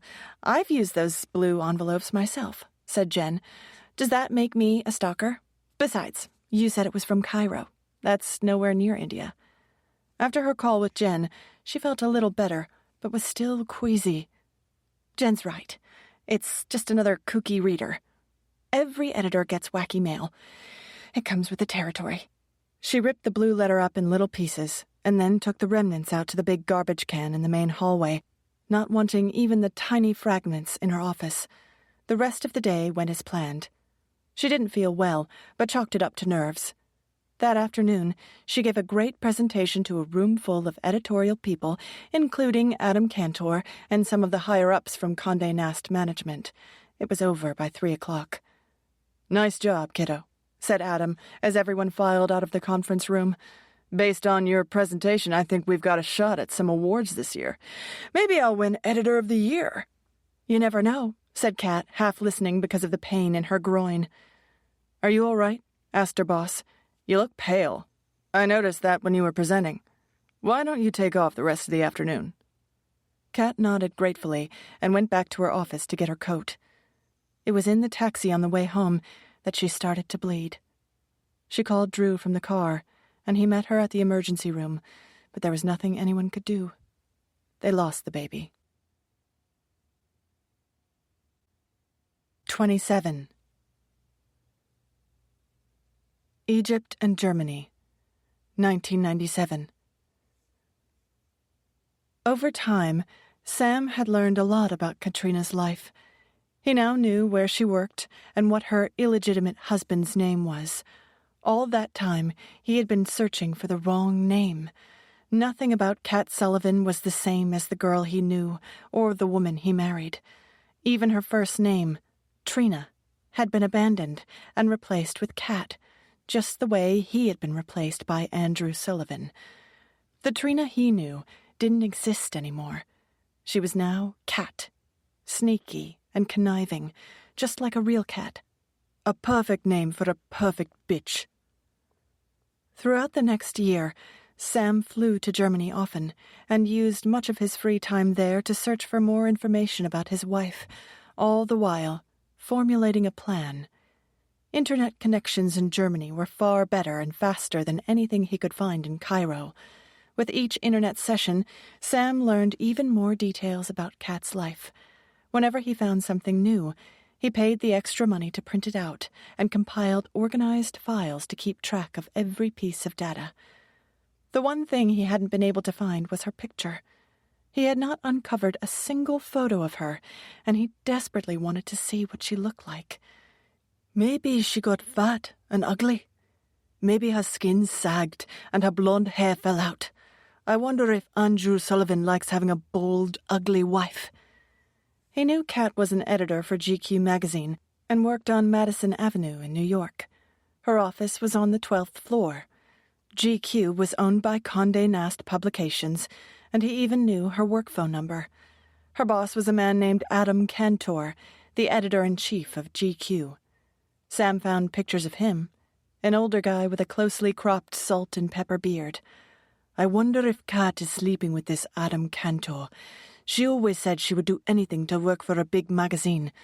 So, she's a slut too.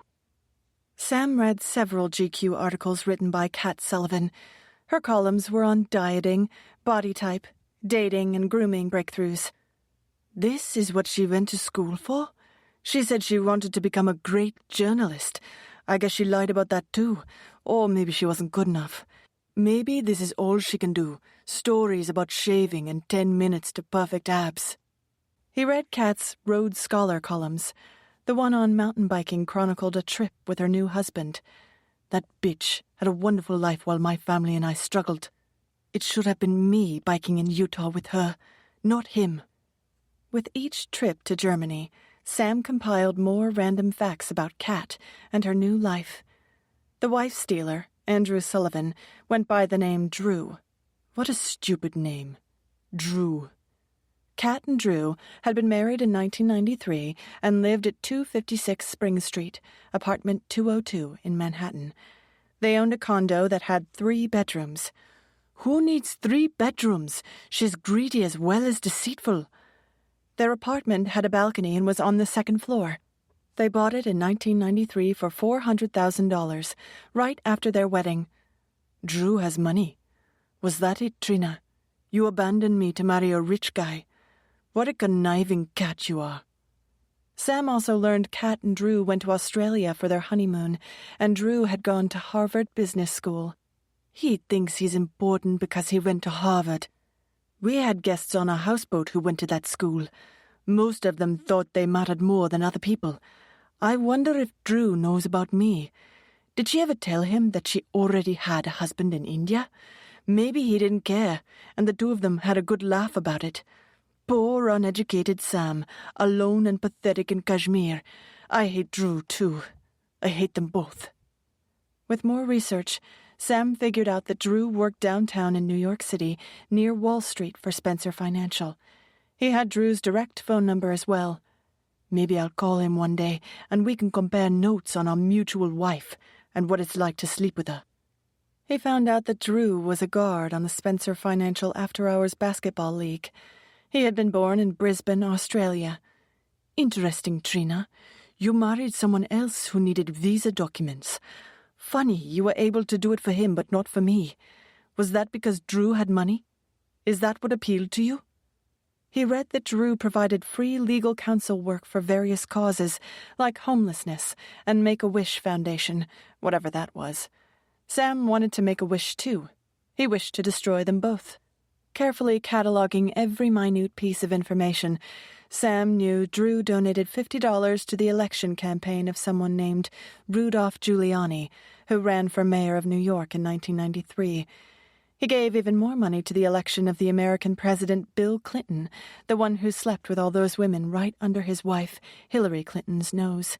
Sam knew all about Bill Clinton, and now he knew all about Drew Sullivan. If Drew gave money to Bill Clinton, then he must approve of Clinton's behavior. Keeping track of it all, he printed copies of all the articles Kat wrote or edited. He followed the business functions and press parties she attended. He even stumbled upon the occasional financial article that quoted Drew Sullivan. Sam kept it all. Anything that was published or posted on the internet about either Kat or Drew was saved and meticulously filed. He didn't know yet what he was going to do or how he was going to do it, but it would be something big. Something everyone would remember. Midway through the following year, Sam got a higher-paying job with an EAC Egyptian Air Cargo. With his new responsibilities, he flew from Cairo to Germany 3 times each week. His new schedule allowed him to have a lot more ground time in Germany. He met a bunch of other airline employees at a bar near the Hamburg airport and made some friends. Exposure to the clean, organized, efficient German society only underscored the chaos and filth of the Cairo streets and the poverty of the family he left behind in Kashmir. He still sent money to his parents, but the exchange of letters diminished over time. He was sick of the social rules in Egypt and disenchanted seeing women covered from head to toe, some of them showing only their eyes. He wanted to live in a Western country full-time, eat their food, and sleep with their women.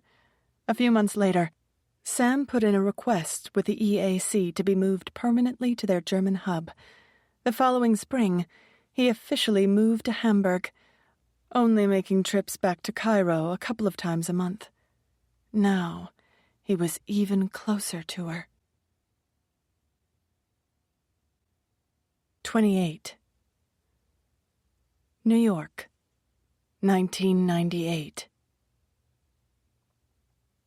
In the years since Drew and Kat had gotten married, she had carefully crafted every aspect of her new life and family, weighing each decision, big or small, with equal consideration. The first years of their marriage were filled with romantic dinners, weekends in the Hamptons and brunches with coffee, croissants, and long lazy Sundays reading the New York Times.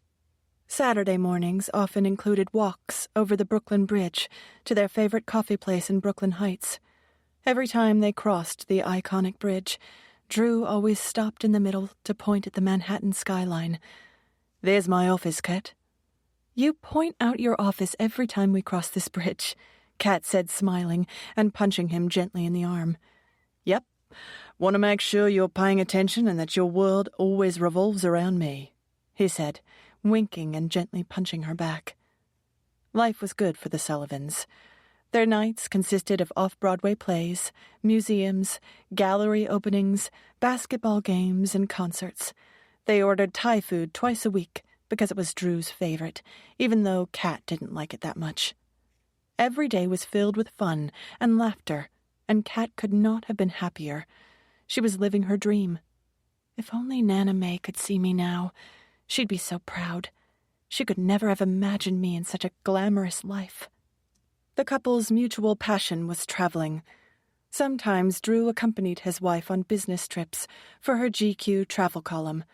Rhodes Scholar came out quarterly, and each year she wrote 2 domestic and 2 international columns that took months of prep and research. When Drew could take time away from work, he'd join his wife on some of her trips, often to exotic locations.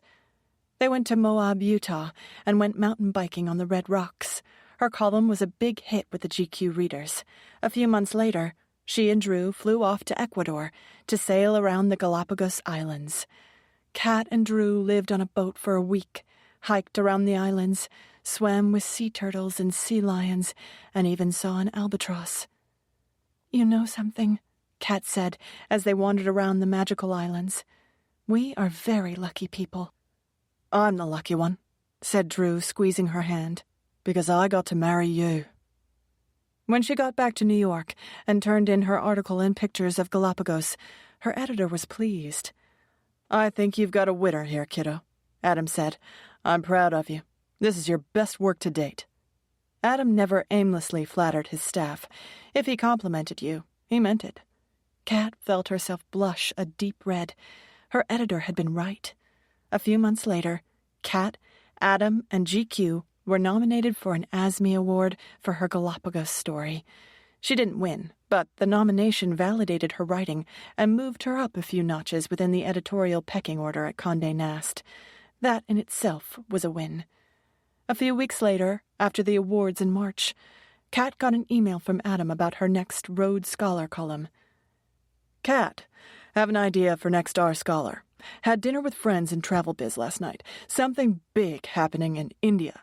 Lots of Travelco's investing, and visa numbers from U.S. to India are up for past 5 years. Looks like a trend. Houseboats on lake in place called Kashmir. Sound interesting? Travel just opening after years of political upheaval. Too dangerous until this year. We could be the first to cover. Maybe do political angle. Dalai Lama lives in North India with Tibetan refugees, too. Would be great story. Maybe another ASME? Plan to go in about 8 to 10 weeks. Adam." Kat couldn't get air into her lungs. She read Adam's email a second, a third, and a fourth time. Frantic, she called Jen. "I'm freaking out. I'm going to lose it," whispered Kat into the phone. "Take a deep breath," said Jen. "Talk to me. What's going on?" Kat read the email from Adam. "Oh, God," shrieked Jen. "You can't go back there. You've got to get out of this trip." "I don't know how. Adam rules GQ by suggestion, almost like a mob boss. He poses statements as if he'd be open to an alternative, but he's not. He's already decided I'm going to India. That wasn't a suggestion, it was an order. Tell him you can't go. You don't say no to the editor-in-chief of GQ magazine. It would be professional suicide. But there's no way I can go to India, and I definitely can't go to Kashmir. What if I ran into Sam? I feel sick. No one knows anything about what happened there except you. Drew knows nothing. It's been almost 10 years since you've seen or heard from Sam. He might not live in Kashmir anymore." "Are you kidding?" said Kat with a laugh. "He'll spend his entire life on that houseboat. I know that like I know the sky is blue. I have to figure a way out of this." The rest of Kat's day was a blur. By the afternoon, her skin looked ashen and clammy, and she was so distracted that several of her co-workers asked her if she was coming down with the flu that was going around the office. By the end of the day, she had a plan. A week later, after the editorial assistants had put together preliminary travel plans for Kat's India trip, Kat marched into Adam's office. "Got a minute, Adam?" said Kat with a big smile. "For you, always." "I have some news." "I hope it's something good, because I've had a shitty day," said the editor, growling. "My top photographer just up and quit. Got an offer to go to Hearst. I gave that guy his big break when he was just taking black and whites for the New York Post. The piece of crap New York Post." "I'm pregnant."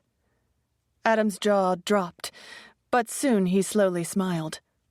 "That's wonderful, Kat. Congratulations," he said, walking around his desk to give her a hug. "I couldn't be more delighted." "Thank you," said Kat. "There is something else. Due to some medical issues that I'd rather not get into, my doctor doesn't want me traveling at all during the pregnancy. I have to stay close to home." Adam, knowing nothing about Kat's previous miscarriage, but being of the old school, didn't question women about anything to do with their lady parts. "Say no more," he said quickly. "The main priority is that you have a healthy baby. I'll pass the India assignment to another editor. Trust me, one of your envious colleagues will be more than happy to jump into your shoes. They're probably sharpening their knives already." Kat solved one problem, but in doing so, had created another. There was no baby and no doctor. She lied about being pregnant, and now she had to produce a baby in 9 months. She and Drew had agreed to wait a while after the miscarriage, but that night she declared she was ready to be a mother and suggested they start trying again. Drew gladly complied, and soon thereafter he learned he was to be a father. By early 1999, nearly 9 months later, the Sullivans welcomed their son, Connor, into their lives. Kat finally had the family she had always longed for.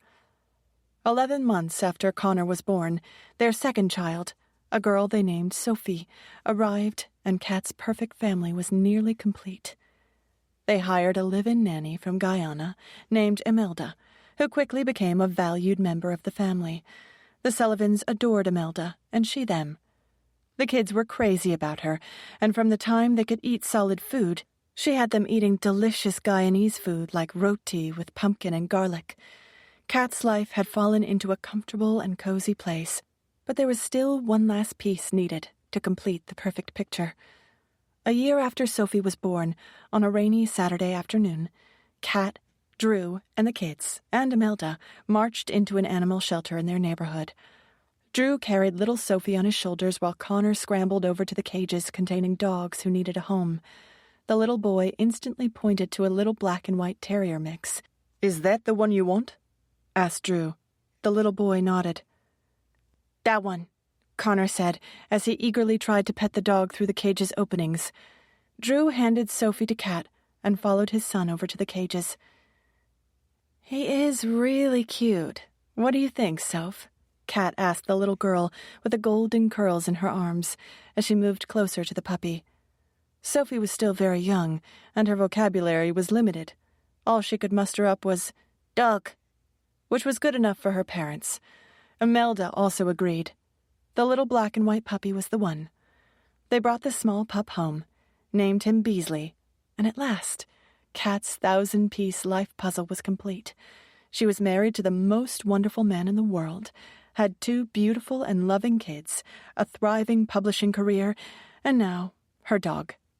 Of course, Beasley occasionally chewed up a few of her expensive shoes, but one look at his sorry little face and floppy ears, and she melted, even when she caught him with one of her Jimmy Choos in his mouth. Kat wished for nothing more, and prayed everything would stay exactly the way it was. But nothing stays the same, especially when someone's hunting you. 29. In Hamburg, Sam shared an apartment with a few Egyptian guys from his company and was enjoying his new German life. He and his roommates still marveled at how open the lifestyle was in Europe, and more importantly, how free-spirited the German women were. At the beach, I looked directly at their breasts when they take off their tops to sunbathe, and the German girls don't even care, Sam boasted to his friends. They bought the local girls drinks, danced with them, made them laugh, and were often rewarded by an invitation to spend the night. There was even the occasional day when he didn't think about Kat/Trina or Drew at all. He met a cute girl who was half German and half Lebanese and went out with her a few times. She helped pass the time until he was ready to set his plan in motion, a plan he hadn't yet completely figured out. Until he had clarity, he would continue flying, partying, and searching the internet for more information about his wife. On a Sunday morning, when Sam had the day off, he got up early and walked through the streets of Hamburg. He picked up a coffee at a shop and then headed to his favorite internet cafe. He paid the clerk in the front of the cafe for his computer time and sat down in the back to begin his session. "Eh," said the clerk, looking over at him. "Kein Kaffee in hier erlaubt." Then he said quickly in English, "Sorry, no coffee allowed in here. The computers." "You don't have to translate, I speak German," said Sam proudly. "Big shit," said the unimpressed clerk as he turned to help another customer. Sam dropped his half-finished coffee in the trash bin and turned back to the computer. He began his session the way he always did, by putting dozens of combinations of search words into Yahoo. Kat Sullivan, Drew Sullivan, Kat Sullivan GQ, Kat Sullivan Fashion Show, Kat Sullivan Author, Drew Sullivan Finance, Drew Sullivan Spencer Financial. He clicked on time and date parameters and searched for images. The technology behind internet searching had gotten more sophisticated, and his exercises were reaping more and better results. This time a photo came up. Several recent group shots of some GQ party in honor of Ralph Lauren had been posted in a fashion newsletter. The first photo had a bunch of people Sam didn't know, but one person in the middle he recognized. Adam Cantor, GQ's editor. "I've seen his picture before. That's the old man who Trina screwed to get her job." He looked at all the names underneath the photo, and none of them were familiar. The next picture was another group shot with the designer, Ralph Lauren, standing in the middle next to Adam Cantor. "That's what Ralph Lauren looks like? I have a few of his shirts. I thought he'd be taller." He looked carefully at each face in the photo, and then he saw something familiar. He zoomed in on the picture. "It's her. It's Trina. I know that face." He examined the photo carefully. It had been 10 years. Trina was a woman now, not a girl. Her hair was much lighter, and the style was different, but he knew it was her. She's still pretty, not at all fat. Too bad. Tiny flutters of emotion crept into his heart, but he quickly squashed them. He looked underneath the picture at the caption to be certain and read the names. There it was. Kat Sullivan, GQ editorial. Finally. Next to the text that said Kat Sullivan, it said Drew Sullivan. He looked back at the picture. The tall, handsome man next to Kat was Drew, the man who had replaced him. The man who stole my wife. The man who stole my life. A germ of an idea formed in his mind. Soon it was crystal clear what he would do, what he was destined to do.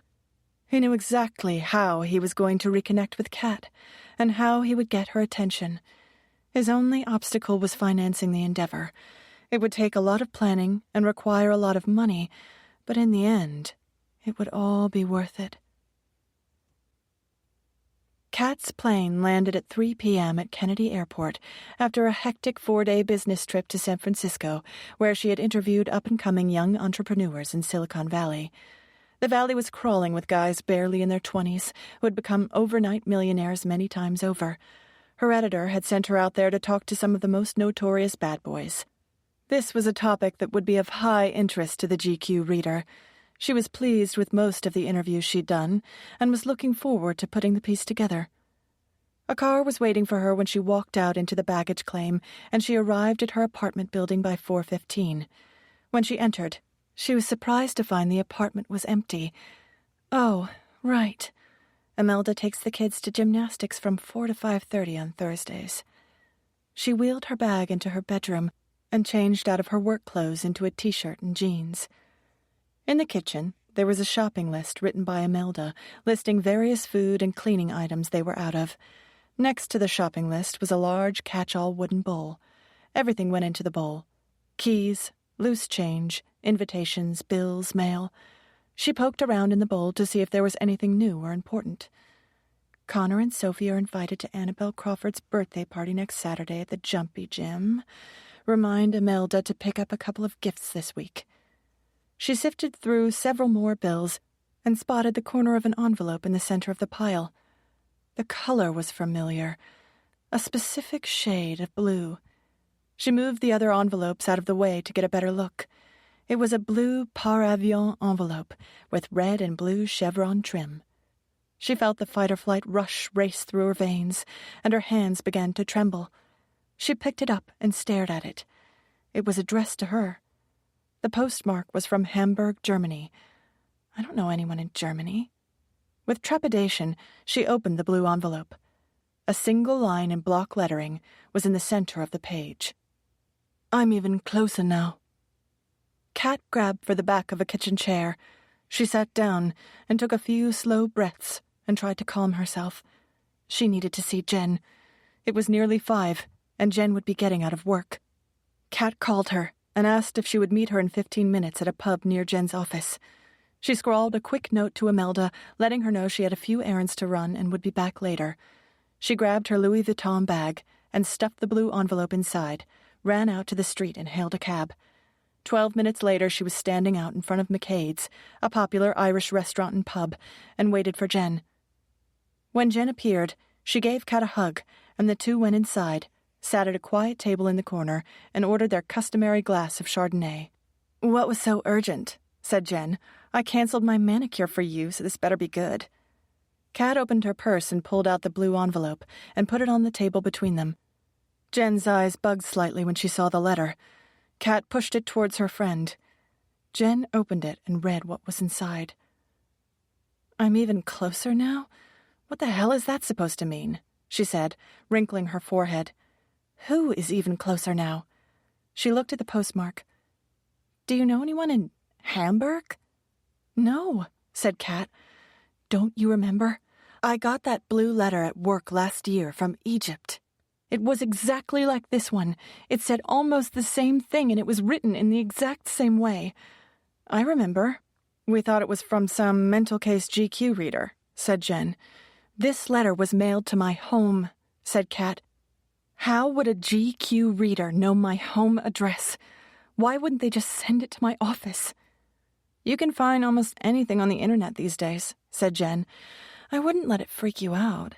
It goes with the territory. You told me lots of editors get crazy mail and packages. What if it wasn't a GQ reader, said Kat. What if it's him?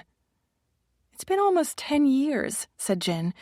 Besides, you said he'd never get out of India. Now you've got him going to Egypt and Germany. That's a lot of traveling for a dirt-poor guy from the north of India. You think I'm being ridiculous? Getting that letter twice is definitely creepy, but I think it's just some random loser, not Sam. Don't say his name. Kat let out a big breath, wanting to believe that Jen was right, and that her imagination got the best of her. Several friends in the business, both male and female, had received alarming fan mail, and none of it ever amounted to anything, just lonely guys with unrequited fantasies. She tore the blue envelope up and dumped the remains into a public trash receptacle on Fifth Avenue. She would say nothing to Drew. He didn't know anything about Sam, and that's the way she wanted to keep it. 30.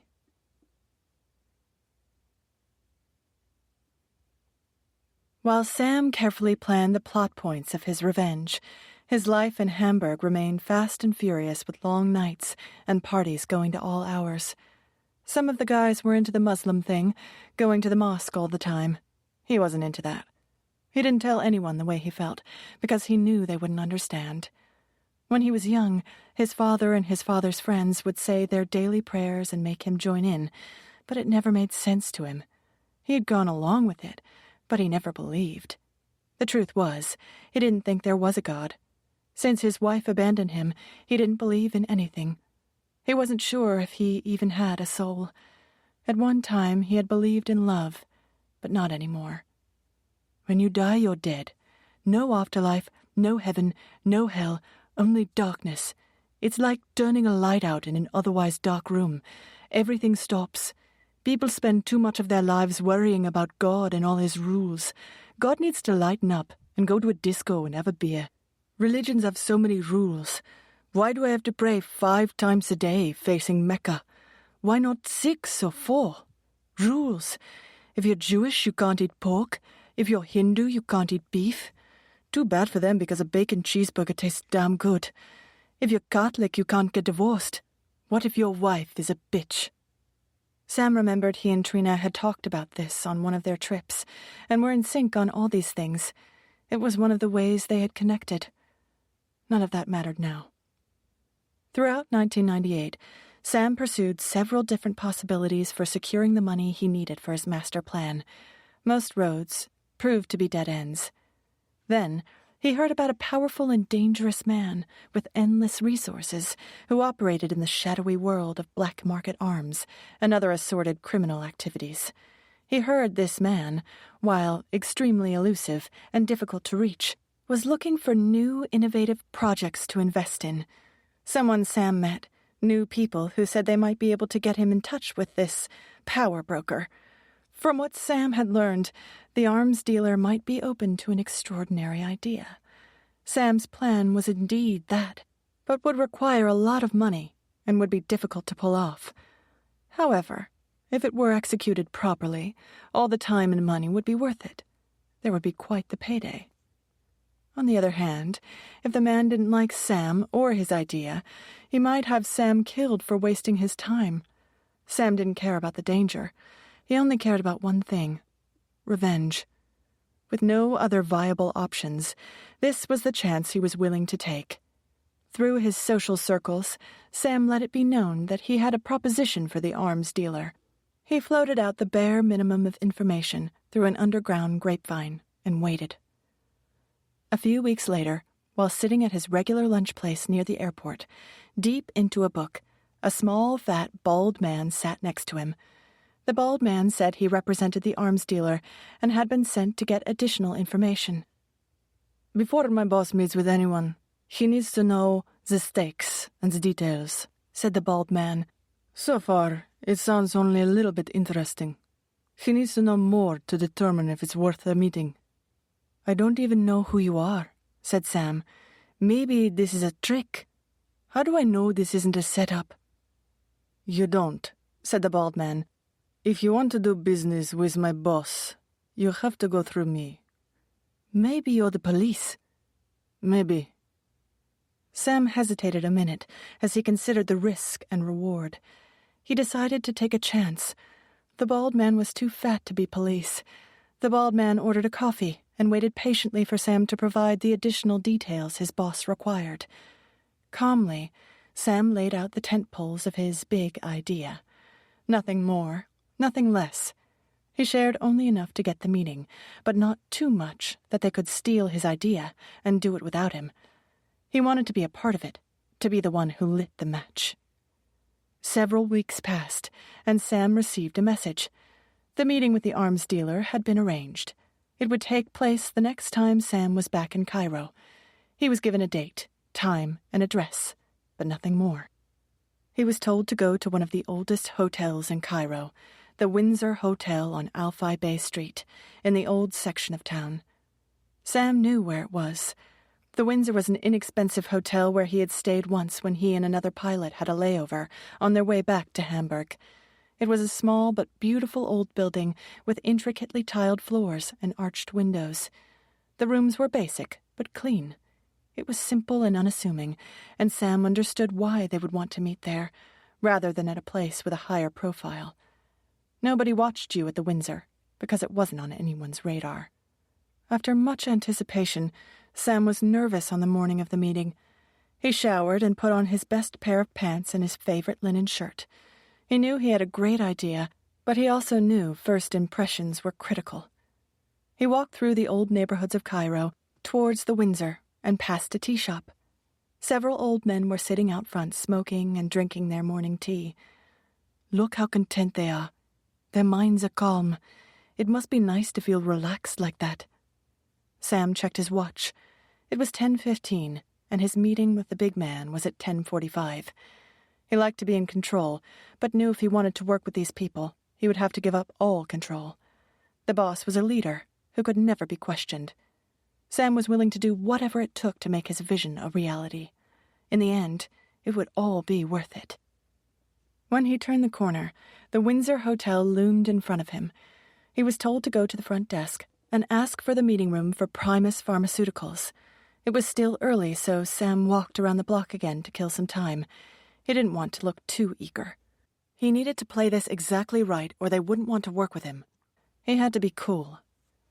As he circled the block again, thoughts entered his mind. What am I getting myself into? I could turn around right now and run away. I could stop this before anything got started. Another voice in his head told him to turn and run. Go back to the airport. Fly back to Hamburg. Still, the first voice reminded him of why he was there. She left you to rot. She married another man while she was married to you. She has a wonderful life and left you with nothing. Sam shut down the noise in his head, crossed the street, and walked directly towards the Windsor Hotel. 31. The hotel's doorway was decorated with green iron grates, and the words Windsor Hotel were written in gold on a pane of glass high above the door.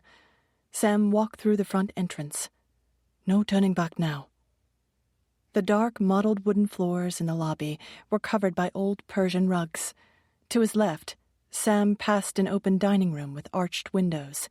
An older man and woman were seated on a shabby sofa in the lobby, reading a newspaper. A dusty old upright piano that looked like it hadn't been played in years sat in a corner.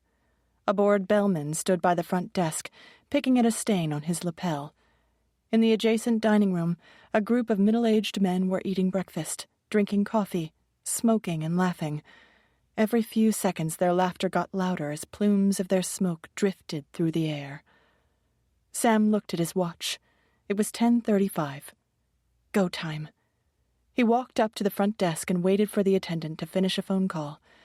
"Excuse me, I'm looking for the meeting room for Primus Pharmaceuticals," said Sam. "Did you say Primus Pharmaceuticals?" said the desk clerk, standing up straighter and treating Sam and their conversation with more respect. "That's what I said," replied Sam. "Take the elevator to the second floor and go to room 202. When the elevator doors opened, Sam saw a sign pointing to room 202. He followed the sign and turned the corner in the hallway, where he came upon 3 tough-looking muscular men. They puffed up their chests and looked suspiciously at Sam as he approached. "What do you want?" said one of the thugs. "I have a meeting with someone from Primus Pharmaceuticals," Sam said to the menacing gatekeepers. "Identification," the same man said. Sam handed over his pilot's license and his Egyptian Air cargo ID that had his picture on it. The 3 passed Sam's documents between them and examined them for what Sam considered an unnecessarily long time. Satisfied, they opened the door to the meeting room and let Sam in. "Sit down. Don't touch anything," said the first thug. "When will he be here?" asked Sam. "When he gets here," said the thug as he closed the door. Alone, Sam looked at his surroundings. It was a small meeting room with a wooden conference table and 8 chairs. There was a closed door at the other end of the room. A pitcher of iced water and 6 semi-clean glasses were arranged on a tray on the table. His mouth was dry, so he poured himself some water. It tasted good. He was about to pour another when a young man wearing a skull cap came through the door of the adjoining room and closed it behind him. "Are you ready?" the young man asked. "I have been waiting for this day for a long time," said Sam. The young man nodded and knocked 3 times on the door to the adjoining room and opened it. He gestured for Sam to follow him. Sam walked into the second room. A small, older man with a beard and glasses, head tilted down, was seated at a wooden desk writing on a piece of paper. Next to the small man was a computer. Stacks of papers and folders and boxes were spread across the floor. 2 new thugs with rifles hanging over their shoulders stood on either side of the wooden desk. So that's him. He looks rather ordinary. Sam waited patiently for the man to acknowledge him. A full minute passed, and finally the bearded man looked up and gave Sam a warm smile. He gestured for Sam to take a seat across from him. Then he reached out and shook Sam's hand with both of his and thanked him for making the long trip. "We finally meet. My colleagues have told me you've been trying to reach us for a long time." "You're not an easy group to find," said Sam. "That's the way we want it," said the man. "Why don't you tell me the details of your proposition?" Sam slowly outlined his masterpiece. As he talked, Sam saw the man's eyes light up, and he knew he had him. The man listened carefully to Sam's words and nodded with admiration. He appeared to be truly impressed. Sam and his idea were exactly what his organization, and more importantly, their leader, Osama bin Laden, had been looking for. 32. Sam's plan was simple. They would hijack 2 commercial planes from Boston, going to California, and strike both towers of the World Trade Center in New York. Sam would pilot one and hit the North Tower, while the other plane would strike the South. Everything would happen at the same time. One giant boom. "Transcontinental flights would have full tanks of gas and will make a bigger explosion causing greater damage," said Sam. "I've studied the flight patterns for those flights on the internet. The Boston flights would bring us the closest to New York City and to the World Trade Center without attracting attention. It would be easy for us to divert slightly from the expected route long before air traffic control knew anything was wrong." "I see you've given this a lot of thought," said the small, bearded man. "I applaud your creativity." Al-Qaeda tried to blow up the World Trade Center in 1993, but something went wrong, said an emboldened Sam. "Now, you could be the one to make that dream a reality, and the whole world would know and fear Al-Qaeda. The whole world will pay attention, especially my wife, when my plane flies directly into her husband's office building." The bearded Al-Qaeda deputy listened carefully to Sam's entire plan and smiled when the young man finished. He thanked Sam for bringing such a clever and grand idea to them.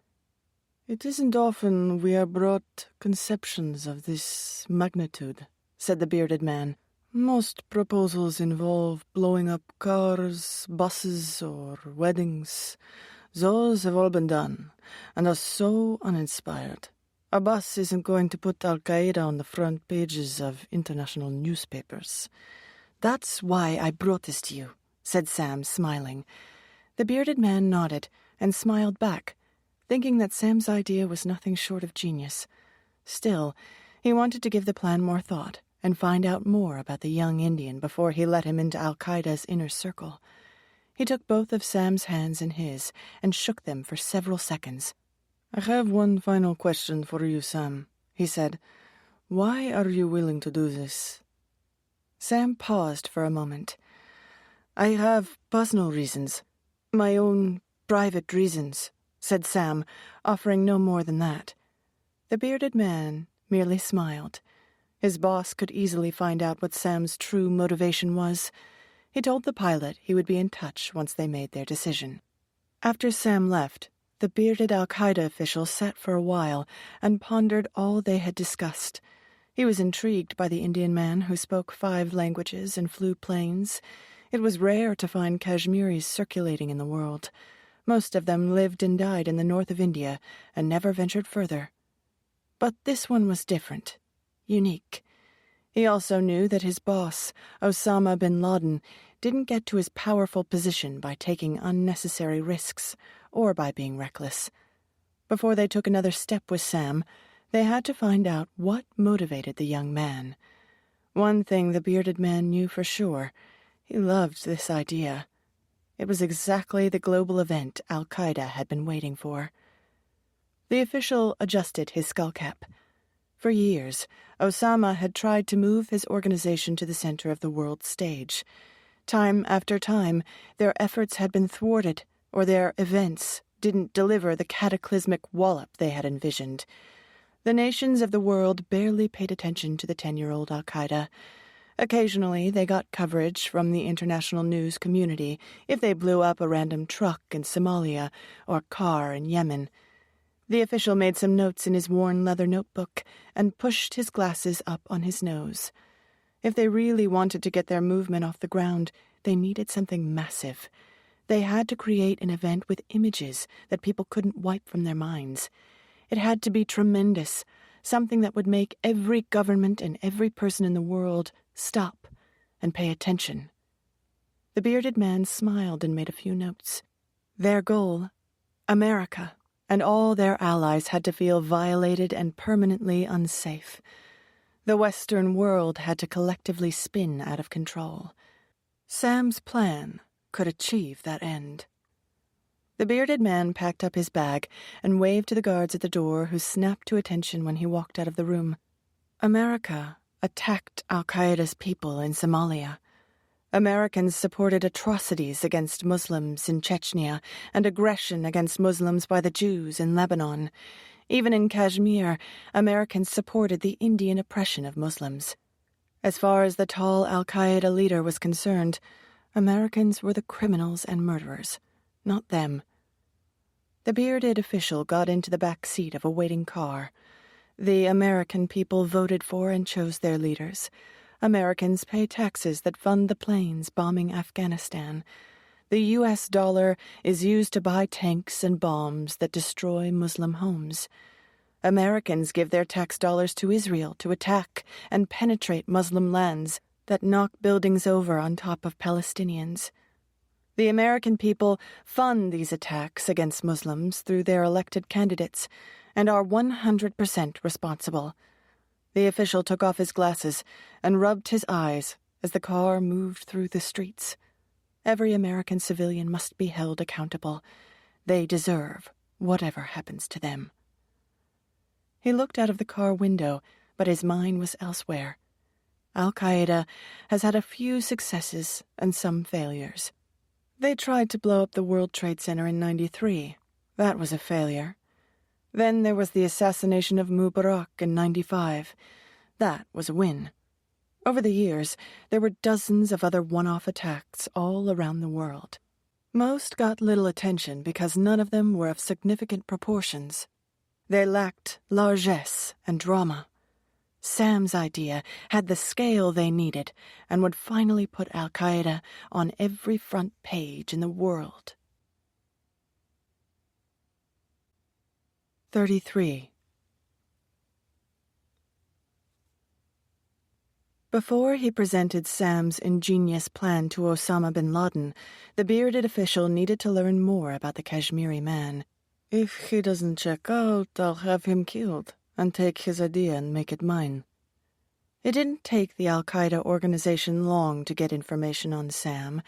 Their vast network of sympathetic parties around the world could find out anything in a surprisingly short period of time. They weren't all working in back alleys. Some people were in highly visible strategic positions. All it took was money. You could accomplish almost anything if you had enough money, and they did. Money was never their problem. Aside from Osama's own personal family fortune of billions, their coffers were constantly replenished by interested parties supportive of their organization's objectives. Those supporters gave him free rein to do whatever he wanted, providing it was the same as what the donors wanted. So far, their mutual missions had been in alignment. His boss, Osama bin Laden, wasn't stupid and knew well how to play the game. He needed them as much as they needed him. Al-Qaeda reached out to sources in Kashmir, Delhi, Dharamshala, Cairo, Hamburg, and New York. In 2 short weeks, they had an extensive dossier on Sam. The bearded official reviewed the reports and sent out follow-up questions for clarity. Using all the data, he formulated a full picture of Sam and better understood the young man's motives. When he read the dossier, he knew instantly that Sam was exactly the right person to be part of their inner circle. 72 hours later, Sam was summoned to Cairo. 4 thugs in a sedan picked him up, blindfolded him, put him in the back seat, and drove for over an hour. When the car stopped, they opened the door and led Sam up a short set of steps. It was only after he got inside the doorway that they took off the cloth covering his eyes. They walked Sam down a hall and up a flight of stairs, and then led him to a room at the top. Inside, the small, bearded man he had met with before conferred with an older man with a long white beard, his head covered by a white turban. The younger bearded man looked up, saw Sam, smiled, and beckoned him to enter. "Come in, Sam. Please, sit down." That appeared to be the cue for the old man to move away and stand by the door out of earshot. Sam's heart pounded in his chest as the bearded official got right to the point. "We have given your ideas and proposal a great deal of thought," said the Al-Qaeda official. "I had a background check done on you and learned a lot about what motivates you. After reading through everything, we've determined you are exactly the right person for our team." Sam smiled and let out the breath he had been holding. "You see," continued the official, "I know all about Trina Holmgard and Kat Sullivan. I know about your marriage and how she left you in India. She betrayed you. Then she married someone else while she was still married to you. That must have made you very angry." Sam's stomach flipped over several times. How could they know all this? He tried to ask, but the man silenced him with a wave of his hand. "It's unimportant how I know," he said. "I learned what I needed to know. You are angry, and you want your righteous and proper revenge. I read about your wife's second husband, and I've put all the pieces together. I don't blame you for feeling the way you do," he continued. "Revenge is a very powerful thing. Most of the world believes our organization is filled with religious zealots. Not so. All the top aides, the people who run Al-Qaeda, are not the least bit religious. Nor am I. Nor is our leader." Sam's eyes grew wide. "Does that surprise you?" said the Al-Qaeda official. "We are all people who have lost something precious. A wife, a child, a mother, a father, a sister, a brother. We want the same thing you want. Revenge." Sam was amazed, intrigued, and terrified all at the same time. This was not at all what he thought Al-Qaeda was about. "I'll let you in on a little secret," said the bearded official. "A man of faith can lose his way in the blink of an eye. For centuries, people have lost hope and lost faith. Faith makes men weak, but not revenge. Revenge will rot in a man's stomach until he completes what he set out to do. When you seek retribution, you don't stop until you finish the job. Our army isn't full of people blindly following Allah. Our army is full of men who have lost something and are filled with hate. They're people who have had their homes and families destroyed and their children murdered. They're men who have been betrayed or lied to, just like you. You are one of us, Sam.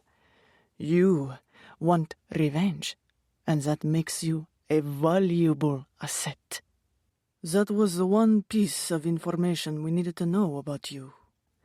A man who pledges his allegiance based on faith could have a change of heart, run scared, join the enemy, betray us. But vengeance is single-minded. Sam searched for words, but none came. "We've been thinking," said the bearded official slowly, smiling, "about how we can make the plan even better and bigger." He paused for what seemed like an eternity, and then a look of clarity came across his face. "We'll add more planes and hit the Pentagon, the Capitol, and the George Washington Bridge," he said with a bigger smile. "It will all be quite spectacular."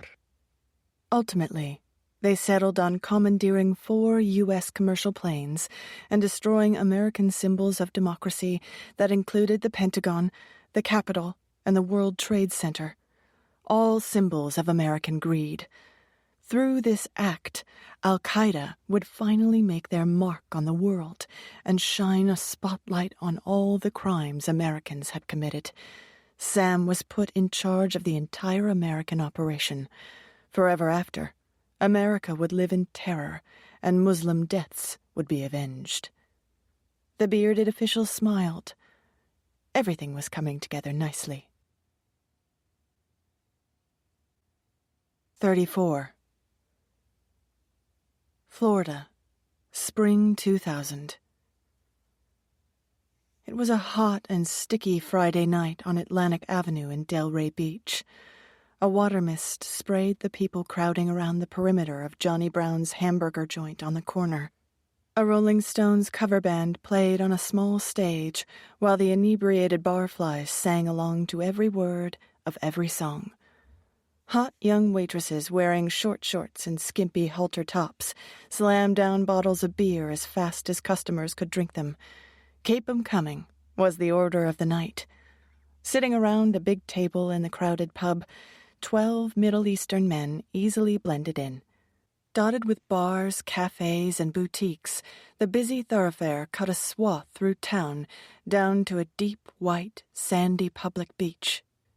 Not a bad place to spend the last year of my life, Sam thought, on the day he arrived in sunny Florida. No piece of the plan was random. Sam had finally met Osama bin Laden, and the al-Qaeda leader had personally selected each man for the team. Every man had extensive knowledge of Western culture and solid English language skills. A few had even attended college in the United States, making their assimilation that much easier.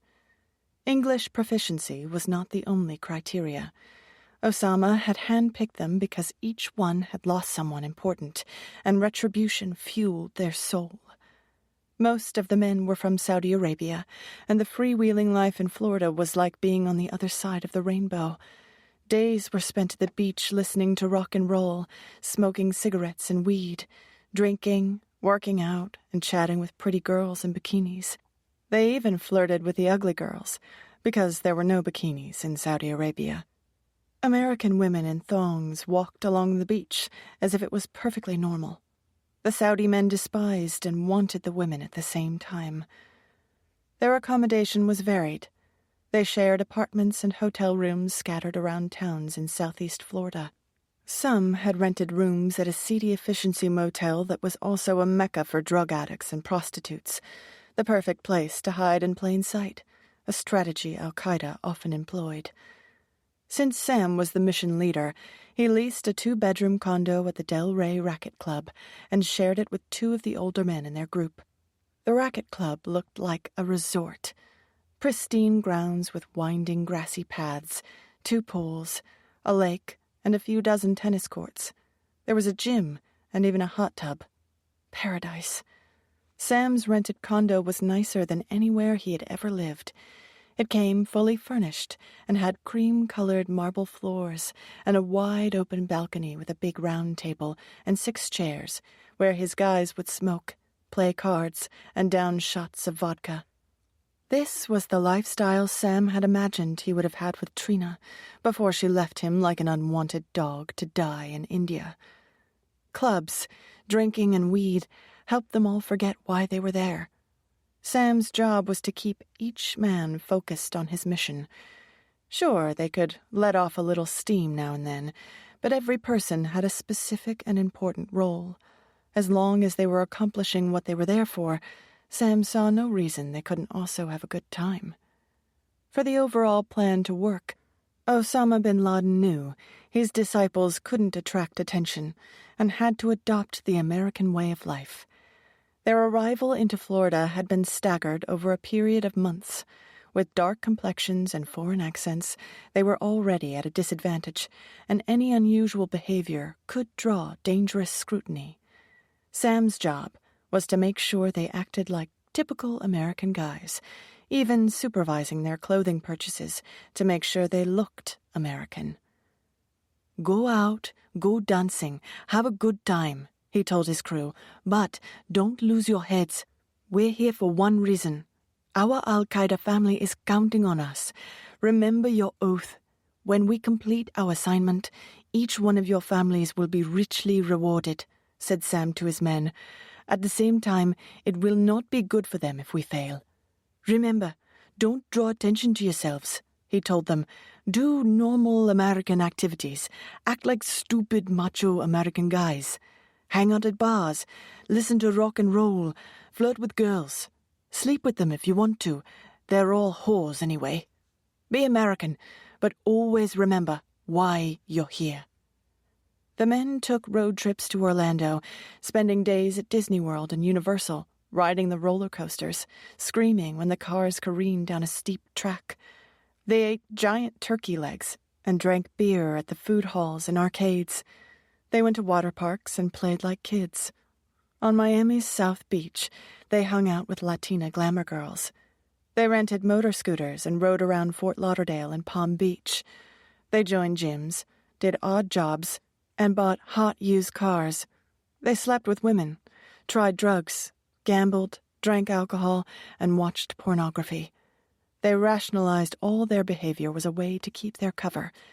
The truth was, they were having the time of their lives. Sam had many logistics to work out. Middle Eastern passports would send up red flags at the airports. Each man had to get proper identification for travel. Once they established residency, every man on his team applied and received a Florida driver's license, as well as their own Social Security number. It was all too easy, thought Sam after they received their U.S. government IDs. They signed up for flying lessons at Huffman Aviation and Florida flight training to keep their skills sharp and familiarize themselves with U.S. aviation protocols.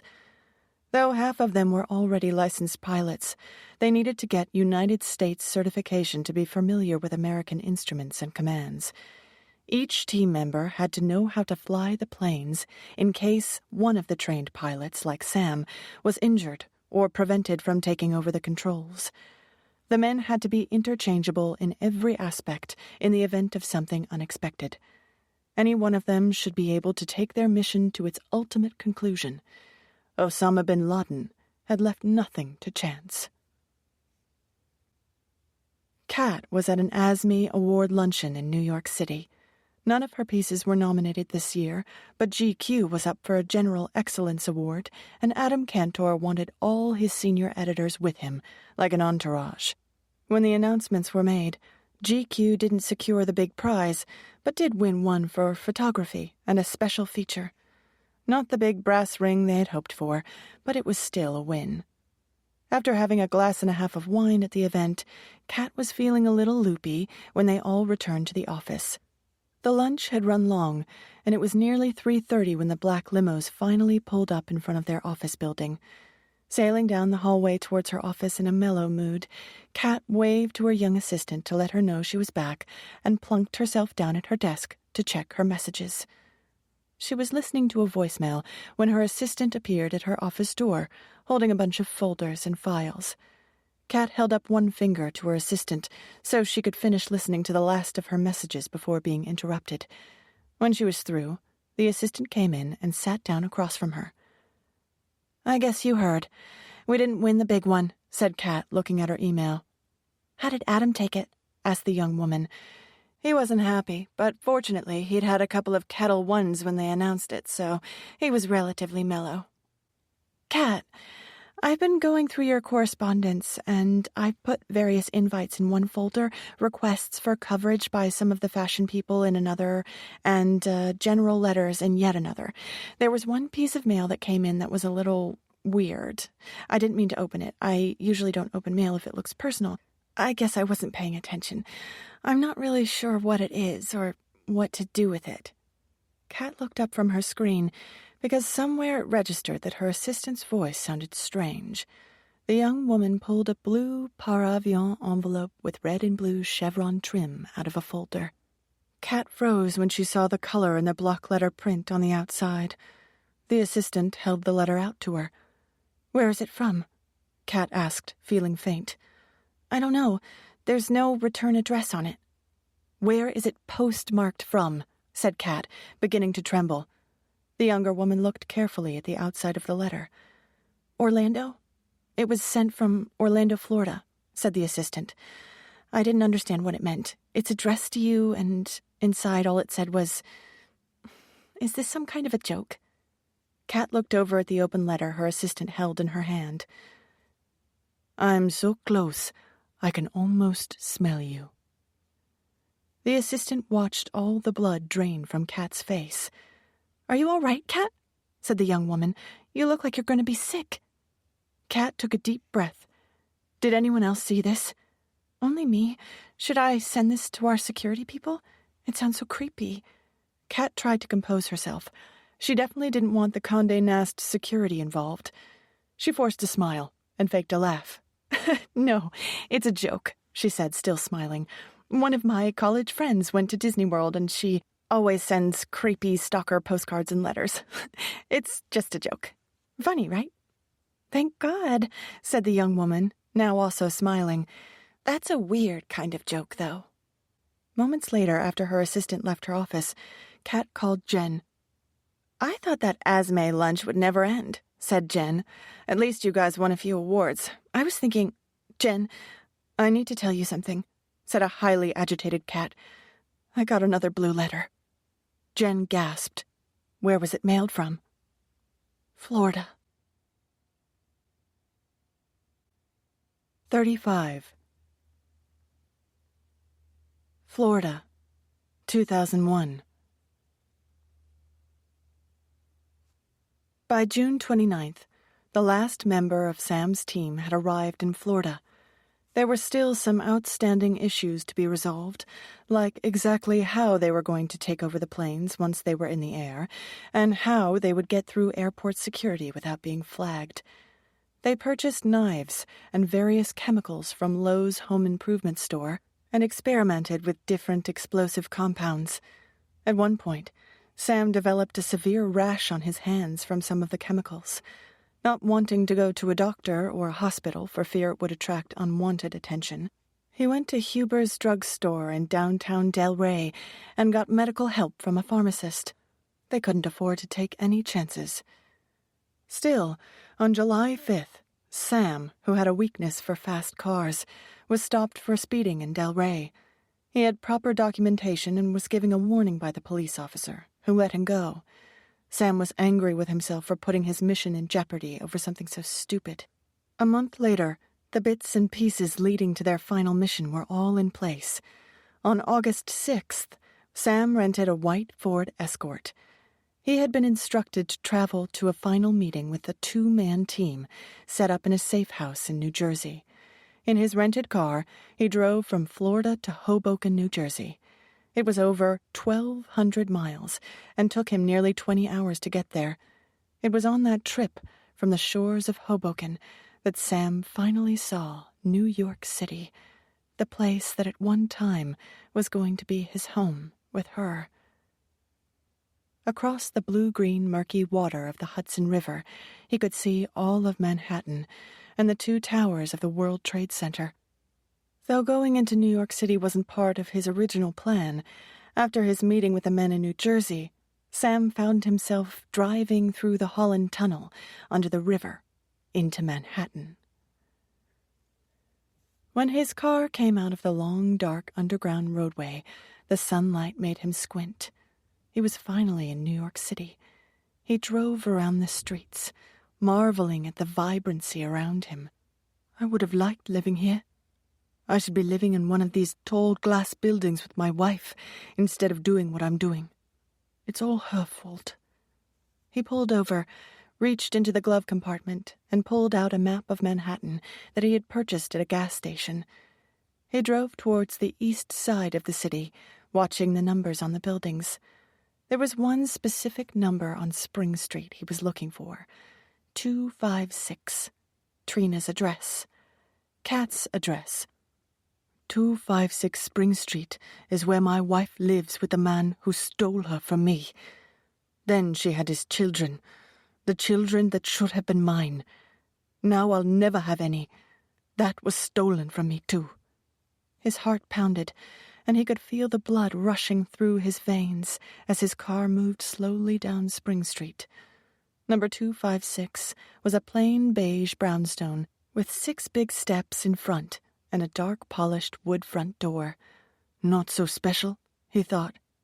All those months, he had spent so much time thinking about this place, and now it was right in front of him, and it didn't look so grand after all. His idling car blocked the entire street, and several cars behind him honked to get him to move. He pulled away, but circled the block. On his second pass, another car was just pulling out, and he moved into a parking space about 40 feet from the front of his wife's building and turned off the engine. For 2 hours he sat there, staring at her house and thinking about his life, his journey, his mission, and all that had been taken away from him. The summer sun overhead drifted down towards the horizon, turning the blue sky orange. It was 6 p.m., and the evening rush hour foot traffic had picked up on Spring Street. Then he saw her. After 12 years, he knew it was her right away, even from a distance. On some level, he knew he would see her that day. Maybe that's why he went there. Her hair was different, blonder, longer, smoother. It had been a long time, but he recognized her walk, the way her legs moved to a certain rhythm only she had in her head. He knew that walk, even before he could make out her face. It was Trina, his wife, and she was still beautiful. From the other end of the block, 2 small children barreled down the street with an older woman running behind them. "Mommy, Mommy!" they screamed as they ran to Kat and clung to her legs. Sam slouched lower in the car so he would not be seen, but continued to watch. Kat bent over and picked up the little girl and gave her a kiss. She passed the girl to the older woman and lifted up the little boy and kissed him as well. Sam couldn't hear what they were saying, but the body language told the whole story. The older woman was talking about the children and using big hand gestures. The children giggled and danced around their mother, vying for her attention. Kat split her conversation between the older woman and the kids, responding alternately to both. Everyone is smiling and laughing. She's still stunning. She hasn't changed much over the years. She looks more polished, more groomed, but still the same. His heart filled with the old familiar emotions he had so many years before. There's my wife. She's so close to me, laughing, smiling. I remember that. It's the smile of my soulmate. Many times over the past year, Sam had thought about abandoning the entire plan. I could walk away from Al-Qaeda, from all of them. I could find a job in America, live in a nice place, have a great life. And then he'd soon remember, you can't walk away from Al-Qaeda. They don't allow that. As he watched the happy group on the street, the two women stopped talking and turned around. The children squealed, and Sam saw them run down the sidewalk. "Daddy!" they shouted as they catapulted themselves into a tall man in a dark gray suit. Sam had seen pictures of Drew. He was taller than Sam had imagined, but he knew it was him. Andrew Sullivan, the man who stole his wife and his life. Drew dropped his briefcase, picked up both kids, and gave them each a hug. Kat and the older woman caught up with them, and the group moved noisily along the street, laughing and smiling, and up the steps of 256 Spring Street. One big happy family. The older woman took the children and went in through the front door first. Just before Drew and Kat walked through the doorway, Drew leaned over and kissed his wife. That's when Sam's softening heart turned to stone again. The moment Sam saw Drew kiss his wife, all of his doubts about the mission dissolved. 30 minutes later, after a short stop, Sam was on his way back to Florida to set the final steps of his master plan in motion. He had a 24-hour drive south to let his hatred fester. On August 13th, Sam returned his rental car with almost 2,500 miles on it and moved out of his apartment in Delray Beach. 3 days later, on August 16th, Sam rented a single-engine Piper Archer from the Palm Beach County Airport in Lantana. For 3 days straight, he took up different team members and instructed them on the finer points of the controls. Everyone had to be ready to take over at a moment's notice. An Arabic-speaking instructor on the ground overheard Sam speak in that language on the radio. He heard Sam say, "Allahu Akbar," which means, "God is great." He thought nothing of it, because many people say a prayer when they fly. Sam and some of his other pilots went to the sim center at the Opa-locka Airport and spent 6 hours in the training cockpit of a Boeing 727 simulator, a machine similar to the 767s they would eventually be piloting over New York and Washington, D.C. Those last 2 weeks of August, the nursery school Kat's kids went to was closed, so Kat and Drew took 2 weeks off from work to give Imelda a much-needed vacation. They planned to spend some family time going to Jones Beach and the Bronx Zoo.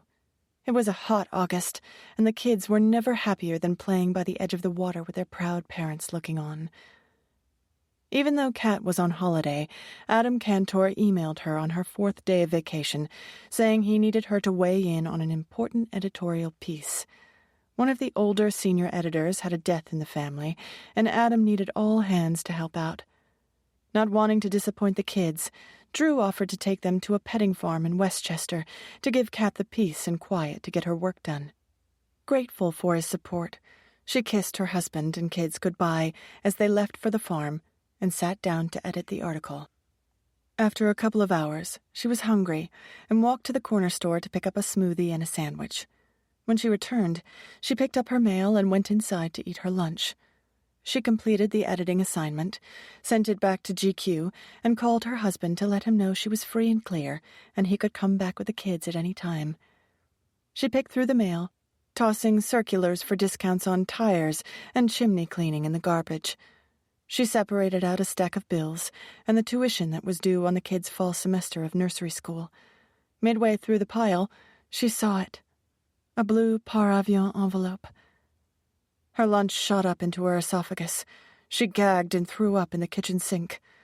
Trying to breathe deeply, she stared at the envelope for almost 15 minutes. The postmark was from New York. Shaking, she opened it. Inside, there was a single sentence in block lettering. "I saw him kiss you on Spring Street." Kat threw up a second time and called Jen.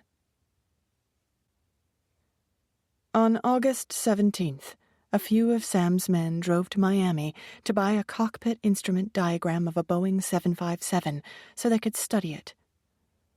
On August 23rd, Sam's driver's license was suspended for failure to appear in traffic court.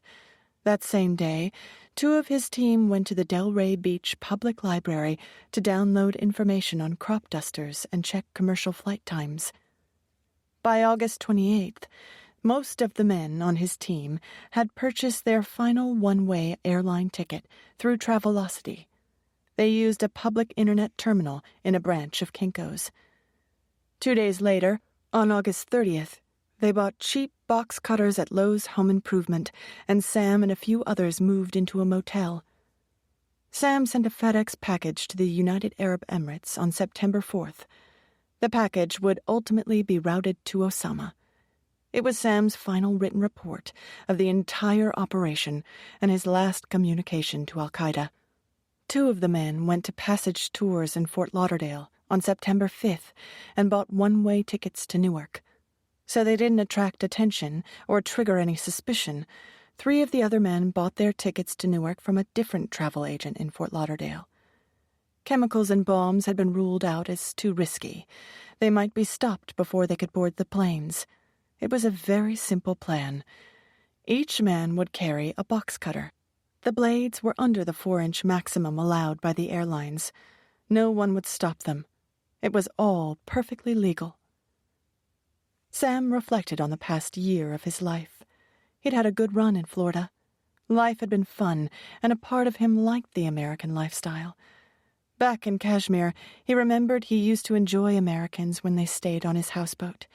They liked to have a good time and didn't care if he was from Egypt or India.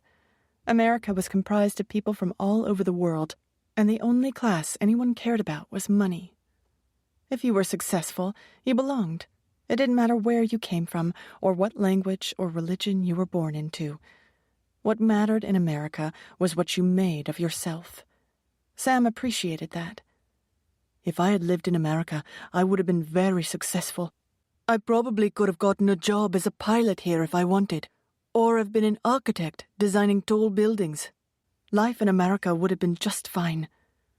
There were many times over that last year when Sam almost changed his mind, but there was no turning back after the day on Spring Street. September 7th was Sam's last day in Florida. He and 2 of his men went to Shuckham's Oyster Bar. They spent 4 hours playing Video Trivial Pursuit and drank a lot of vodka and orange juice. At the end of the night, there were issues with their high bar bill, and the waitress asked them whether they had the money to pay their check. Drunk and angry, Sam yelled out, "You think I can't pay? I'm a fucking pilot for American Airlines. I can pay my fucking bill." Tensions were red hot. On September 8th, some of the men, including Sam, flew to New York. That night, Sam and a few others had drinks at Harry's Bar at the Helmsley Hotel on Madison Avenue. Later that night, Sam and another guy drove to Portland, Maine. The remaining men in Florida flew to Boston. By September 9th, all the chess pieces had moved into place. Checkmate.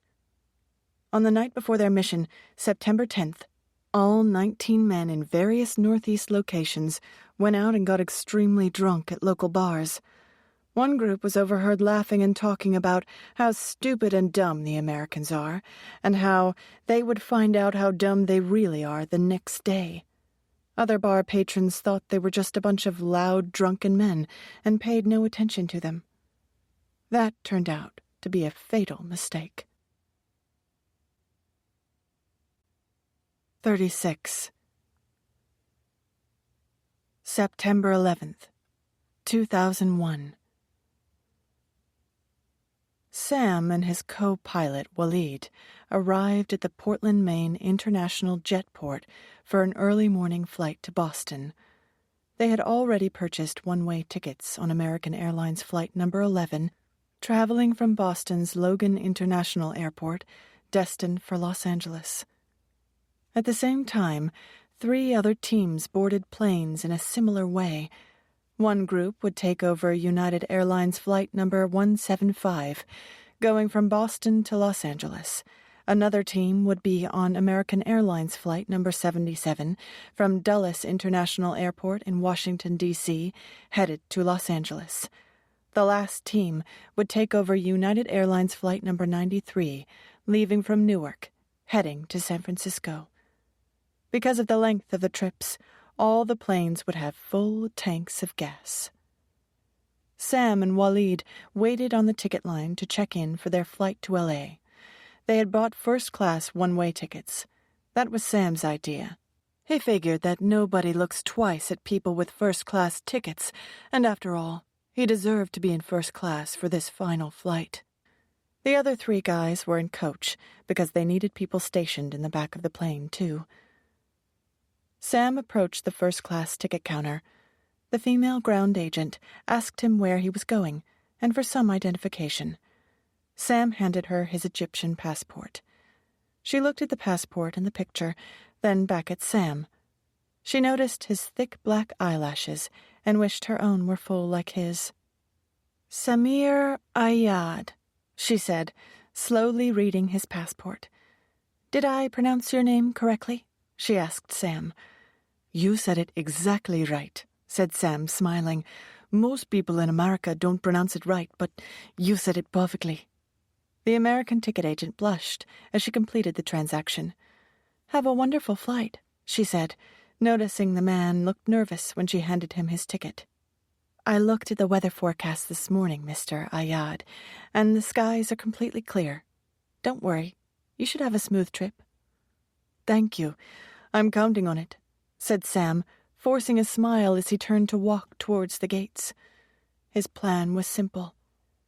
15 minutes into the flight, with the box cutters hidden in their carry-on bags, he and Waleed would casually walk up to the cockpit, swing the door open, and enter. His team would breach the compartment and take over the plane. They would overpower the captain and first officer. Then Sam would take over the controls. All the fat cats in first class would be so absorbed in their movies, champagne, and warm nuts, they wouldn't notice 2 passengers entering the cockpit. They would wait until the first-class flight attendant walked away for a moment, then make their move. Everything had to seem normal, so air traffic control didn't notice anything was wrong. That's why Sam's language skills were so important. It would all work perfectly if they stuck to his plan. After they had control of the plane, Sam would gently guide the aircraft to its final destination, the 98th floor of the North Tower of the World Trade Center. Around the same time, Yusuf, piloting another plane, would hit the South Tower. As far as Sam was concerned, Yusuf could hit any damn floor he wanted. It was irrelevant to him. All Sam cared about was hitting the 98th floor, where Drew Sullivan would be sitting at his desk, having his morning coffee. One of his guys sitting in coach also had a box the size of a loaf of bread in his carry-on bag. There was nothing inside the box besides bits of paper, gum, cardboard, and rocks, but it was wrapped up with duct tape and wires, making it appear like a homemade bomb. They would tell the passengers it wasn't explosive, but that everyone would be okay if they all stayed in their seats. They would explain that the plane would land sooner and no one would get hurt if everyone cooperated. That was the plan. Box cutters, fake bomb, impact, boom. 37.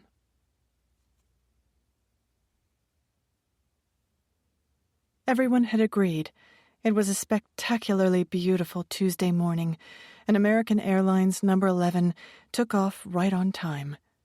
When the plane reached a cruising altitude, Sam and Waleed waited for just the right moment. A red-haired first-class flight attendant served drinks to her small group of elite passengers. When she stepped out of first class and walked back to coach for a moment, Sam and Waleed exchanged glances. That was their opening. It was time. Both hijackers got up and casually walked towards the cockpit, opened the door, and stepped in. They closed the door behind them before either of the American airline pilots turned around. When the two pilots looked back and saw Sam and Waleed standing there, they were confused more than anything else. Several thoughts rushed through their minds before they understood what was happening. Who are these guys? They're not supposed to be in the cockpit during the flight. Where's that flight attendant? Before the co-pilot could say anything, Waleed reached around from behind him and cut his throat with his box cutter. The pilot didn't have time to react before he met the same fate by Sam's hand. It had been much easier than Sam had anticipated. He thought he would have felt something more as he dragged the blade of his box cutter along the pilot's neck and watched the blood at first trickle and then spurt out. The captain hadn't even put up a fight, seemingly stunned by what was happening to him. Sam considered for a brief moment that he had just killed a man he didn't know, someone who might have been a father or a husband, and was probably looking forward to going home that night and watching a ball game with his kid. Sam was also aware that he didn't care. Killing the pilot was a means to his end. He did what he had to do, and he would do it 1,000 times, if that's what was required. Waleed locked the cockpit door, and the two men moved the dead bodies to the side as they took control of the plane. While Waleed familiarized himself with the controls, Sam changed the direction of the plane to steer it gradually towards the final destination, New York City. A few minutes later, Sam heard a commotion outside the cockpit door. The 3 others on his team had made their move in the main cabin. Sam heard shouting and screaming and was glad he was inside the quiet of the small compartment. He didn't like chaos. He liked order. Let the rest of them deal with all those frantic passengers. He had only one job, and that was to fly this plane, something he could do with his eyes closed, and ultimately would. In another 20 minutes they would be flying over New York City. The sounds of panic outside the cockpit grew, and Sam wondered if the passengers could possibly overwhelm his people. They had all been well trained on what to do, but still. There were only 3 of them, and over 100 passengers. If the other people attacked his men at the same time, they would overpower them. The passengers could also knock the cockpit door in. If that happened, Sam knew exactly what he'd do. Take the plane straight down. An urgent call from air traffic control came over the radio. Someone on the ground had noticed American flight number 11 was off course, as well as a United flight. American flight number 11, this is air traffic control at Logan Airport. You have veered off the appropriate flight path. Please advise and reset your coordinates. Silence. American flight number 11, we can't hear you. You are off your flight coordinates. You are not in the right flight path. Do you copy? Silence. American flight number 11, is there a problem? Let us know what's going on. Pause. American flight number 11, urgent request for communication. Is there a problem? I repeat, is there a problem? Sam turned the volume down. He could hear the passengers' hysteria through the door and opened up the intercom. "Hello," he said over the microphone with a soft, gentle, calming voice. "Hello. Everyone, please calm down. This is your captain speaking. I have complete control of the plane. Rest assured, I am a fully licensed, trained, and accredited commercial pilot, so you need not worry about that. I know what I am doing. Right now, I need all of you to take your seats, buckle your seatbelts for your own safety, and remain quiet. No one will be hurt by my men, if you all do what we ask. We do have a bomb, but we won't detonate it if we get what we need. All we want is for the American government to release some of our people that they have detained." At first, there was a panic when passengers heard the word bomb, but Sam's reassuring voice had its desired effect, and the noise and chatter in the plane diminished.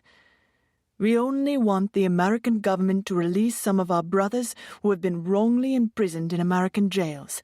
I am going to turn the plane now and take you all to New York." Through the door, Sam could hear people in the back talking loudly and shouting again. "If you don't cooperate," he continued over the loudspeaker, We will detonate the bomb. So please, for your safety, take your seats, and I promise this will end soon when we arrive in New York. It's true. They will all definitely end up in New York. The plane moved closer to its final destination. In just a couple of minutes, Sam would be able to see the World Trade Center. He instructed Walid to go back into the main cabin and help the others. He could handle everything in the cockpit by himself. When Walid left, Sam locked the door and reached into the breast pocket of his shirt. He took out Trina's old, battered New York State driver's license with her picture on it. He placed it on the control panel in front of him so he could look into her eyes as he flew the plane.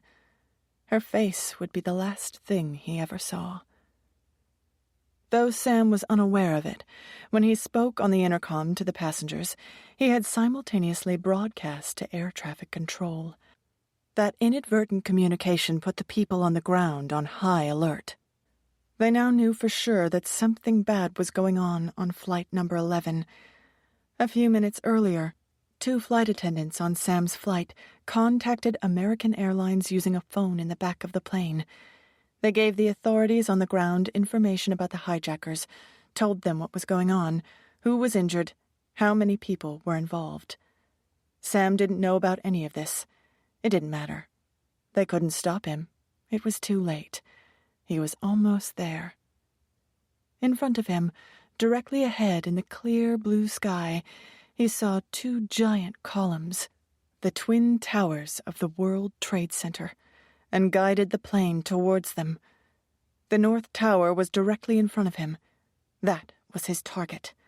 Drew Sullivan's office was on the 98th floor of the North Tower. The building had 110 stories. As the plane glided closer, Sam counted down from the top floor.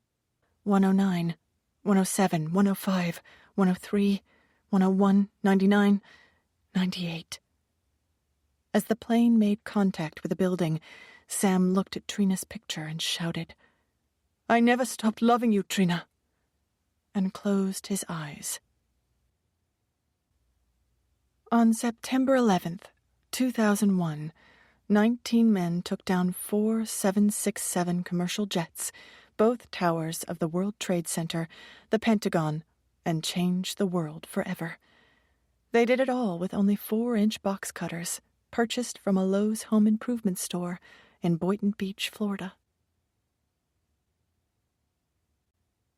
38. New York, September 11th, 2001. That Tuesday morning in New York City, the sun was shining and the sky was a bright blue. A warm, gentle breeze blew at just the right temperature and caressed the skin. The air was dry, and the city even smelled good. Drew and Kat got up extra early to spend time with their kids before they left for work. Imelda made breakfast while Sophie and Connor watched their favorite Little Mermaid video. Kat and Drew took their vitamins, kissed the kids goodbye, and told Imelda they'd be home early to celebrate Imelda's birthday. Together they walked out of their building and down Spring Street, towards the number 6 subway. Kat would take the train uptown, and Drew downtown. Walking past the Balthazar Bakery, they both caught a whiff of the freshly baked bread and pastries at the same time. They stopped there so Drew could get a coffee and a croissant, something he did almost every morning. "That reminds me, since you'll get home before me tonight, will you stop and pick up a birthday cake for Imelda?" asked Kat. "Sure," said Drew. "Chocolate?" "Duh, of course," said Kat, laughing. "I don't even know why they make cake that isn't chocolate." She kissed him on the cheek and saluted. "See you tonight, honey pie," she shouted as she darted across the street through the traffic towards the uptown subway entrance. Drew smiled and waved back, took a sip of his coffee, and walked down the stairs to the downtown train. Minutes later, Kat got off the subway in Midtown and walked across town to her office in the Condé Nast building at Times Square. She flashed her ID, which allowed her to go through the turnstiles, and got on the elevator to the 24th floor, GQ Editorial and Sales. Once a month on Tuesdays, she and a few other editors accompanied their boss, Adam Cantor, to the GQ Advertising Sales early morning meeting. At those meetings, Adam gave his sales team a review and heads up on the features and stories from upcoming issues. Occasionally, an editorial story dovetailed nicely with an advertiser's campaign, and a salesperson could leverage it for more advertising dollars. Issues closed 2 months prior to publication, and this week they were reviewing the November 2001 issue. Kat was to present the highlights of the cover story on Ben Affleck. The edit staff filed into the conference room. Coffee, bagels, and bottles of water were on the sideboard. All the salespeople were already seated at the large conference table, waiting for Adam's entrance. He always started promptly at 8:30. You didn't come late to these meetings. Kat grabbed a bottle of water and sat next to Adam's empty chair at the head of the table. Behind her was a huge flat-screen television, often used for big presentations, but they wouldn't need it today. At 8:29, Adam strode into the room and took his seat. "Good morning, everyone," Adam said with his confident, booming voice and a smile. "I have to tell you, I'm really pleased with our November issue." He eloquently described the various writers, photographers, and features of the upcoming issue. The salespeople oohed and awed over some of the clever articles, while trying to figure out how they could use the advance information to sell more advertising. Adam talked for about 15 minutes and was about to wrap up when the conference room door was opened. Heads turned as Adam's assistant stuck her head in the room. "Adam, excuse me for interrupting, but I thought you would want to know about this right away," the assistant said. "Apparently, a plane just hit one of the World Trade Towers." Everyone in the room started talking at the same time. What kind of plane? A little two-man plane? How could a pilot hit such a big building? Was anyone hurt? Why would a plane be flying so close to the World Trade Towers? Wasn't the plane flying too low? "That's all I know," said the assistant helplessly. "I heard it on my desk radio. I ran down here to tell you right away." Kat's stomach flipped over. She leaned over to Adam and told him she wanted to go to her desk and call her husband. "It's a big building, Kat. It was a small plane," Adam said reassuringly. "I'm sure Drew is fine. Of course. Go call him." Kat excused herself and walked briskly back towards her office, telling herself that she was needlessly worrying. As she walked, she noticed small groups of people had gathered around radios on desks. She didn't stop until she got to her office, picked up her desk phone, and called Drew. It was busy. She dialed again. Still busy. She tried 10 times, and it was busy each time. Feeling queasy, she tried his cell phone. It went directly to voicemail. She tried his assistant. Also voicemail. She called his cell phone again and left a message. "Drew, it's me. I just heard a small plane hit the World Trade Center. Don't know if it was even your building, but you need to call me. I tried your office and got a busy signal. Okay, so call me, okay? Love you." She tried Imelda and got the busy signal too. "Hey, everybody," a female voice shouted from down the hall. "They've got the TV news crews at the Trade Center. We've got it on the big screen in the conference room if you want to come down." Kat jumped up, grabbed her cell phone from her desk, and ran to the packed conference room. She entered the room, and before she looked up at the screen, she saw expressions of disbelief and confusion on every face. When she turned her head to see the TV screen, she knew why they all looked that way. A huge fire was burning on the side of one of the twin towers, and the newscasters were saying it wasn't a small plane at all. They said they thought it was a commercial plane, a jetliner. As everyone in the room stared at the horrific images, suddenly, from the left side of the screen, another plane shot across the sky and slammed into the other tower. A collective scream emanated from the room. Kat grabbed the back of a chair to steady herself as the room began to spin. Even though she thought she might pass out, she managed to punch Drew's number into her cell phone again. As it had so many times before, it went directly to voicemail. "Drew, it's me. Please call me. I'm watching it on TV. What's going on down there? It looks like a plane might have hit near your office. Listen, honey, get out of the building. Just get out. Just go, okay? Call me when you get outside. Please get out as fast as you can. I love you." The conference room was a ball of confusion and panic. What's happening? Why did 2 planes hit the buildings? Did air traffic control mess something up? Was it a computer glitch? How could something like this happen? Most people in the room had friends who worked in or near the World Trade Center, but Kat was the only one at GQ whose husband worked in the building. "I'm sure Drew is okay, Kat," said one co-worker, trying to reassure her, but Kat was not sure at all. Drew's company phone lines were down, and he wasn't answering his cell. Over and over she called and left message after message, until finally his voicemail was full. She tried calling Imelda over and over to see if she had heard from Drew. The home line remained busy. On the TV, the newscasters said the cell towers at the World Trade Center had been destroyed, and that was affecting all communication. Everyone in the conference room stared at the screen, watching the horror unfold while they cried. No one spoke. There was nothing to say. None of it made any sense. At 9:21, the Port Authority closed all bridges and tunnels leading in and out of New York City. That's when the newscasters began to introduce the idea of terrorism. At 9:24, the news reported there might be another hijacking happening on another plane. There was a report that passengers on the 3rd plane had called family members. At 9:31, President George W. Bush announced an apparent terrorist attack. "I can't reach Drew," Kat said, tears streaming down her face. "I have to go downtown and find him," she told her boss. "Kat, listen to me," Adam said. "I know you're worried and upset. I don't blame you. But you can't go downtown right now. I don't even think the subways are running. Look out the window." Adam and Kat peered out the window onto the street. Tens of thousands of people were pouring out of buildings and walking in every direction. It was total chaos. "We're in Midtown. Look at the streets. It's bedlam out there," said Adam.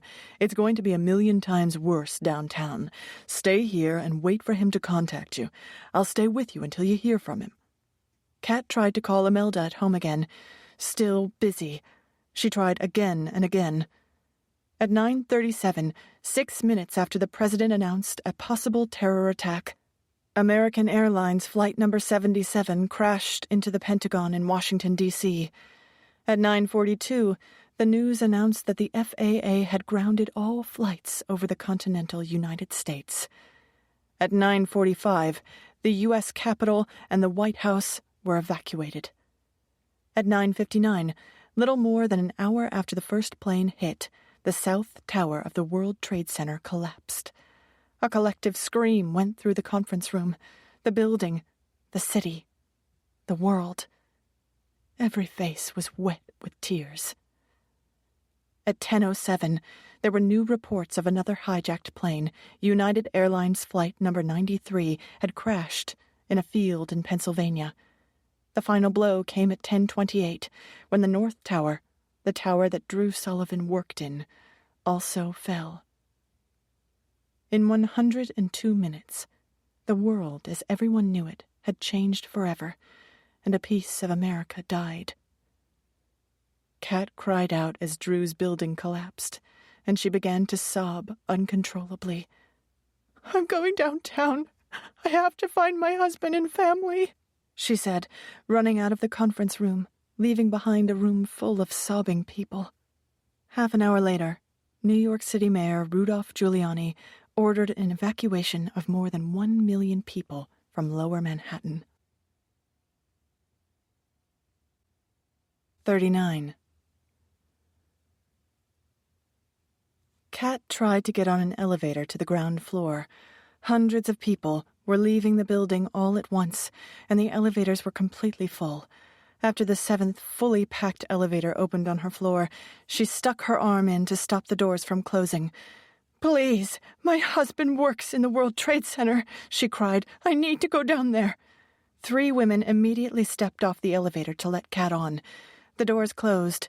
The faces inside were a mix of terror and tears. No one spoke.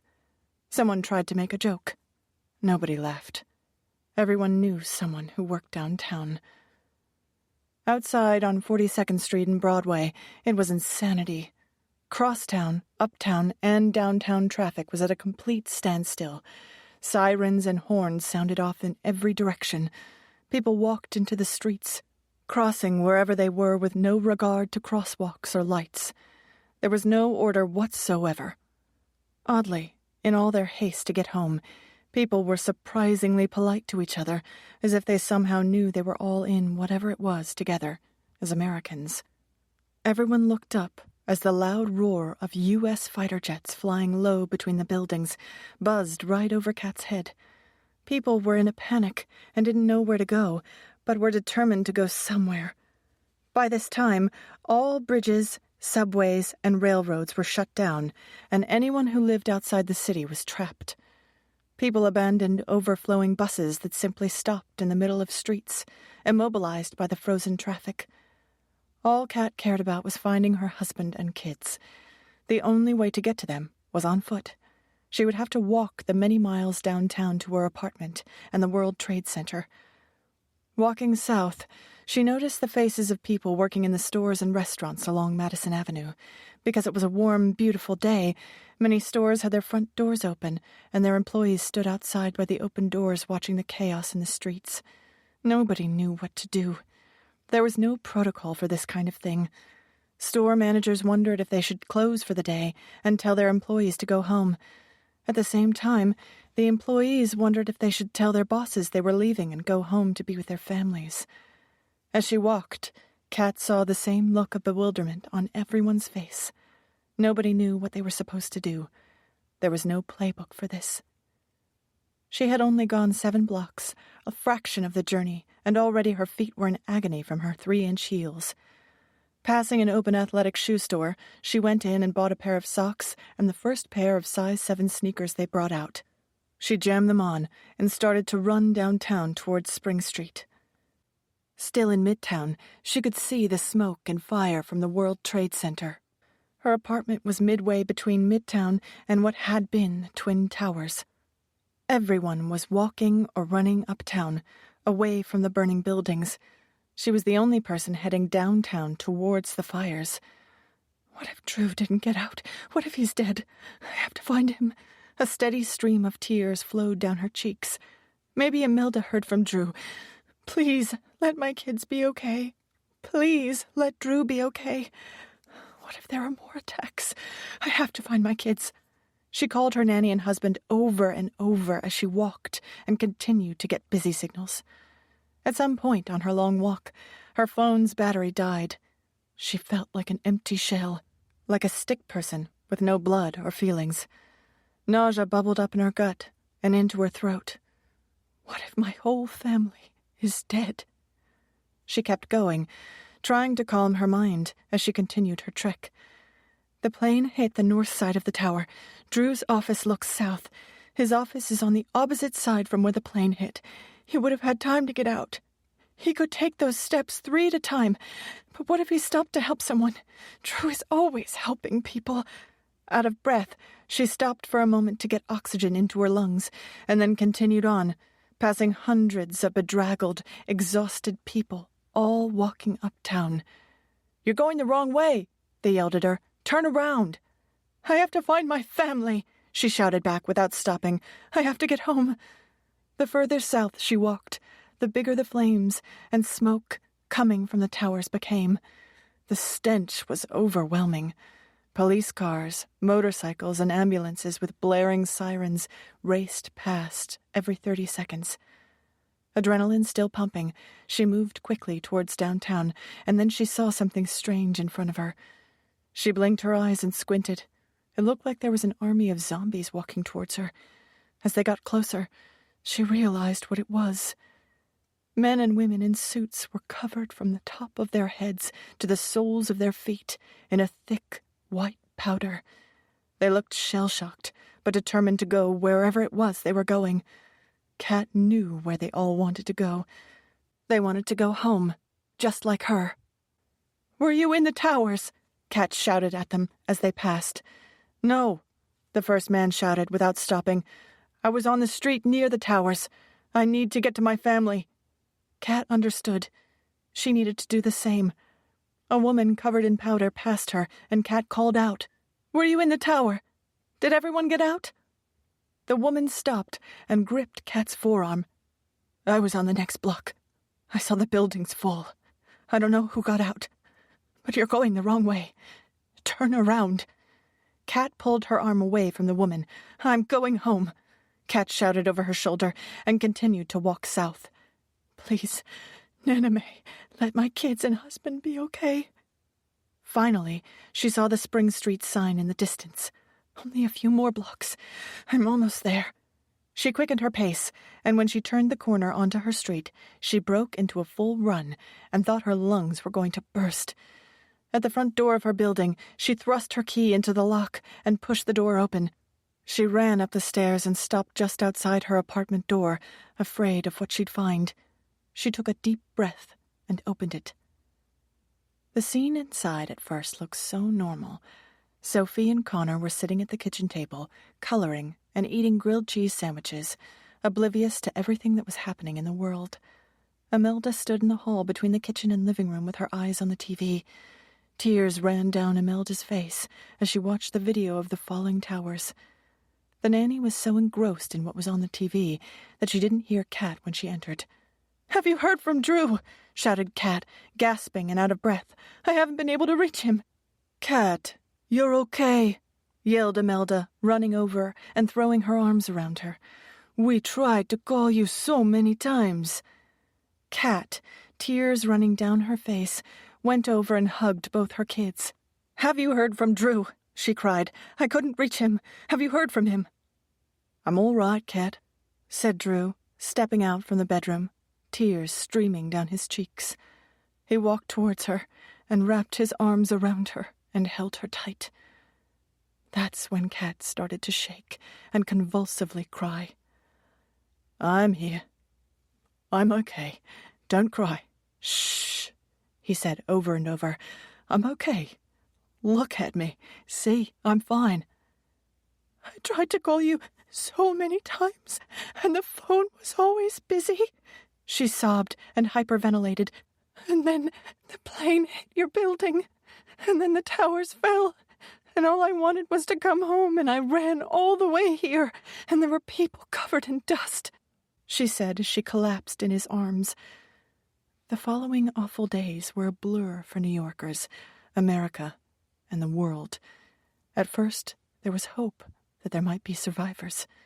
Families wandered from hospital to hospital, looking at wounded, burned, and broken people, praying their loved one was one of them. Over the next few days, thousands of pictures of missing friends and relatives were posted all over the city on walls, fences, online, anywhere something could be posted. The first week after the World Trade Center fell, people still thought there could be survivors in hospitals or survivors trapped under debris who needed to be rescued. After a week, hope turned to resolve. There would be no rescues, only a recovery of bodies. The terrorists had done their job very well. The city and the country were awash in patriotism. American servicemen in fatigues, armed with rifles and grenades, became a new fixed presence at all landmarks and transportation hubs. The streets of New York were lined with thousands of American flags. If it wasn't all so sad, it would have looked festive. September 11th, 2001, changed America forever. Any innocence was now gone. 40. 2 weeks later, the Sullivans' apartment was swarming with people. Drew's mother and father had flown in from Australia. Imelda, the kids, and assorted cousins and friends were scattered around the apartment. Old sandwich platters and half-eaten cakes were strewn about the kitchen, living room, and dining room. Drew's parents and most of the others stared for hours at the CNN coverage of the 9/11 attacks. 2 weeks had passed since that awful day. The people of the United States and the world had reluctantly accepted that the victims at the World Trade Center were not coming back. New explanations about who, what, and why emerged each day since the attack. Drips of information were disseminated as the U.S. government tried to piece together what had happened. New words were heard by Americans for the first time: Al-Qaeda, Muslim extremists, radical terrorism. Most Americans were surprised to learn that there were so many people in the world who didn't like them. We're Americans, they'd say. Everyone loves Americans, don't they? What's Al-Qaeda? Why did they hurt us? Why did they kill all those innocent people? They killed all those fathers and mothers who were going to work on a Tuesday? Why do they hate us? None of it made any sense to most Americans. Devastated, Drew had worked in the North Tower for years. His department at Spencer Financial shared the 98th floor with Marsh and McLennan and had been directly hit by the American Airlines Flight number 11 out of Boston. Most of Drew's co-workers had died, except for the handful of people like him who were mercifully out of the office that day. Everyone else was dead. His boss, his assistant, Marianne, Matt, his trading partner, all of them, gone. No one on his floor made it out alive. They didn't have a chance to evacuate. Marsh and McLennan had lost 295 people, and Drew's department lost 43. He had worked there for 10 years, and those 43 people were like a second family to him. He knew their birthdays, their families, even their dogs' names. Drew was inconsolable because all his friends and colleagues were dead, and because of the intense guilt that he had been spared. He had spent the better part of the first 2 weeks after it happened crying and asking himself why he was alive. He had survived 9/11 for the stupidest of reasons. "You should eat something, Drew," said his mother gently. "You haven't eaten anything in days and you look awful. You're getting so thin. Let me make you a toasted ham and cheese sandwich." Drew nodded. He was glad to have his mother there. "I shouldn't be alive. I should be dead, like everybody else in my office." Kat had warned her husband so many times not to bring an open coffee into the subway, but he did it almost every morning. That cup of coffee, and a sudden jolt the subway made when it went too fast around a curve, is what saved his life. He had been sitting on the train, reading the Wall Street Journal with one hand while holding his hot drink with the other. The train sped up around a corner, hit a bump, and lurched to the right. Many of the strap hangers fell onto the sitting passengers. A large woman in orange spandex bike pants and a middle-aged man in a navy blue suit both fell into Drew, who wound up spilling his coffee all over himself and them. With his shirt, tie, and pants soaked with hot brown liquid, he had no other choice but to go home and change. He got off at the next stop, called his assistant, Marianne, and asked her to move his morning meetings to the afternoon. He got back on the uptown train and went home. After he changed, he played with the kids for a few minutes and was about to leave his apartment when footage of a plane hitting the North Tower cut into the Today Show that Imelda was watching on television. Drew's life had been spared because of a cup of French roast coffee and a large woman in orange spandex bike shorts. Kat looked around at all the people milling around her apartment. CNN had been playing 24 hours a day, and she couldn't bear to hear it any more. It was the same thing over and over, and it was all bad news. No one knew anything. They didn't know why. They didn't know who. She closed her eyes and tried to remember what life was like before September 11th. Just 2 weeks earlier, on Saturday, September 8th, she and Drew and the kids took Beasley for a walk in Central Park. It was a warm September day. The weather was dry and breezy, and the park was brimming with people. There were frisbees flying, skaters skating, runners running, bikers biking, and tanners tanning. Families, couples, and people walking around by themselves, everyone enjoying New York on a beautiful Saturday afternoon. Now it was all gone. Life had changed forever.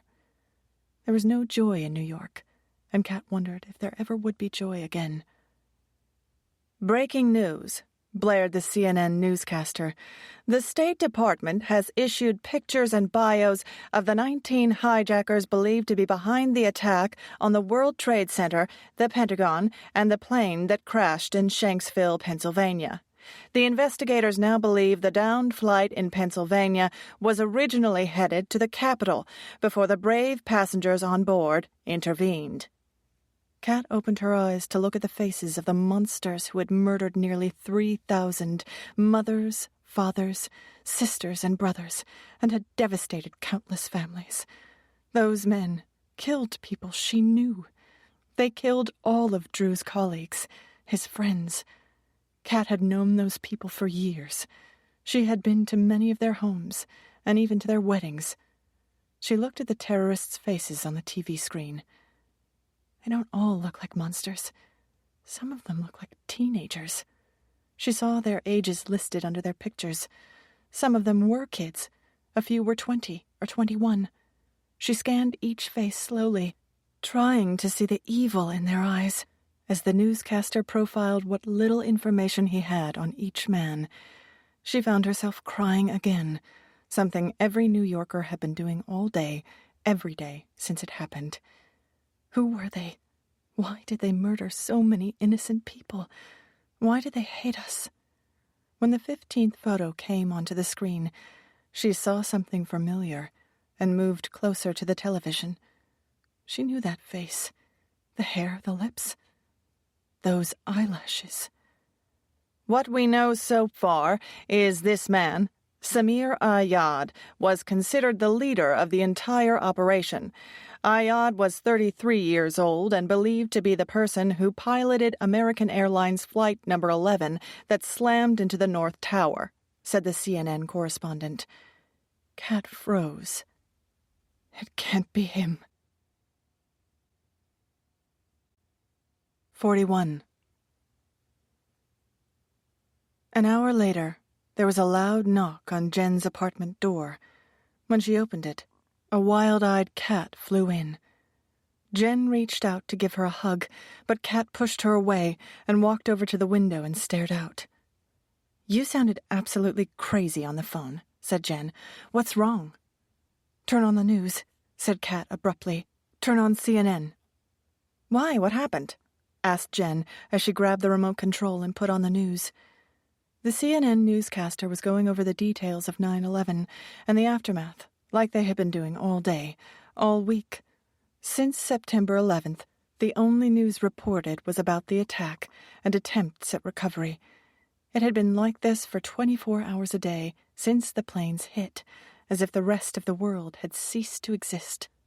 "I've seen all this coverage before," said Jen, looking at the TV. "This is what's been on all week." "Keep watching," said Kat. Jen sat in front of the TV and listened to the news for a few minutes until something new came up on the screen. Today, the State Department released the names and photos of the men they believe to be the perpetrators of the September 11th attacks, said the CNN newscaster. The screen on the TV showed photos and faces of men with dark hair and dark eyes. Under each face was a name, an age, and a country of origin. These are the 19 men responsible for the attack on the World Trade Center, the Pentagon, and the downed plane in Shanksville, Pennsylvania. The newscaster systematically did a short bio on each man. All of them were from Saudi Arabia, except for one from Egypt, one from Lebanon, and two from the UAE.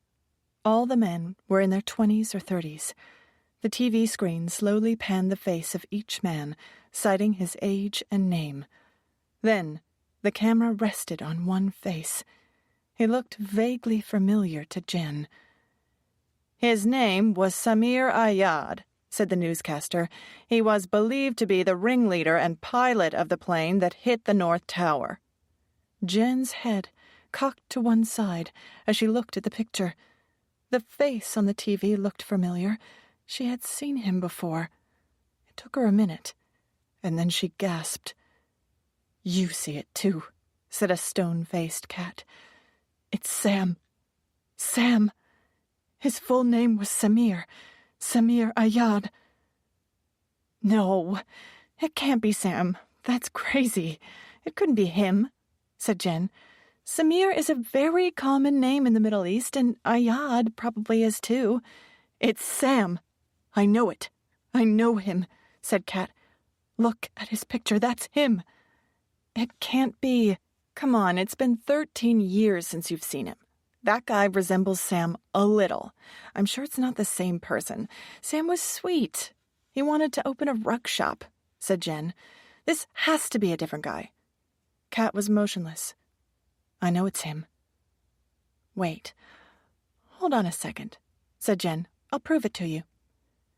Jen went to her bedroom and after a few minutes came back with a big box that contained dozens of yellow packets full of developed photos and negatives. She dug through the packets until she found one with the word Kashmir written across the top. Here it is, she said as she sifted through the pack of photos, pulling out 4 different pictures. One was of Sam, Kat, and Jen, posing by a temple. There was also a shot of Sam and Kat, sitting on one of the shikaras. Another picture was of Sam and Jen goofing around on the houseboat. The last picture was of Sam alone, holding a book, standing in front of a tree. The pictures were somewhat grainy, but they gave a clear shot of Sam's face. Jen took the photos over to the computer screen and searched online for the FBI's website. She found information on the hijackers posted on the front page, along with their current photos. She scrolled down to Samir Ayad's photo and held up her old picture next to the image on the FBI site. The picture of the man Jen knew as Sam was much younger and thinner, with an innocent look in his eyes. There is a little resemblance, said Jen half-heartedly, but he's not a dead ringer. Of course, my pictures were taken 13 years ago. I guess it's possible he could look like this guy now, Jen said while reading from the site. Wait a second. It says here this Samir Ayad was from Egypt. Sam was Indian, so it can't be him, said Jen, relieved. Sam's father was Egyptian. His mother was Kashmiri, said Kat. Sam told me he could have dual citizenship. Jen continued to scroll through the FBI information on her computer. Wait, said Jen.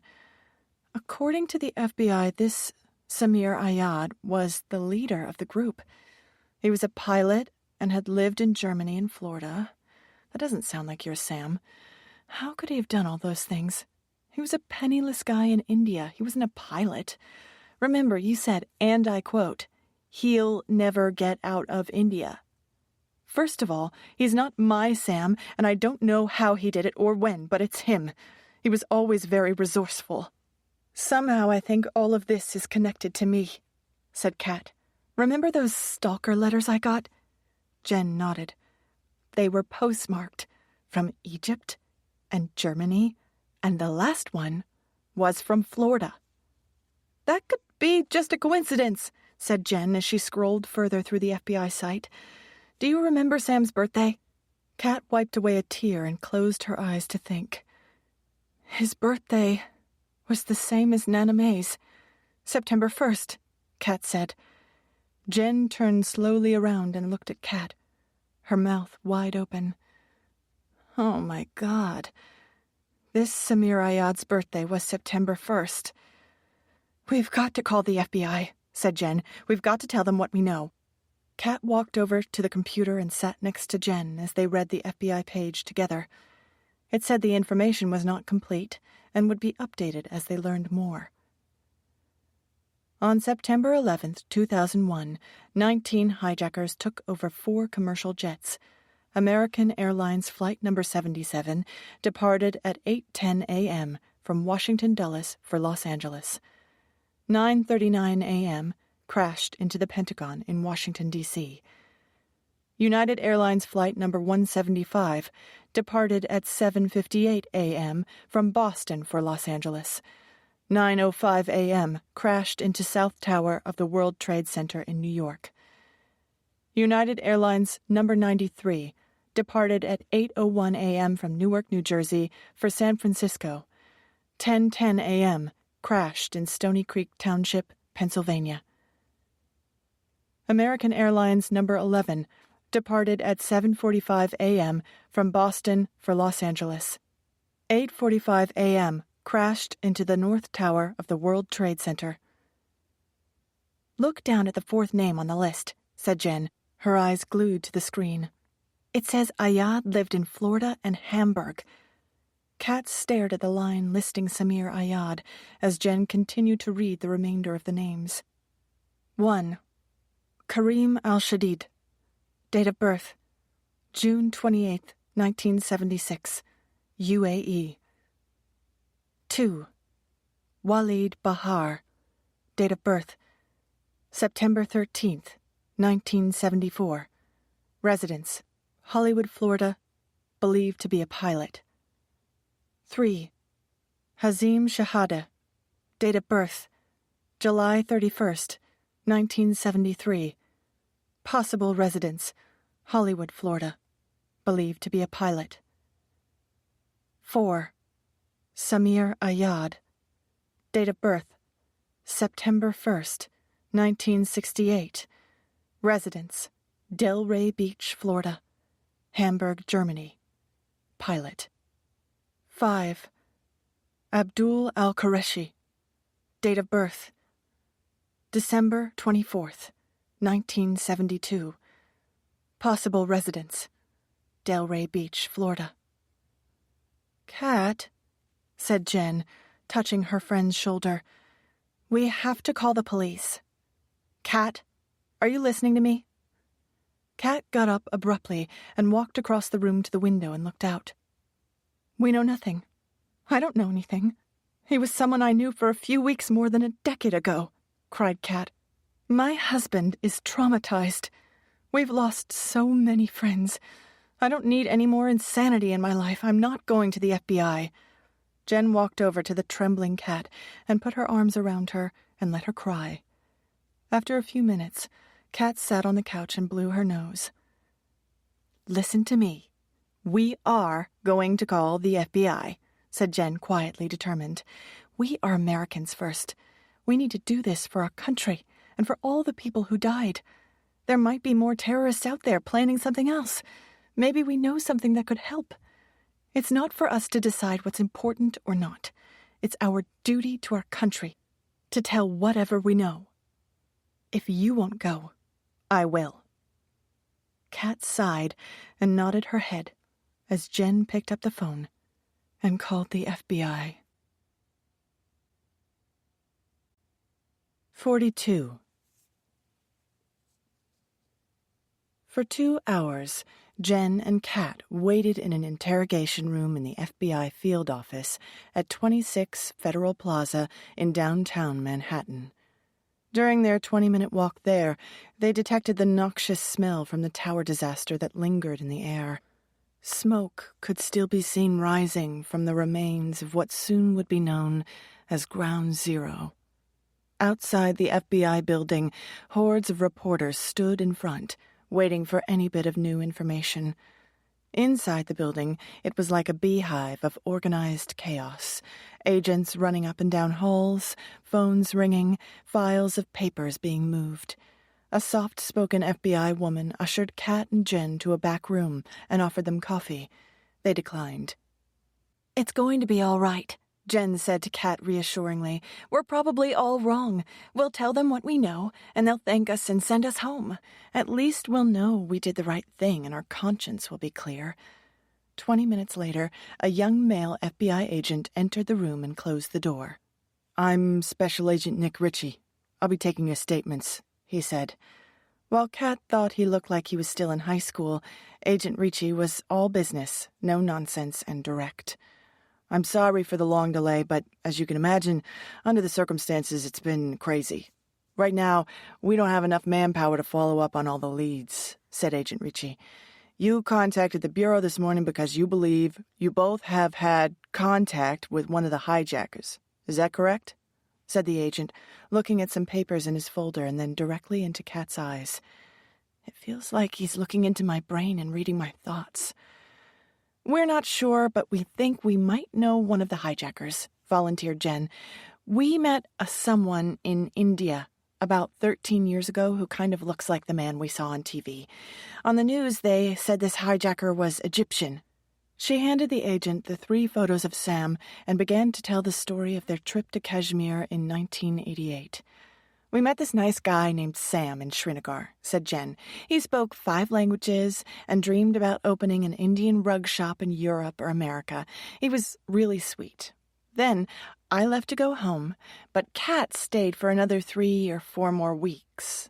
Nick Ritchie then turned his eyes on Kat. "Tell me what you remember, Mrs. Sullivan," he said gently. "It's important. We have information that the Samir Ayad, who piloted Flight Number 11, was born in Egypt while his parents were on a trip to visit his father's relatives. They went back to the north of India when Ayad was only a few weeks old. Ayad later moved to Egypt, we think about 10 years ago, and apparently had dual citizenship, so it's logistically possible he could be the same person." Kat told the agent about the lazy days exploring the Kashmir province, boat trips on Dal Lake, normal tourist activities. She said there was nothing from her trip that foreshadowed the event that happened so many years later. She didn't mention a romantic relationship. She told the agent she and Sam had become friends and were even pen pals for a while. "Do you still have any of his letters?" asked Ricci. "I threw them away years ago." Agent Ricci interrogated Kat for a full half-hour and was finally satisfied. "That's all for now," he said. "Thank you for coming in. Every bit of information helps. We need to learn as much as we can on the background of these people to understand what makes them tick. We'll be in touch if we need help filling in some of the blanks. Anything else you want to add?" Kat shook her head. Jen stared at her friend in disbelief. The agent thanked them again, and Jen and Kat left the building without speaking. When they were outside and a block from the FBI office, Jen spoke. "You didn't tell them the whole truth." "I told them enough," said Kat. "I helped identify Samir Ayad. They don't need to know the details of my personal life. It's completely irrelevant. You should have told him the whole story. Let the FBI decide what's important and what's not." "My life is a mess right now," said Kat. "Our friends are dead, and my husband is depressed. I don't need to add to the pandemonium." "But I just think," Jen started. "It's my story to tell or not, and I want it to remain private," said Kat, grabbing Jen's arm and squeezing it. "Drew doesn't know anything about Sam, or the marriage, and he never will. Is that clear?" "Painfully," said Jen, as she pulled her arm away and rubbed it. 43. 3 Saturdays after that awful day, Kat was at home in a fog, staring out a window, something she did often since September 11th. The FBI had called several times, asking for clarification on parts of her statement, but it seemed they found no material connection between her and the hijackers.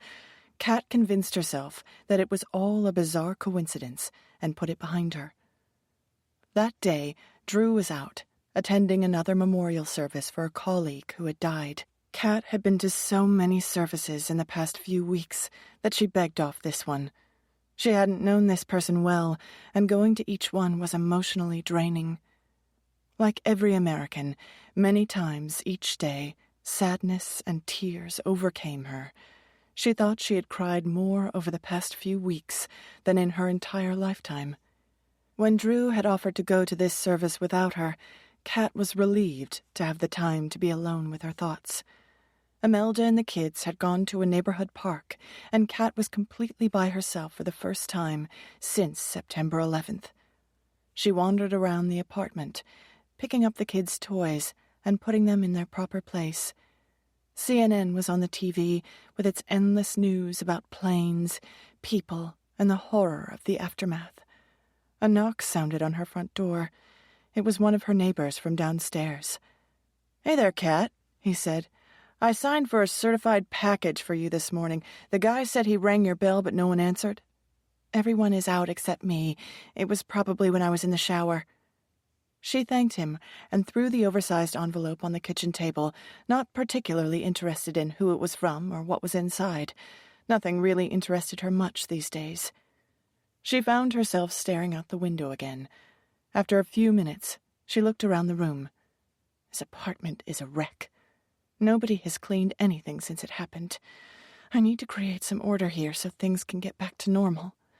She picked up old newspapers and piles of mail, hung up clothes that had been tossed on chairs, and put away what looked like a million Legos.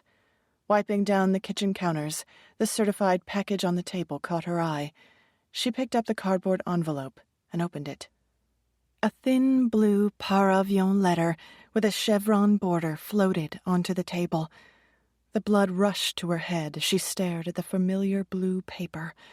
With her heart pounding, she gasped for air. Leaning against the refrigerator to steady herself, she picked up the envelope and stared at it for a full minute, afraid to open it. Then, slowly and carefully, she unfolded the delicate paper. Dear Mrs. Ayad, that is your name. Did you forget, Trina? You are Mrs. Katrina Ayad. Should I call you Trina, or do you prefer your new name, Kat? I will call you Trina because that's who you were when you married me, when you became my wife. For years I searched for you, not knowing if you were alive or dead. My heart was broken into a million pieces, my life ruined, my dreams gone. I wanted to die. I had to leave Kashmir because it was full of memories of you. Every street, every tree, every flower reminded me of my beautiful wife. I had to leave my own family, my home, and my country to start a new life, all because of you. But I couldn't find you. But there was a new thing, the internet. That's how I found you and learned all about your new life. You had a new name and a new husband named Andrew. But you already had a husband, your first husband. Did you forget our wedding in 1989? I learned you were an important writer for a big American magazine, just like you planned. You always get what you want, just like you got your locket back. You have 2 children, who should have been my children. But even after all your lying and deception, over time, my heart softened. I almost changed my mind until that day in New York when I saw you with him and your children on Spring Street. I was there, watching you and Drew with my own eyes. I watched my wife kiss another man and walk away with his children, and my heart became forever hard. Now you know what it feels like to lose the one person in the world you love the most. You now feel the same pain I had when you lied and abandoned me. You gave me your locket and promised your love and a lifetime together. You married me and then left me without a single word. If you're reading this, then I have been successful, and your illegitimate husband is dead. If you had just treated me with the respect and honor I deserved, none of this would have happened. His death is all your fault. His blood is on your hands. You have to live with that. Even today, as I write this last letter, God help me, I still love you. You are my heart. Your first husband, Sam. Gripping the letter in her hand, Kat ran out of her apartment and onto the street, not knowing which way to run. She couldn't breathe and was having a panic attack. She needed air. The sky was a bleak gray, full of clouds. It looked like it was about to rain. She started to run up the street. She didn't know where she was going, but somehow she did. Clutching the blue envelope in her fist, she eventually found herself on the pedestrian walkway of the Brooklyn Bridge. She walked to the center of the bridge and stared out. A light rain had started to fall, but she didn't notice. From where she stood, she could see the still smoldering steam and smoke from the wreckage that was once the World Trade Center. She and Drew had stood in that same spot many times, him always joking that he could see his office from there. Now it was all gone. She looked at the empty hole in the skyline. The only 2 men who had ever loved her were both connected to that spot. For one final time, she read Sam's letter, her temples pulsing. Over and over she read that last line. God help me. I still love you. She took a deep breath and let the air out slowly. He couldn't have loved me. He just wanted to get to America. He used me, and I had to get my locket back. He was the liar, not me. He's the murderer. While keeping her eyes on the smoking sky, she ripped the blue letter into tiny pieces. No one will ever know about this letter. Not Drew, not Jen, not the FBI, not anyone. She opened her hand, allowing the wind to lift the tiny pieces of blue paper from her palm. She watched the confetti-like fragments swirl into the air and then slowly drift down one by one into the gray river below. Unhooking the clasp of her locket, she held the silver charm in her hand as she considered all the things she had done. Are all those people dead because of what I did? The locket felt like it was burning a hole through her hand, and she stared down at it. She raised it over her head to hurl it into the East River and wondered if her grandmother would forgive her. After a long time on the bridge, looking at the empty sky, Kat looked around. She wasn't the only one there. Many other people were looking at the place where the 2 soaring towers had once stood. Hundreds of New Yorkers had made the same pilgrimage. Everyone staring, praying, crying. The rain was coming down harder, and Kat walked home to be with her family. When she opened her front door, Sophie and Connor ran to her. "Mommy, Mommy!" they shouted. Flinging her arms around them both, she hugged them as hard as she could. The love from her kids immediately lifted her and renewed her spirit. She clung to them, not wanting to let them go until they got antsy and wriggled away. "Imelda, I'm going to take a long, hot shower," she said as she walked into her bedroom. She turned on the shower in her bathroom. The sun had just come out and was making stripes on the wall as it streamed through the blinds. The bathroom mirror steamed up, and she wiped it with her hand so she could see her face. She looked bone-tired. She had felt that way every day since it happened. "I don't want to think about this anymore, and I don't want to think about him ever again." Wet and cold, she kicked her shoes off under the bed and threw her jeans into the hamper. She put her earrings in the jewelry box on the dresser. Automatically, she reached up to her neck to remove the locket when she remembered. It was gone.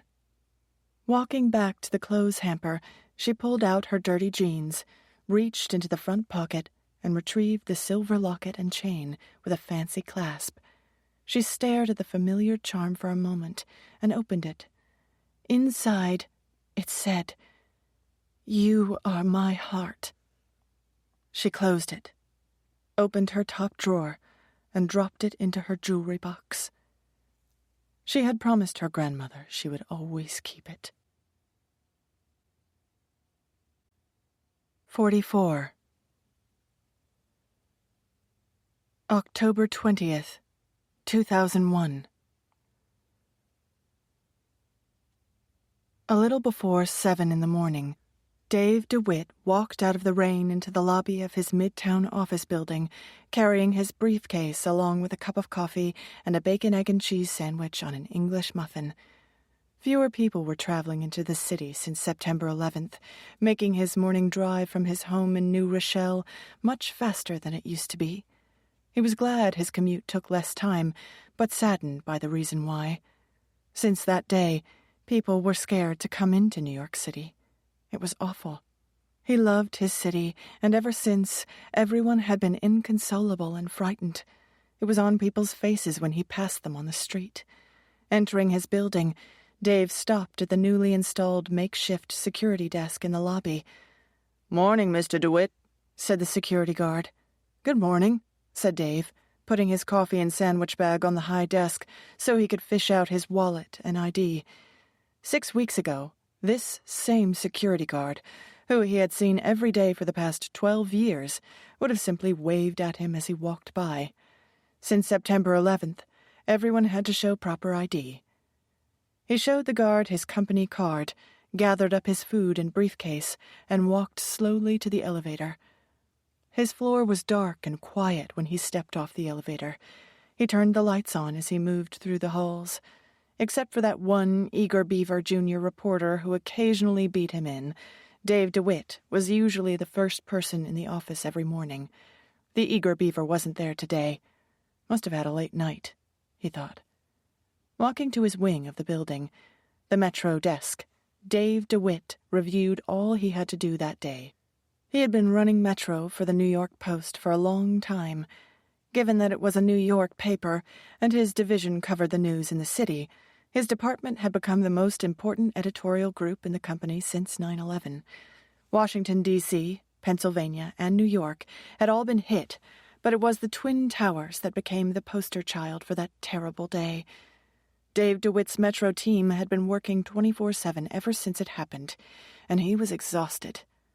Turning down another hallway towards his corner office, he noticed his assistant's empty desk piled with stacks of mail and memos. She had taken a leave of absence since 9/11. Her brother was an NYC fireman who had died in the South Tower. Dave told her to take as much time as she needed.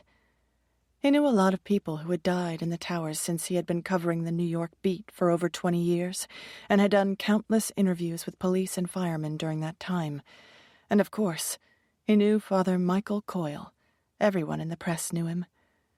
Dave's eyes welled up with tears, as they had so many times over the past 6 weeks. He had interviewed and met with Father Coyle many times. The energetic priest had been a constant figure on the New York City scene, always there to lend a hand, much beloved. Dave always thought he was one of the purest souls he had ever encountered. True to form, right after the planes hit, the priest, along with hundreds of firefighters, went straight into the towers. Father Coyle had been the first identified casualty of the 9/11 attacks. A total of 343 firefighters also perished. It was a tremendous loss to the city, he thought. Dave wiped a tear from the corner of his right eye and looked over at the mess on his assistant's desk. Digging through the piles of unopened papers, he grabbed a few armfuls and brought them into his office. He had to go through the mail himself, or something important would be missed, and he couldn't afford that. A newsroom was all about timeliness. If you missed a tip, you missed the story. Missing a story couldn't happen. Not now.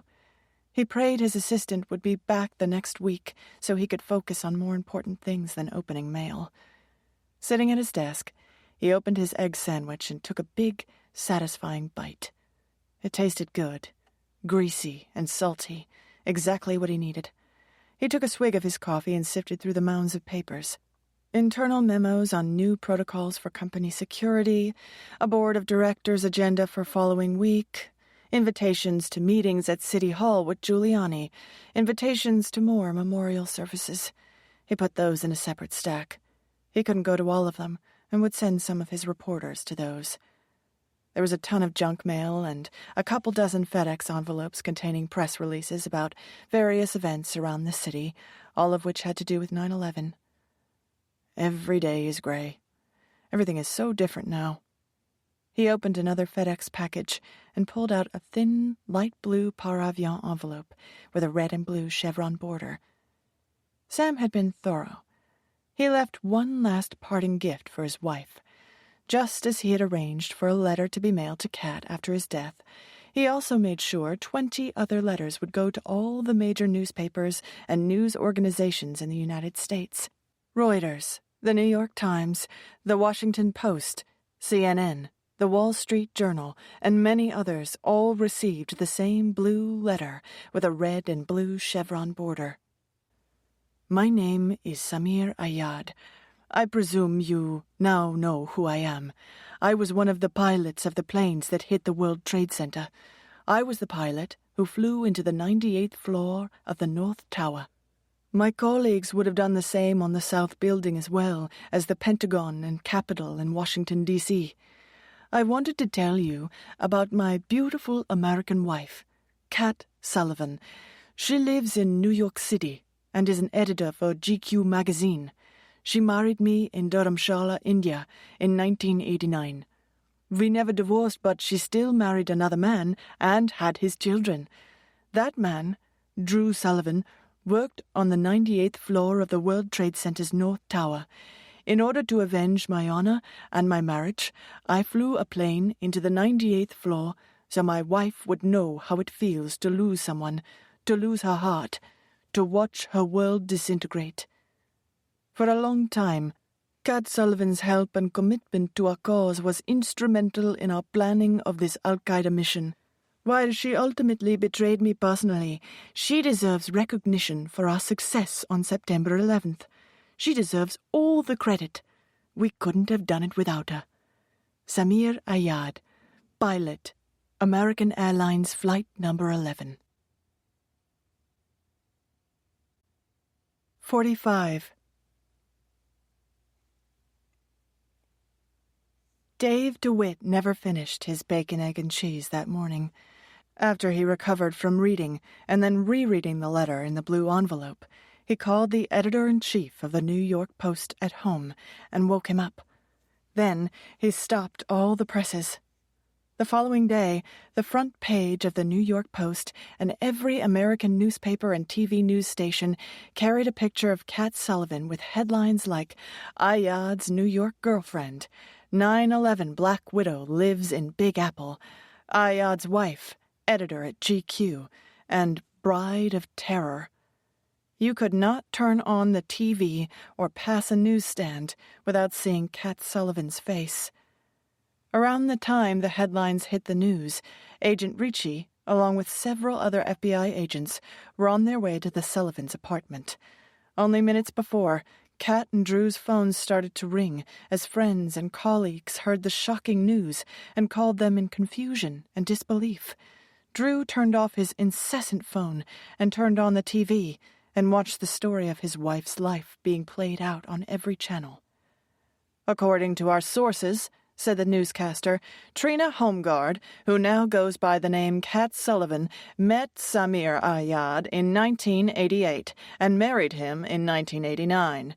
It is not confirmed if or how involved Mrs. Sullivan was in the attacks on the World Trade Center on September 11th, though Samir Ayad has implicated her." "Kat, what are they talking about? Why are they saying this about you?" said Drew, changing the channel and seeing his wife's picture on every network. "I don't know," said a panicked Kat. "What's happening?" shouted Drew, his face contorting. "You knew this guy? You knew Samir Ayad, the guy who killed all my friends?"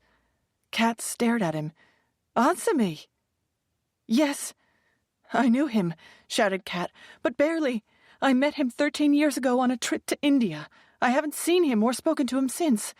I don't know what this is all about or why they are linking me to any of it. Why are they saying he was your husband? Why are they saying that? I don't know." There was a knock at the front door. "It's the FBI. Please open the door."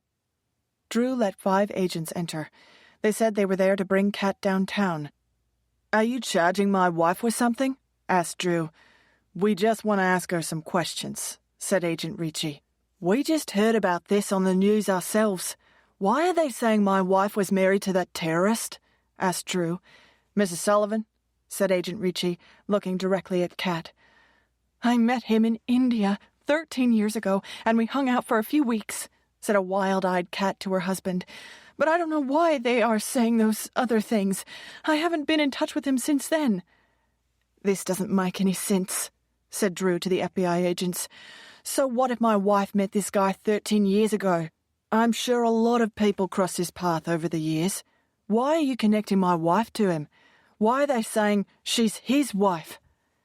"That information came from a letter that Mr. Ayad sent to a number of news agencies earlier today," said Ricci. "It said your wife helped his organization and that he was, and still is, married to her." "How do you know it came from Ayad?" said Drew. "It's probably a hoax. Some nut." "Our experts believe the letters were created by Samir Ayad," said Ricci. "One of the FedEx offices has footage of Ayad mailing a stack of large envelopes. They have a record of where they were mailed to. It was him. They made a positive identification." "If you haven't been in touch with this guy for 13 years," said Drew, turning to his wife, "why would he do that?" Kat shook her head, but no words came out. "Why, Kat?" He was practically a stranger. Why you? When I met him in Kashmir, we had a little vacation fling, said Kat. It was nothing. He must have been obsessed with me. Minutes later, the agents escorted Kat through the crowds of photographers already camped out in front of her building and put her into a dark-windowed government limousine. They drove to the FBI offices and placed her in a large interrogation room with a female agent. The rest of the large team watched on monitors down the hall, fed from remote cameras. Kat, completely numb, sat motionless, stunned by the media frenzy of the past 2 hours. She remembered the look on her husband's face when the FBI agents filled him in on more of the details. Drew's emotions had run the gamut, from desperately fearful to accusatory and angry. She had sworn to him that it was all a lie, that everything being reported on the news was false or inaccurate. Drew said a few comforting and protective things, but it was obvious he had some doubts, and even more questions. She put her head in her hands and laid her head down on the table in the interrogation room, still trying to make sense out of all that had happened. The female agent minding her leaned over and touched Kat's shoulder. "I'm Special Agent Linda Mason. Are you okay?" she asked Kat. Kat didn't lift her head or move at all. She couldn't. She was floating somewhere else, a prisoner in an abyss. "We have a number of questions vital to national security that we need to ask you," said Agent Mason. Kat didn't respond. "People's lives may be at stake," said Agent Mason, her voice becoming more urgent. "Do you hear me?" The one-sided conversation continued, with the agent gently trying to coax Kat into speaking. After another 10 minutes with no reaction, Linda Mason glanced back at the hidden camera behind her and made an exasperated face before she turned back to the immobile Kat. "We need to know what you know about the hijackers," said Mason. Kat remained still. "Mrs. Ayad, are you all right?" Kat jolted her head up and stared icily at the agent, her nostrils flaring. "Don't you call me that. That's not my name. Do you hear me? My name is Mrs. Kat Sullivan," she bellowed. "I'm sorry, a slip of the tongue, of course. I meant to say Mrs. Sullivan." Down the hall, the FBI counterterrorism team watched the two women's exchange on a screen. "Here we go," said the older FBI supervisor, right after Kat blew up. "Linda just brought the Ice Princess to life. Now that lady is spitting mad. I guess she doesn't like being called by a real name. Good to know. Ricci, get in there and handle her. You're the only one in the Bureau who has any previous experience with Mrs. Ayad." "Yes, sir," said Special Agent Ricci, walking to the door. "How did she respond to you the last time you met?" asked the supervisor. "She was reticent and not terribly forthcoming at first," said Ricci. "She didn't marry you too, did she?" said the supervisor with a bitter smirk. Agent Ricci walked down the beige halls and entered the room where Kat and Agent Mason were still poised in a Mexican standoff. He nodded at Mason, which was her cue to leave, and pulled up a chair sitting directly across from a still fuming Kat. "She called me Mrs. Ayad," said Kat through clenched teeth. "That's not my name." "I'm sorry about that. Agent Mason shouldn't have said that. It was way out of line." "I want to go home," said Kat, starting to cry. "I'm tired. I want to see my kids. They need their mother." "I'm afraid we have to sort through some things before you can leave," said Agent Ricci gently. "This whole thing must be extremely difficult. I want to try and untangle as much of it as I can for you. Does that sound fair?" Kat peered at him and reluctantly nodded. "Whatever. Just make it all go away." "Mrs. Sullivan, when you came down here the first time, you appropriately let us know that you had previous contact with Samir Ayad," said Agent Ricci.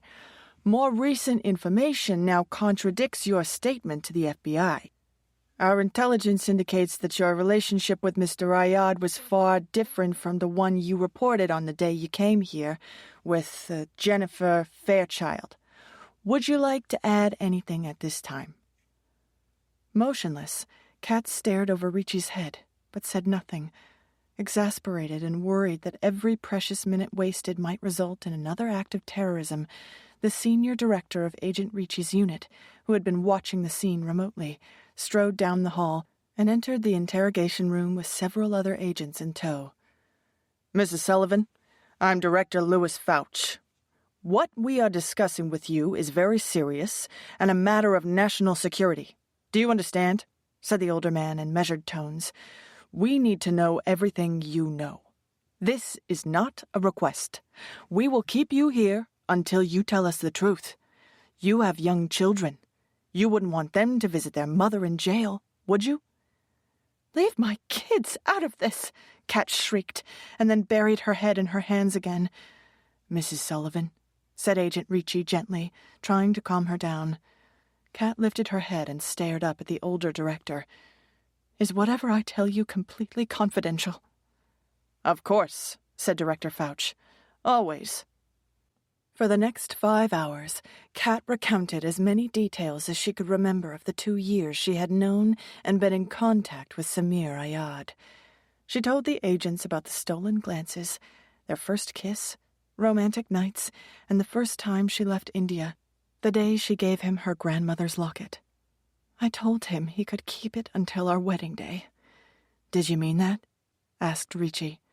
At the time. She told the agents about the series of blue letters she received, and how eventually she suspected that Sam's profession of love was only an act, a ruse to get his American citizenship. If you thought that, why did you go back to Kashmir? Asked Ricci. I wasn't 100% sure. I went back to see for myself. I needed to know if he wanted me or if he was only after a new life in America. Also, I had to get my locket. Go on, said Ricci. Then what happened? Kat paused, looked down at the floor, and breathed in deeply several times. Once I got to Kashmir, he said he'd only give the locket back to me after we got married, like I had promised him. He suggested we get married the next day. I wanted to see how far he'd go, so I called his bluff. Kat paused again. His bluff? Asked Ricci. I didn't think he'd go through with it, but he did. I went through some idiotic ceremony that lasted 2 minutes, and he gave me my locket back. Once I had it, I told him I'd go home and apply for his visas to bring him to America, said Kat. I left India a few days after that and never communicated with him again. That's the truth. Agent Ricci displayed no emotion. I see, he said, making some notes and glancing over at Director Fouch. Surely he reached out to you, said the director. Kat squirmed in her chair. For 18 months after I left India, I received dozens of letters, but never opened any of them, Kat said robotically, without emotion. Why should I? He used me. He made a fool of me. One day, I burned all of them and threw the ashes away. A few years later, I met Drew, got married, moved, and changed my name. I never heard from Sam again. Let me make sure we fully understand what you've told us. You married Ayad just to get your necklace back, Agent Ricci said, trying to tamp down his astonishment. You never had any intention of being his wife or bringing him to America. Is that correct? Yes, that's correct.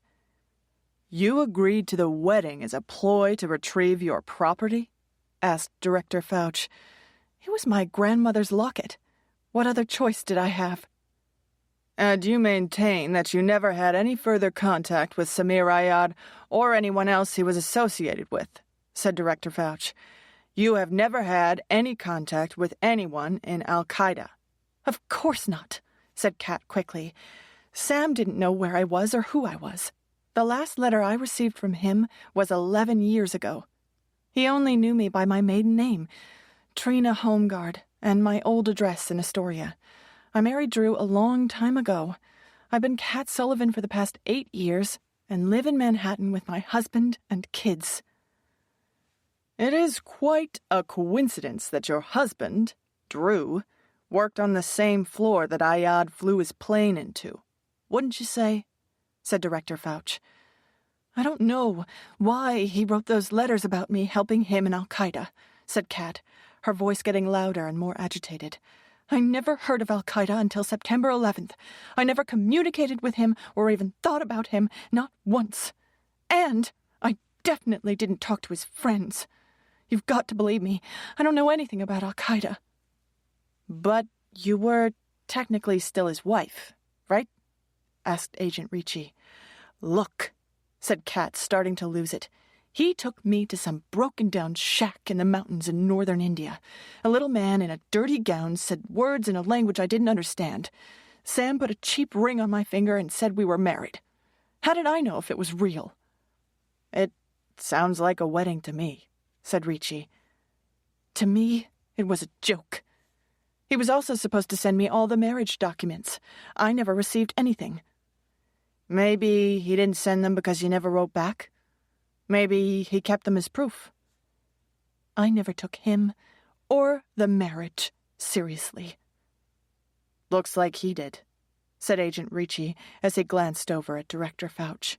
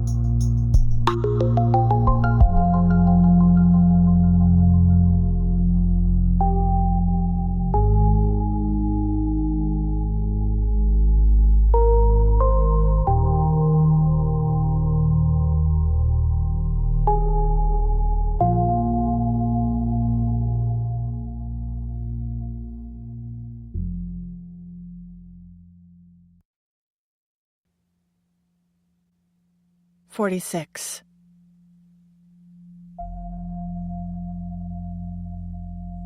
Tell me again what happened, but slowly, Drew said to Imelda while trying to comfort his shaken mother and daughter. We got to the park, and the kids were on the monkey bars in the playground, when a group of photographers began snapping pictures, and it was terrible, said Imelda, while stealing a glance at Kat, who had been reading on the sofa. Kat was on a leave of absence from work, because the FBI was still questioning her daily. "Tell us." "We need to know," said Kat as she stood up.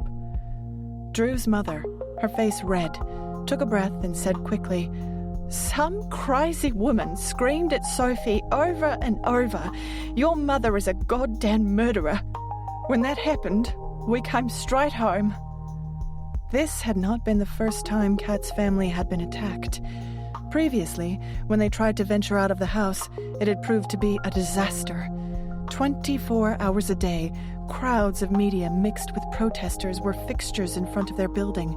If they stepped out the front door, they were surrounded by reporters and New Yorkers who followed them wherever they went.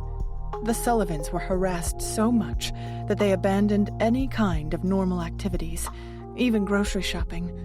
Anything they needed, Drew's parents would fetch it, or it was ordered by phone and delivered. Once, a reporter pretended to be a delivery guy and actually got inside the Sullivans' apartment. Drew went nuts. It didn't end well for the reporter. The incident in the park with his children was the final straw. Because of the FBI investigation, Drew and Kat couldn't leave the country, but his parents could certainly take their kids far away from all the chaos and hate. An hour later, after much soul-searching, Drew went into the bedroom to tell Kat his plan. "You want to send our kids to Australia?" "For how long?" Kat asked. "Until things calm down. We can't put them through this. Sophie is traumatized." "You want to send my kids away?" "It's the best thing for them," said Drew. "My parents are on board. They're trying to get a flight for all of them right now. I talked to Imelda. She said she'd go with them to help. It's just until things blow over." On some level, Kat knew her husband was right. It had been extremely hard on her kids, and they couldn't put them through anymore. She wished, more than anything, that she could go with them, but she couldn't leave the country because her passport had been confiscated by the FBI indefinitely. When they told their children, Kat and Drew had to fight back tears and tried to make it sound like a cool holiday with Gran and Grandpa. The kids had been to Australia a few times before and loved spending time there. It was a scramble, but the flights got booked, the bags were packed, and 2 days later a car picked up the kids, Drew's parents and Imelda, and they were gone. Unable to go anywhere, the apartment on Spring Street felt very small, and tension between Kat and Drew mounted over the following weeks. "Your story doesn't add up," said Drew bitterly one afternoon. "He was crazy. Obviously, he had some sick obsession with me," said Kat. "He tied me into his plan just to screw me." "But why, Kat? Why did he want to screw you so badly?" said Drew. "The way you tell it, you hardly knew the guy."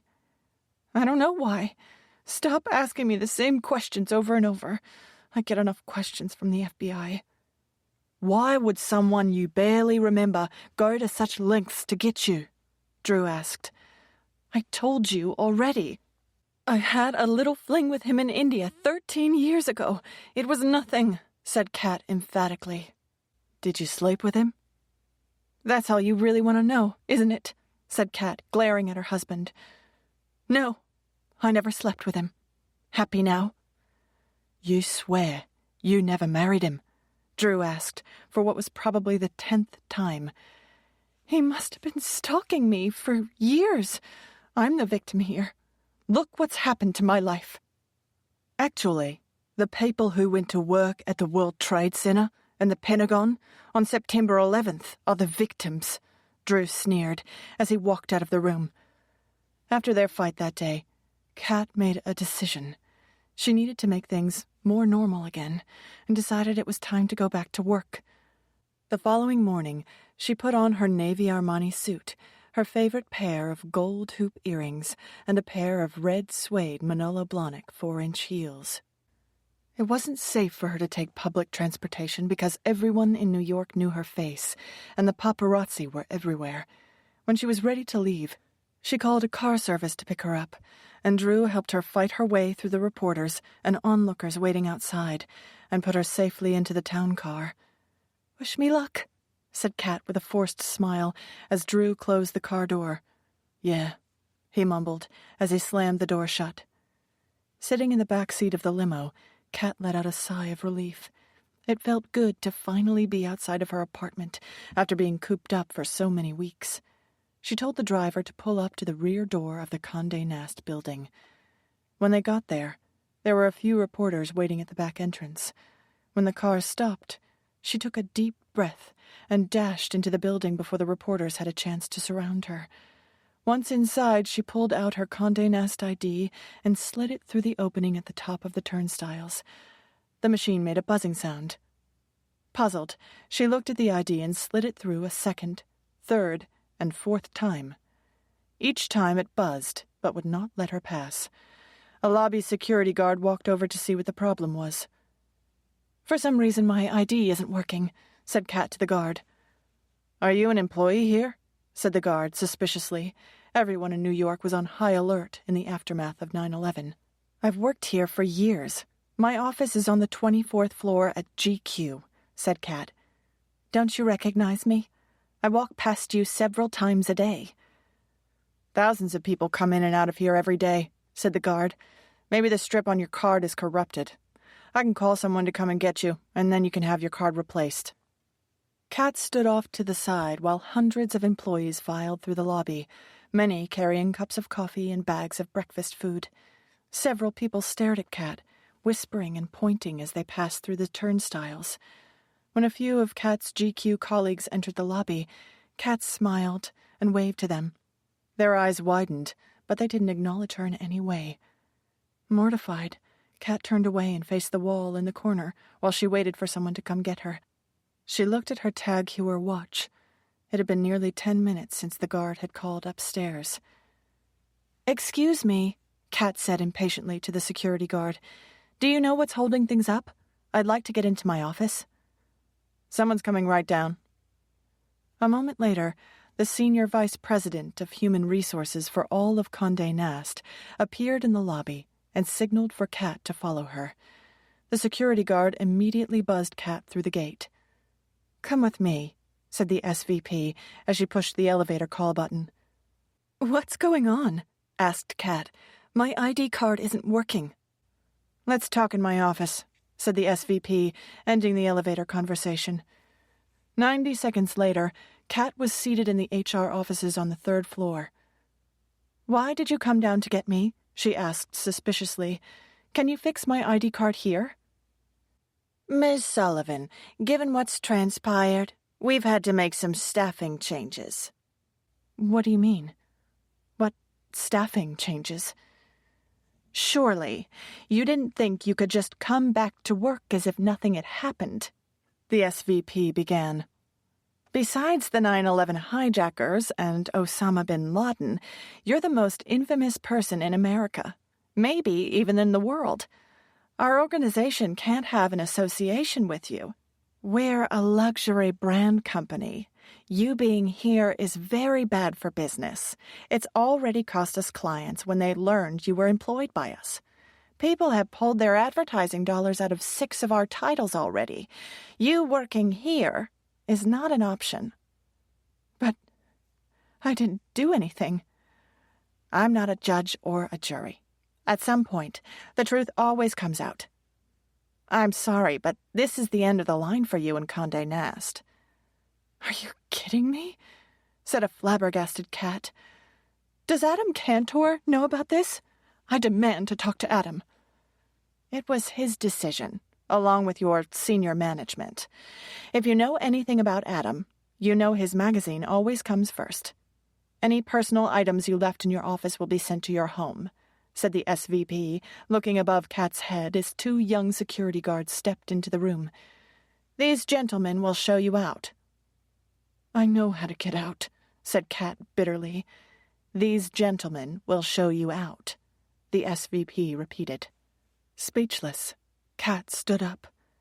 Each man took one of her elbows and walked her to the elevator.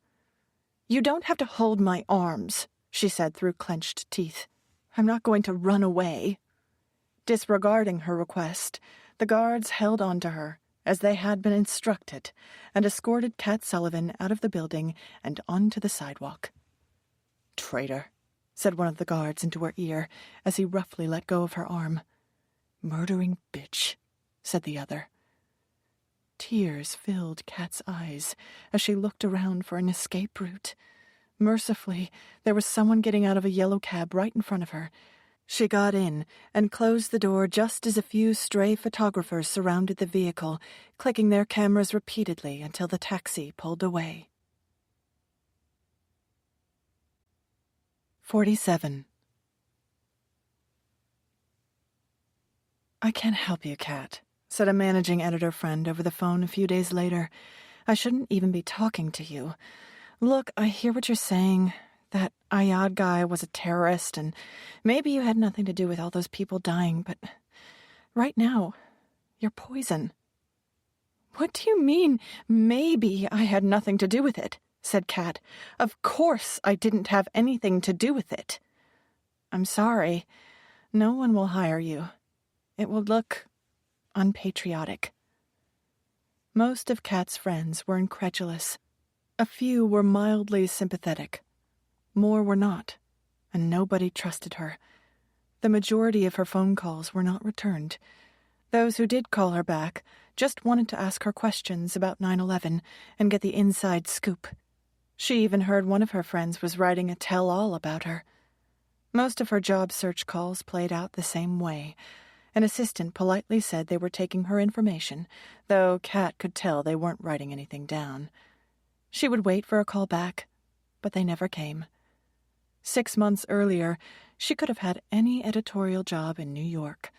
Executive recruiters regularly called about this company or that. Now, those same recruiters wouldn't talk to her. She called Adam Cantor several times to plead her case, but his assistant always said he was unavailable. Even her dismissal from GQ became front-page news, and Adam, who had once been her mentor, never called her back. Drew stayed busy going to church services for his friends and co-workers and visiting their families. Kat was often by herself, alone in their apartment. Her only contact with people apart from Drew was her daily inquiry from one or more branches of law enforcement. No matter how much she protested, most Americans emphatically believed that Kat Sullivan had somehow been involved with the terrorists. Conspiracy theories abounded. Life in New York had become untenable for both Sullivans. People catcalled and jeered at them whenever they went out, and reporters trailed them and relentlessly stuck microphones in their faces. A visit to the dentist caused such a stampede that her dentist, who she had been going to for 6 years, said he could no longer treat her. "Sorry, Kat," he said. "You're bad for my practice. Some of my patients have threatened to go to a new dentist." Crowds of news vans permanently camped out in front of their condo. The thirst for news about Kat Sullivan was insatiable. They put their condo on the market, and their lawyer arranged for them to rent a secluded cottage in the woods on 2 acres in southwest Connecticut. The Connecticut cottage had fencing and a gate around its perimeter to keep prying eyes and cameras out. With all of her friends abandoning her, Kat reached out to the one person she knew would always be there for her, Jen. They hadn't talked in several weeks, though Kat had left several messages. Jen hadn't called her back, which was odd. She tried Jen again and left a voicemail saying she was going to be in the city and wanted to stop by and see her. Desperate to see her friend, Kat drove into Manhattan from Connecticut and waited outside of Jen's apartment building. Jen took a yoga class every Tuesday at 5 p.m., and Kat knew her friend would arrive home around 6:30. She waited in a parking spot a few doors down from Jen's building. At 6:45, Jen walked quickly down the street, carrying a grocery bag, and Kat got out of her car. Surprised to see her old friend, Jen stopped and stared at Kat as if she had seen a ghost. "What are you doing here?" asked Jen, looking around for paparazzi.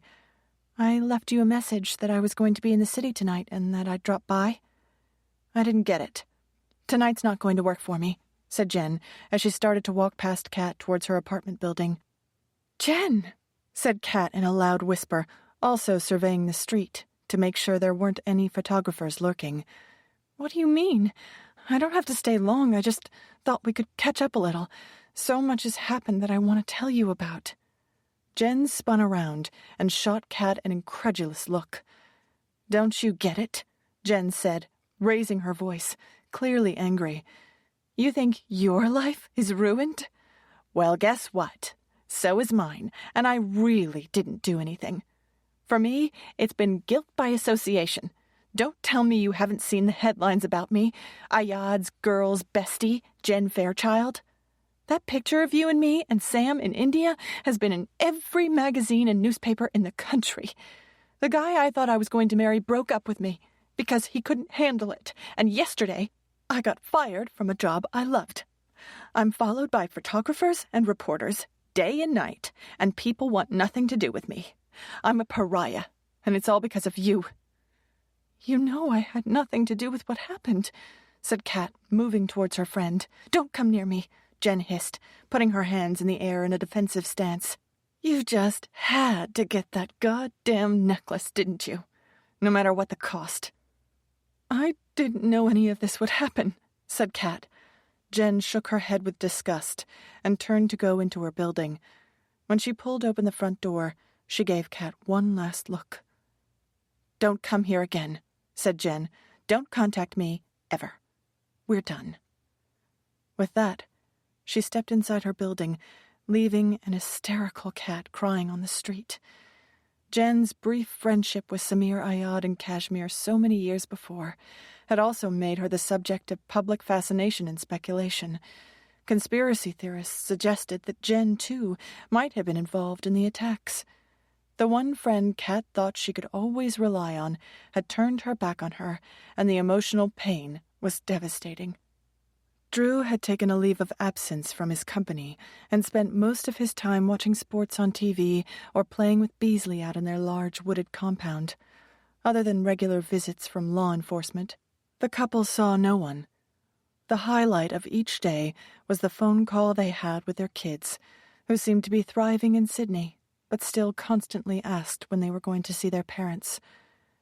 In early December, 3 months after 9/11, the FBI picked Kat up and brought her to their offices again. Agent Ricci was there and asked her what seemed to be the same questions Kat had been asked 1,000,000 times. When he was finished, he dropped a bombshell. "Mrs. Sullivan, when we first questioned you about your friendship with Samir Ayad, you had asked that your personal details regarding your relationship remain confidential," began Ricci. "However, the public is demanding to know what happened, and the Department of Justice wants there to be full transparency." "What are you saying?"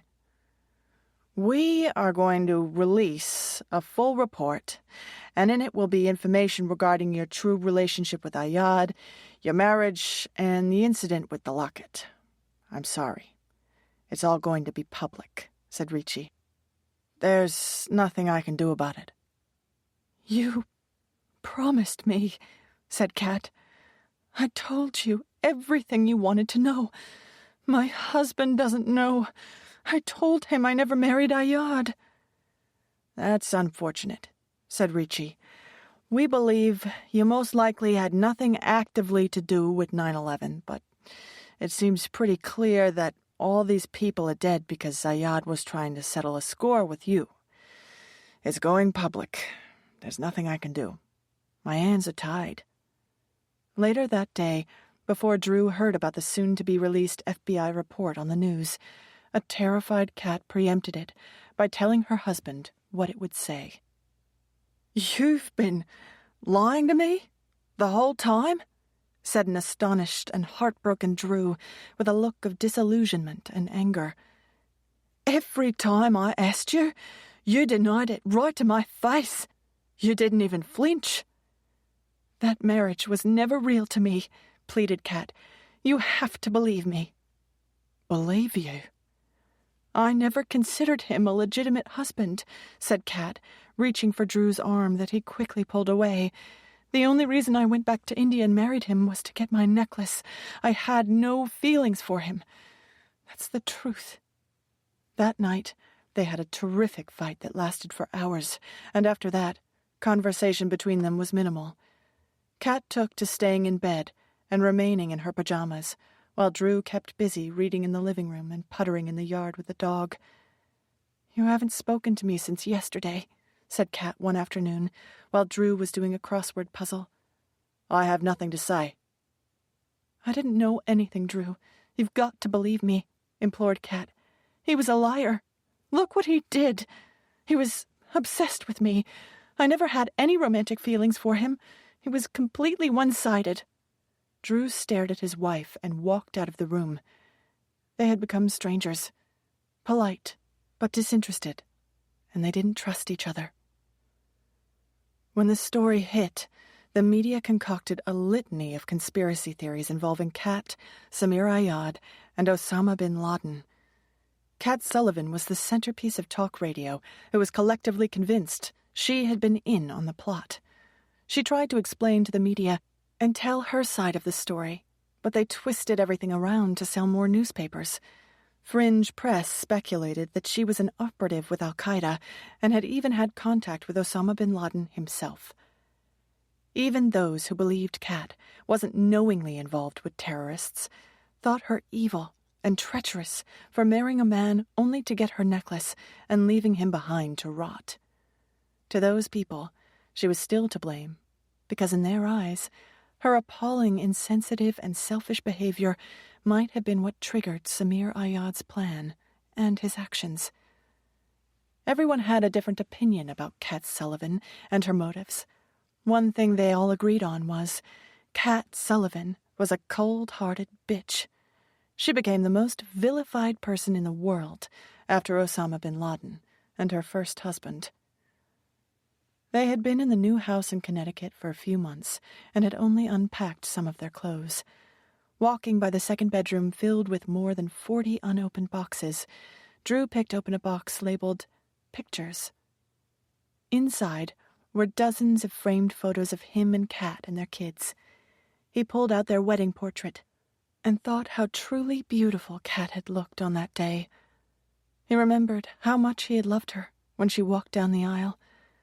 Looking at all the old photos stirred something in him. It wouldn't be easy after all that had happened, but he thought his wife and family were worth it, and they could find their way back. Maybe it's like she said. She had no feelings for him. She just wanted that stupid necklace. Drew knew if they were ever going to put their broken family back together, they had to make this house feel like a home. On a mission, he unpacked the kitchen supplies, mugs, pots, pans, and spices, and put them in the cabinets above the stove. He found a box with knickknacks and candles and scattered them around the living room. Kat said nothing, watching silently as he placed their treasures on tables and shelves. She didn't feel like helping him. She didn't feel like doing anything anymore. Drew pulled the tape off a box that contained framed pictures and smiled as he looked at a few pictures of his kids. There was one family photo of the four of them looking so happy. That was taken when Kat had hired one of the top photographers in New York through her GQ connections. He remembered that the whole family had gotten dressed up, and the kids had giggled and squirmed while they posed for the camera. Afterwards, they all went out for ice cream. It had been such a happy day. Drew placed some of the family pictures on shelves and end tables, and it made him feel better. "I don't know why you're bothering," said Kat, standing in the doorway watching him. "None of it matters." "It does to me," said Drew, refusing to get sucked into his wife's negativity. "It makes me happy to have our things around. It makes me feel a little more normal." With half of the boxes unpacked, he went back into the second bedroom and opened another that was filled with books. Lining his books up by size in the bookcase in the bedroom, he began to add some of Kat's books to the lower shelf. When he picked up a copy of Wuthering Heights, a blue envelope with red and blue chevron trim fell out from between its pages and floated onto the floor. He bent down and picked it up. It was old and was addressed to Trina Homeguard in Astoria. The return address was from India and was postmarked from 1989. His hands began to shake as he opened the letter. "Dearest Trina, it's been 3 weeks since we got married. My heart aches when I think of you, and how beautiful you looked on our wedding day, and how even more beautiful you were in my arms on our wedding night. I have never felt such passion and joy at the same time. I remember our trip to Dharamshala, and the first time we made love, but it didn't compare to our wedding night, because then you were my wife. That made it different, special and amazing. You made my body feel something I've never felt before. I watched you sleeping that whole night. You looked like an angel from heaven. I pinch myself every day because I still cannot believe I am your husband and will soon join you in New York. We are going to have an incredible life, my love. One day soon, we'll have the family we talked about. I miss you so much, Trina. Always know I will love you forever because... Drew didn't finish reading the letter because his head felt like it was on fire. She said a yard meant nothing to her, that she barely knew him, that she only wanted to get her necklace. She told the FBI she burned all of his letters. What other lies did she tell? He walked deliberately into the living room with the blue envelope clenched tightly in his fist. He stared silently at Kat until she looked up at him, his face bright red and snarled into a mask of hatred. Startled by his demeanor, Kat was confused until she saw the blue envelope in his hand. "Because of you, all my friends are dead," shouted Drew. "You're a liar. You married me when you were already married to someone else." "I told you, it wasn't a real wedding," screamed Kat. "I barely knew him." "I read his letter, Kat," Drew screamed back. "It was real, and you're a liar.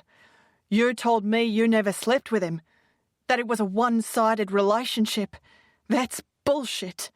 Almost 3,000 people are dead because of you. We are over. I'm leaving for Australia as soon as I can get on a flight. You are on your own." Sam had turned the final screw. That night, Drew moved his things out, and 2 days later, he was on a flight to Australia to be with his kids. Kat's perfect marriage and perfect life were gone. All that was left was Beasley, and she hugged the little dog close to her. Despite his anger, Drew was financially generous to Kat. She got their condo in New York, and any proceeds that she received from selling it were all hers. The following year, she sold the apartment for a good amount and used that money to live on. To conserve her funds, because she was still unable to find employment, she moved to a small one-bedroom apartment in her old neighborhood in Astoria. She colored her hair a dark brown, cut it short, added bangs, and wore thick eyeglass frames to alter her appearance. The only work she could secure were minimum-wage jobs. For years, she worked as a cashier at a diner and swept the floors at a hair salon. When her kids were young, Kat called them once a week. As they grew older, they grew impatient with their mother, who had very little to say. More than anything, they didn't understand why she wouldn't see them.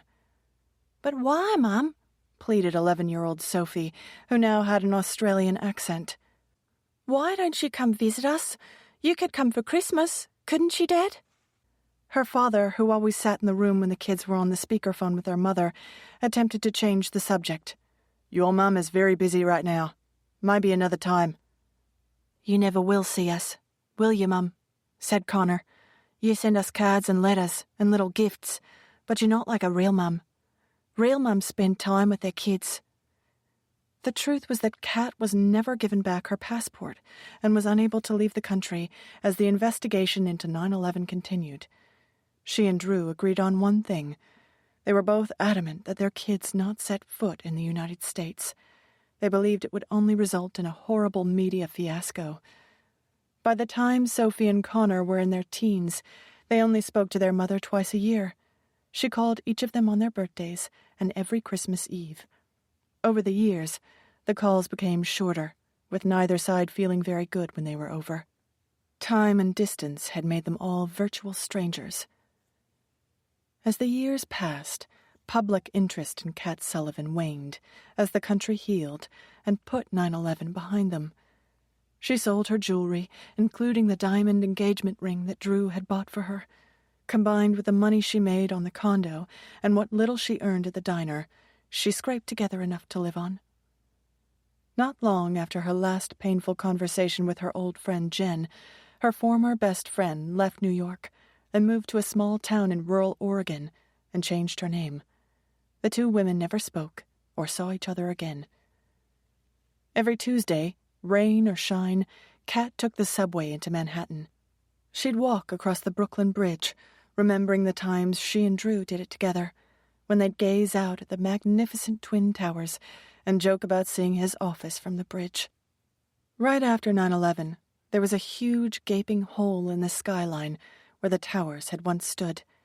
For a while, the city projected two lights the size and width of the towers in its place, as a tribute to the lives lost. In 2006, the new Freedom Tower construction began, and finally, the new World Trade Center opened in 2014, defiantly filling the empty space in the sky, as if to say, "You will not beat us. We will only come back stronger." As an odd coincidence, Kat's old company, Condé Nast, was one of the first new tenants in the Freedom Tower. 5 years later at dusk, on the evening of September 11th, 2019, Kat Sullivan, wearing her silver locket, walked onto the Brooklyn Bridge and looked out at the gleaming, glorious Freedom Tower in the distance. She walked halfway across the bridge to a maintenance walkway.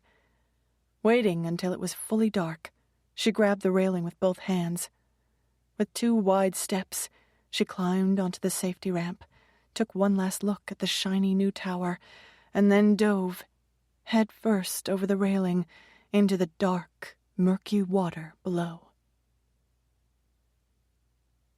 Katrina Homeguard Ayad Sullivan, along with her wretched locket, sank to the bottom of the river. No one even saw her jump. No one knew she was gone until 3 days later, when her blue, swollen body was found floating near the shore in Brooklyn. The silver locket with the fancy clasp was never found. On September 11th, 2001, America was attacked. 2,977 people died, and the world was forever changed. The end.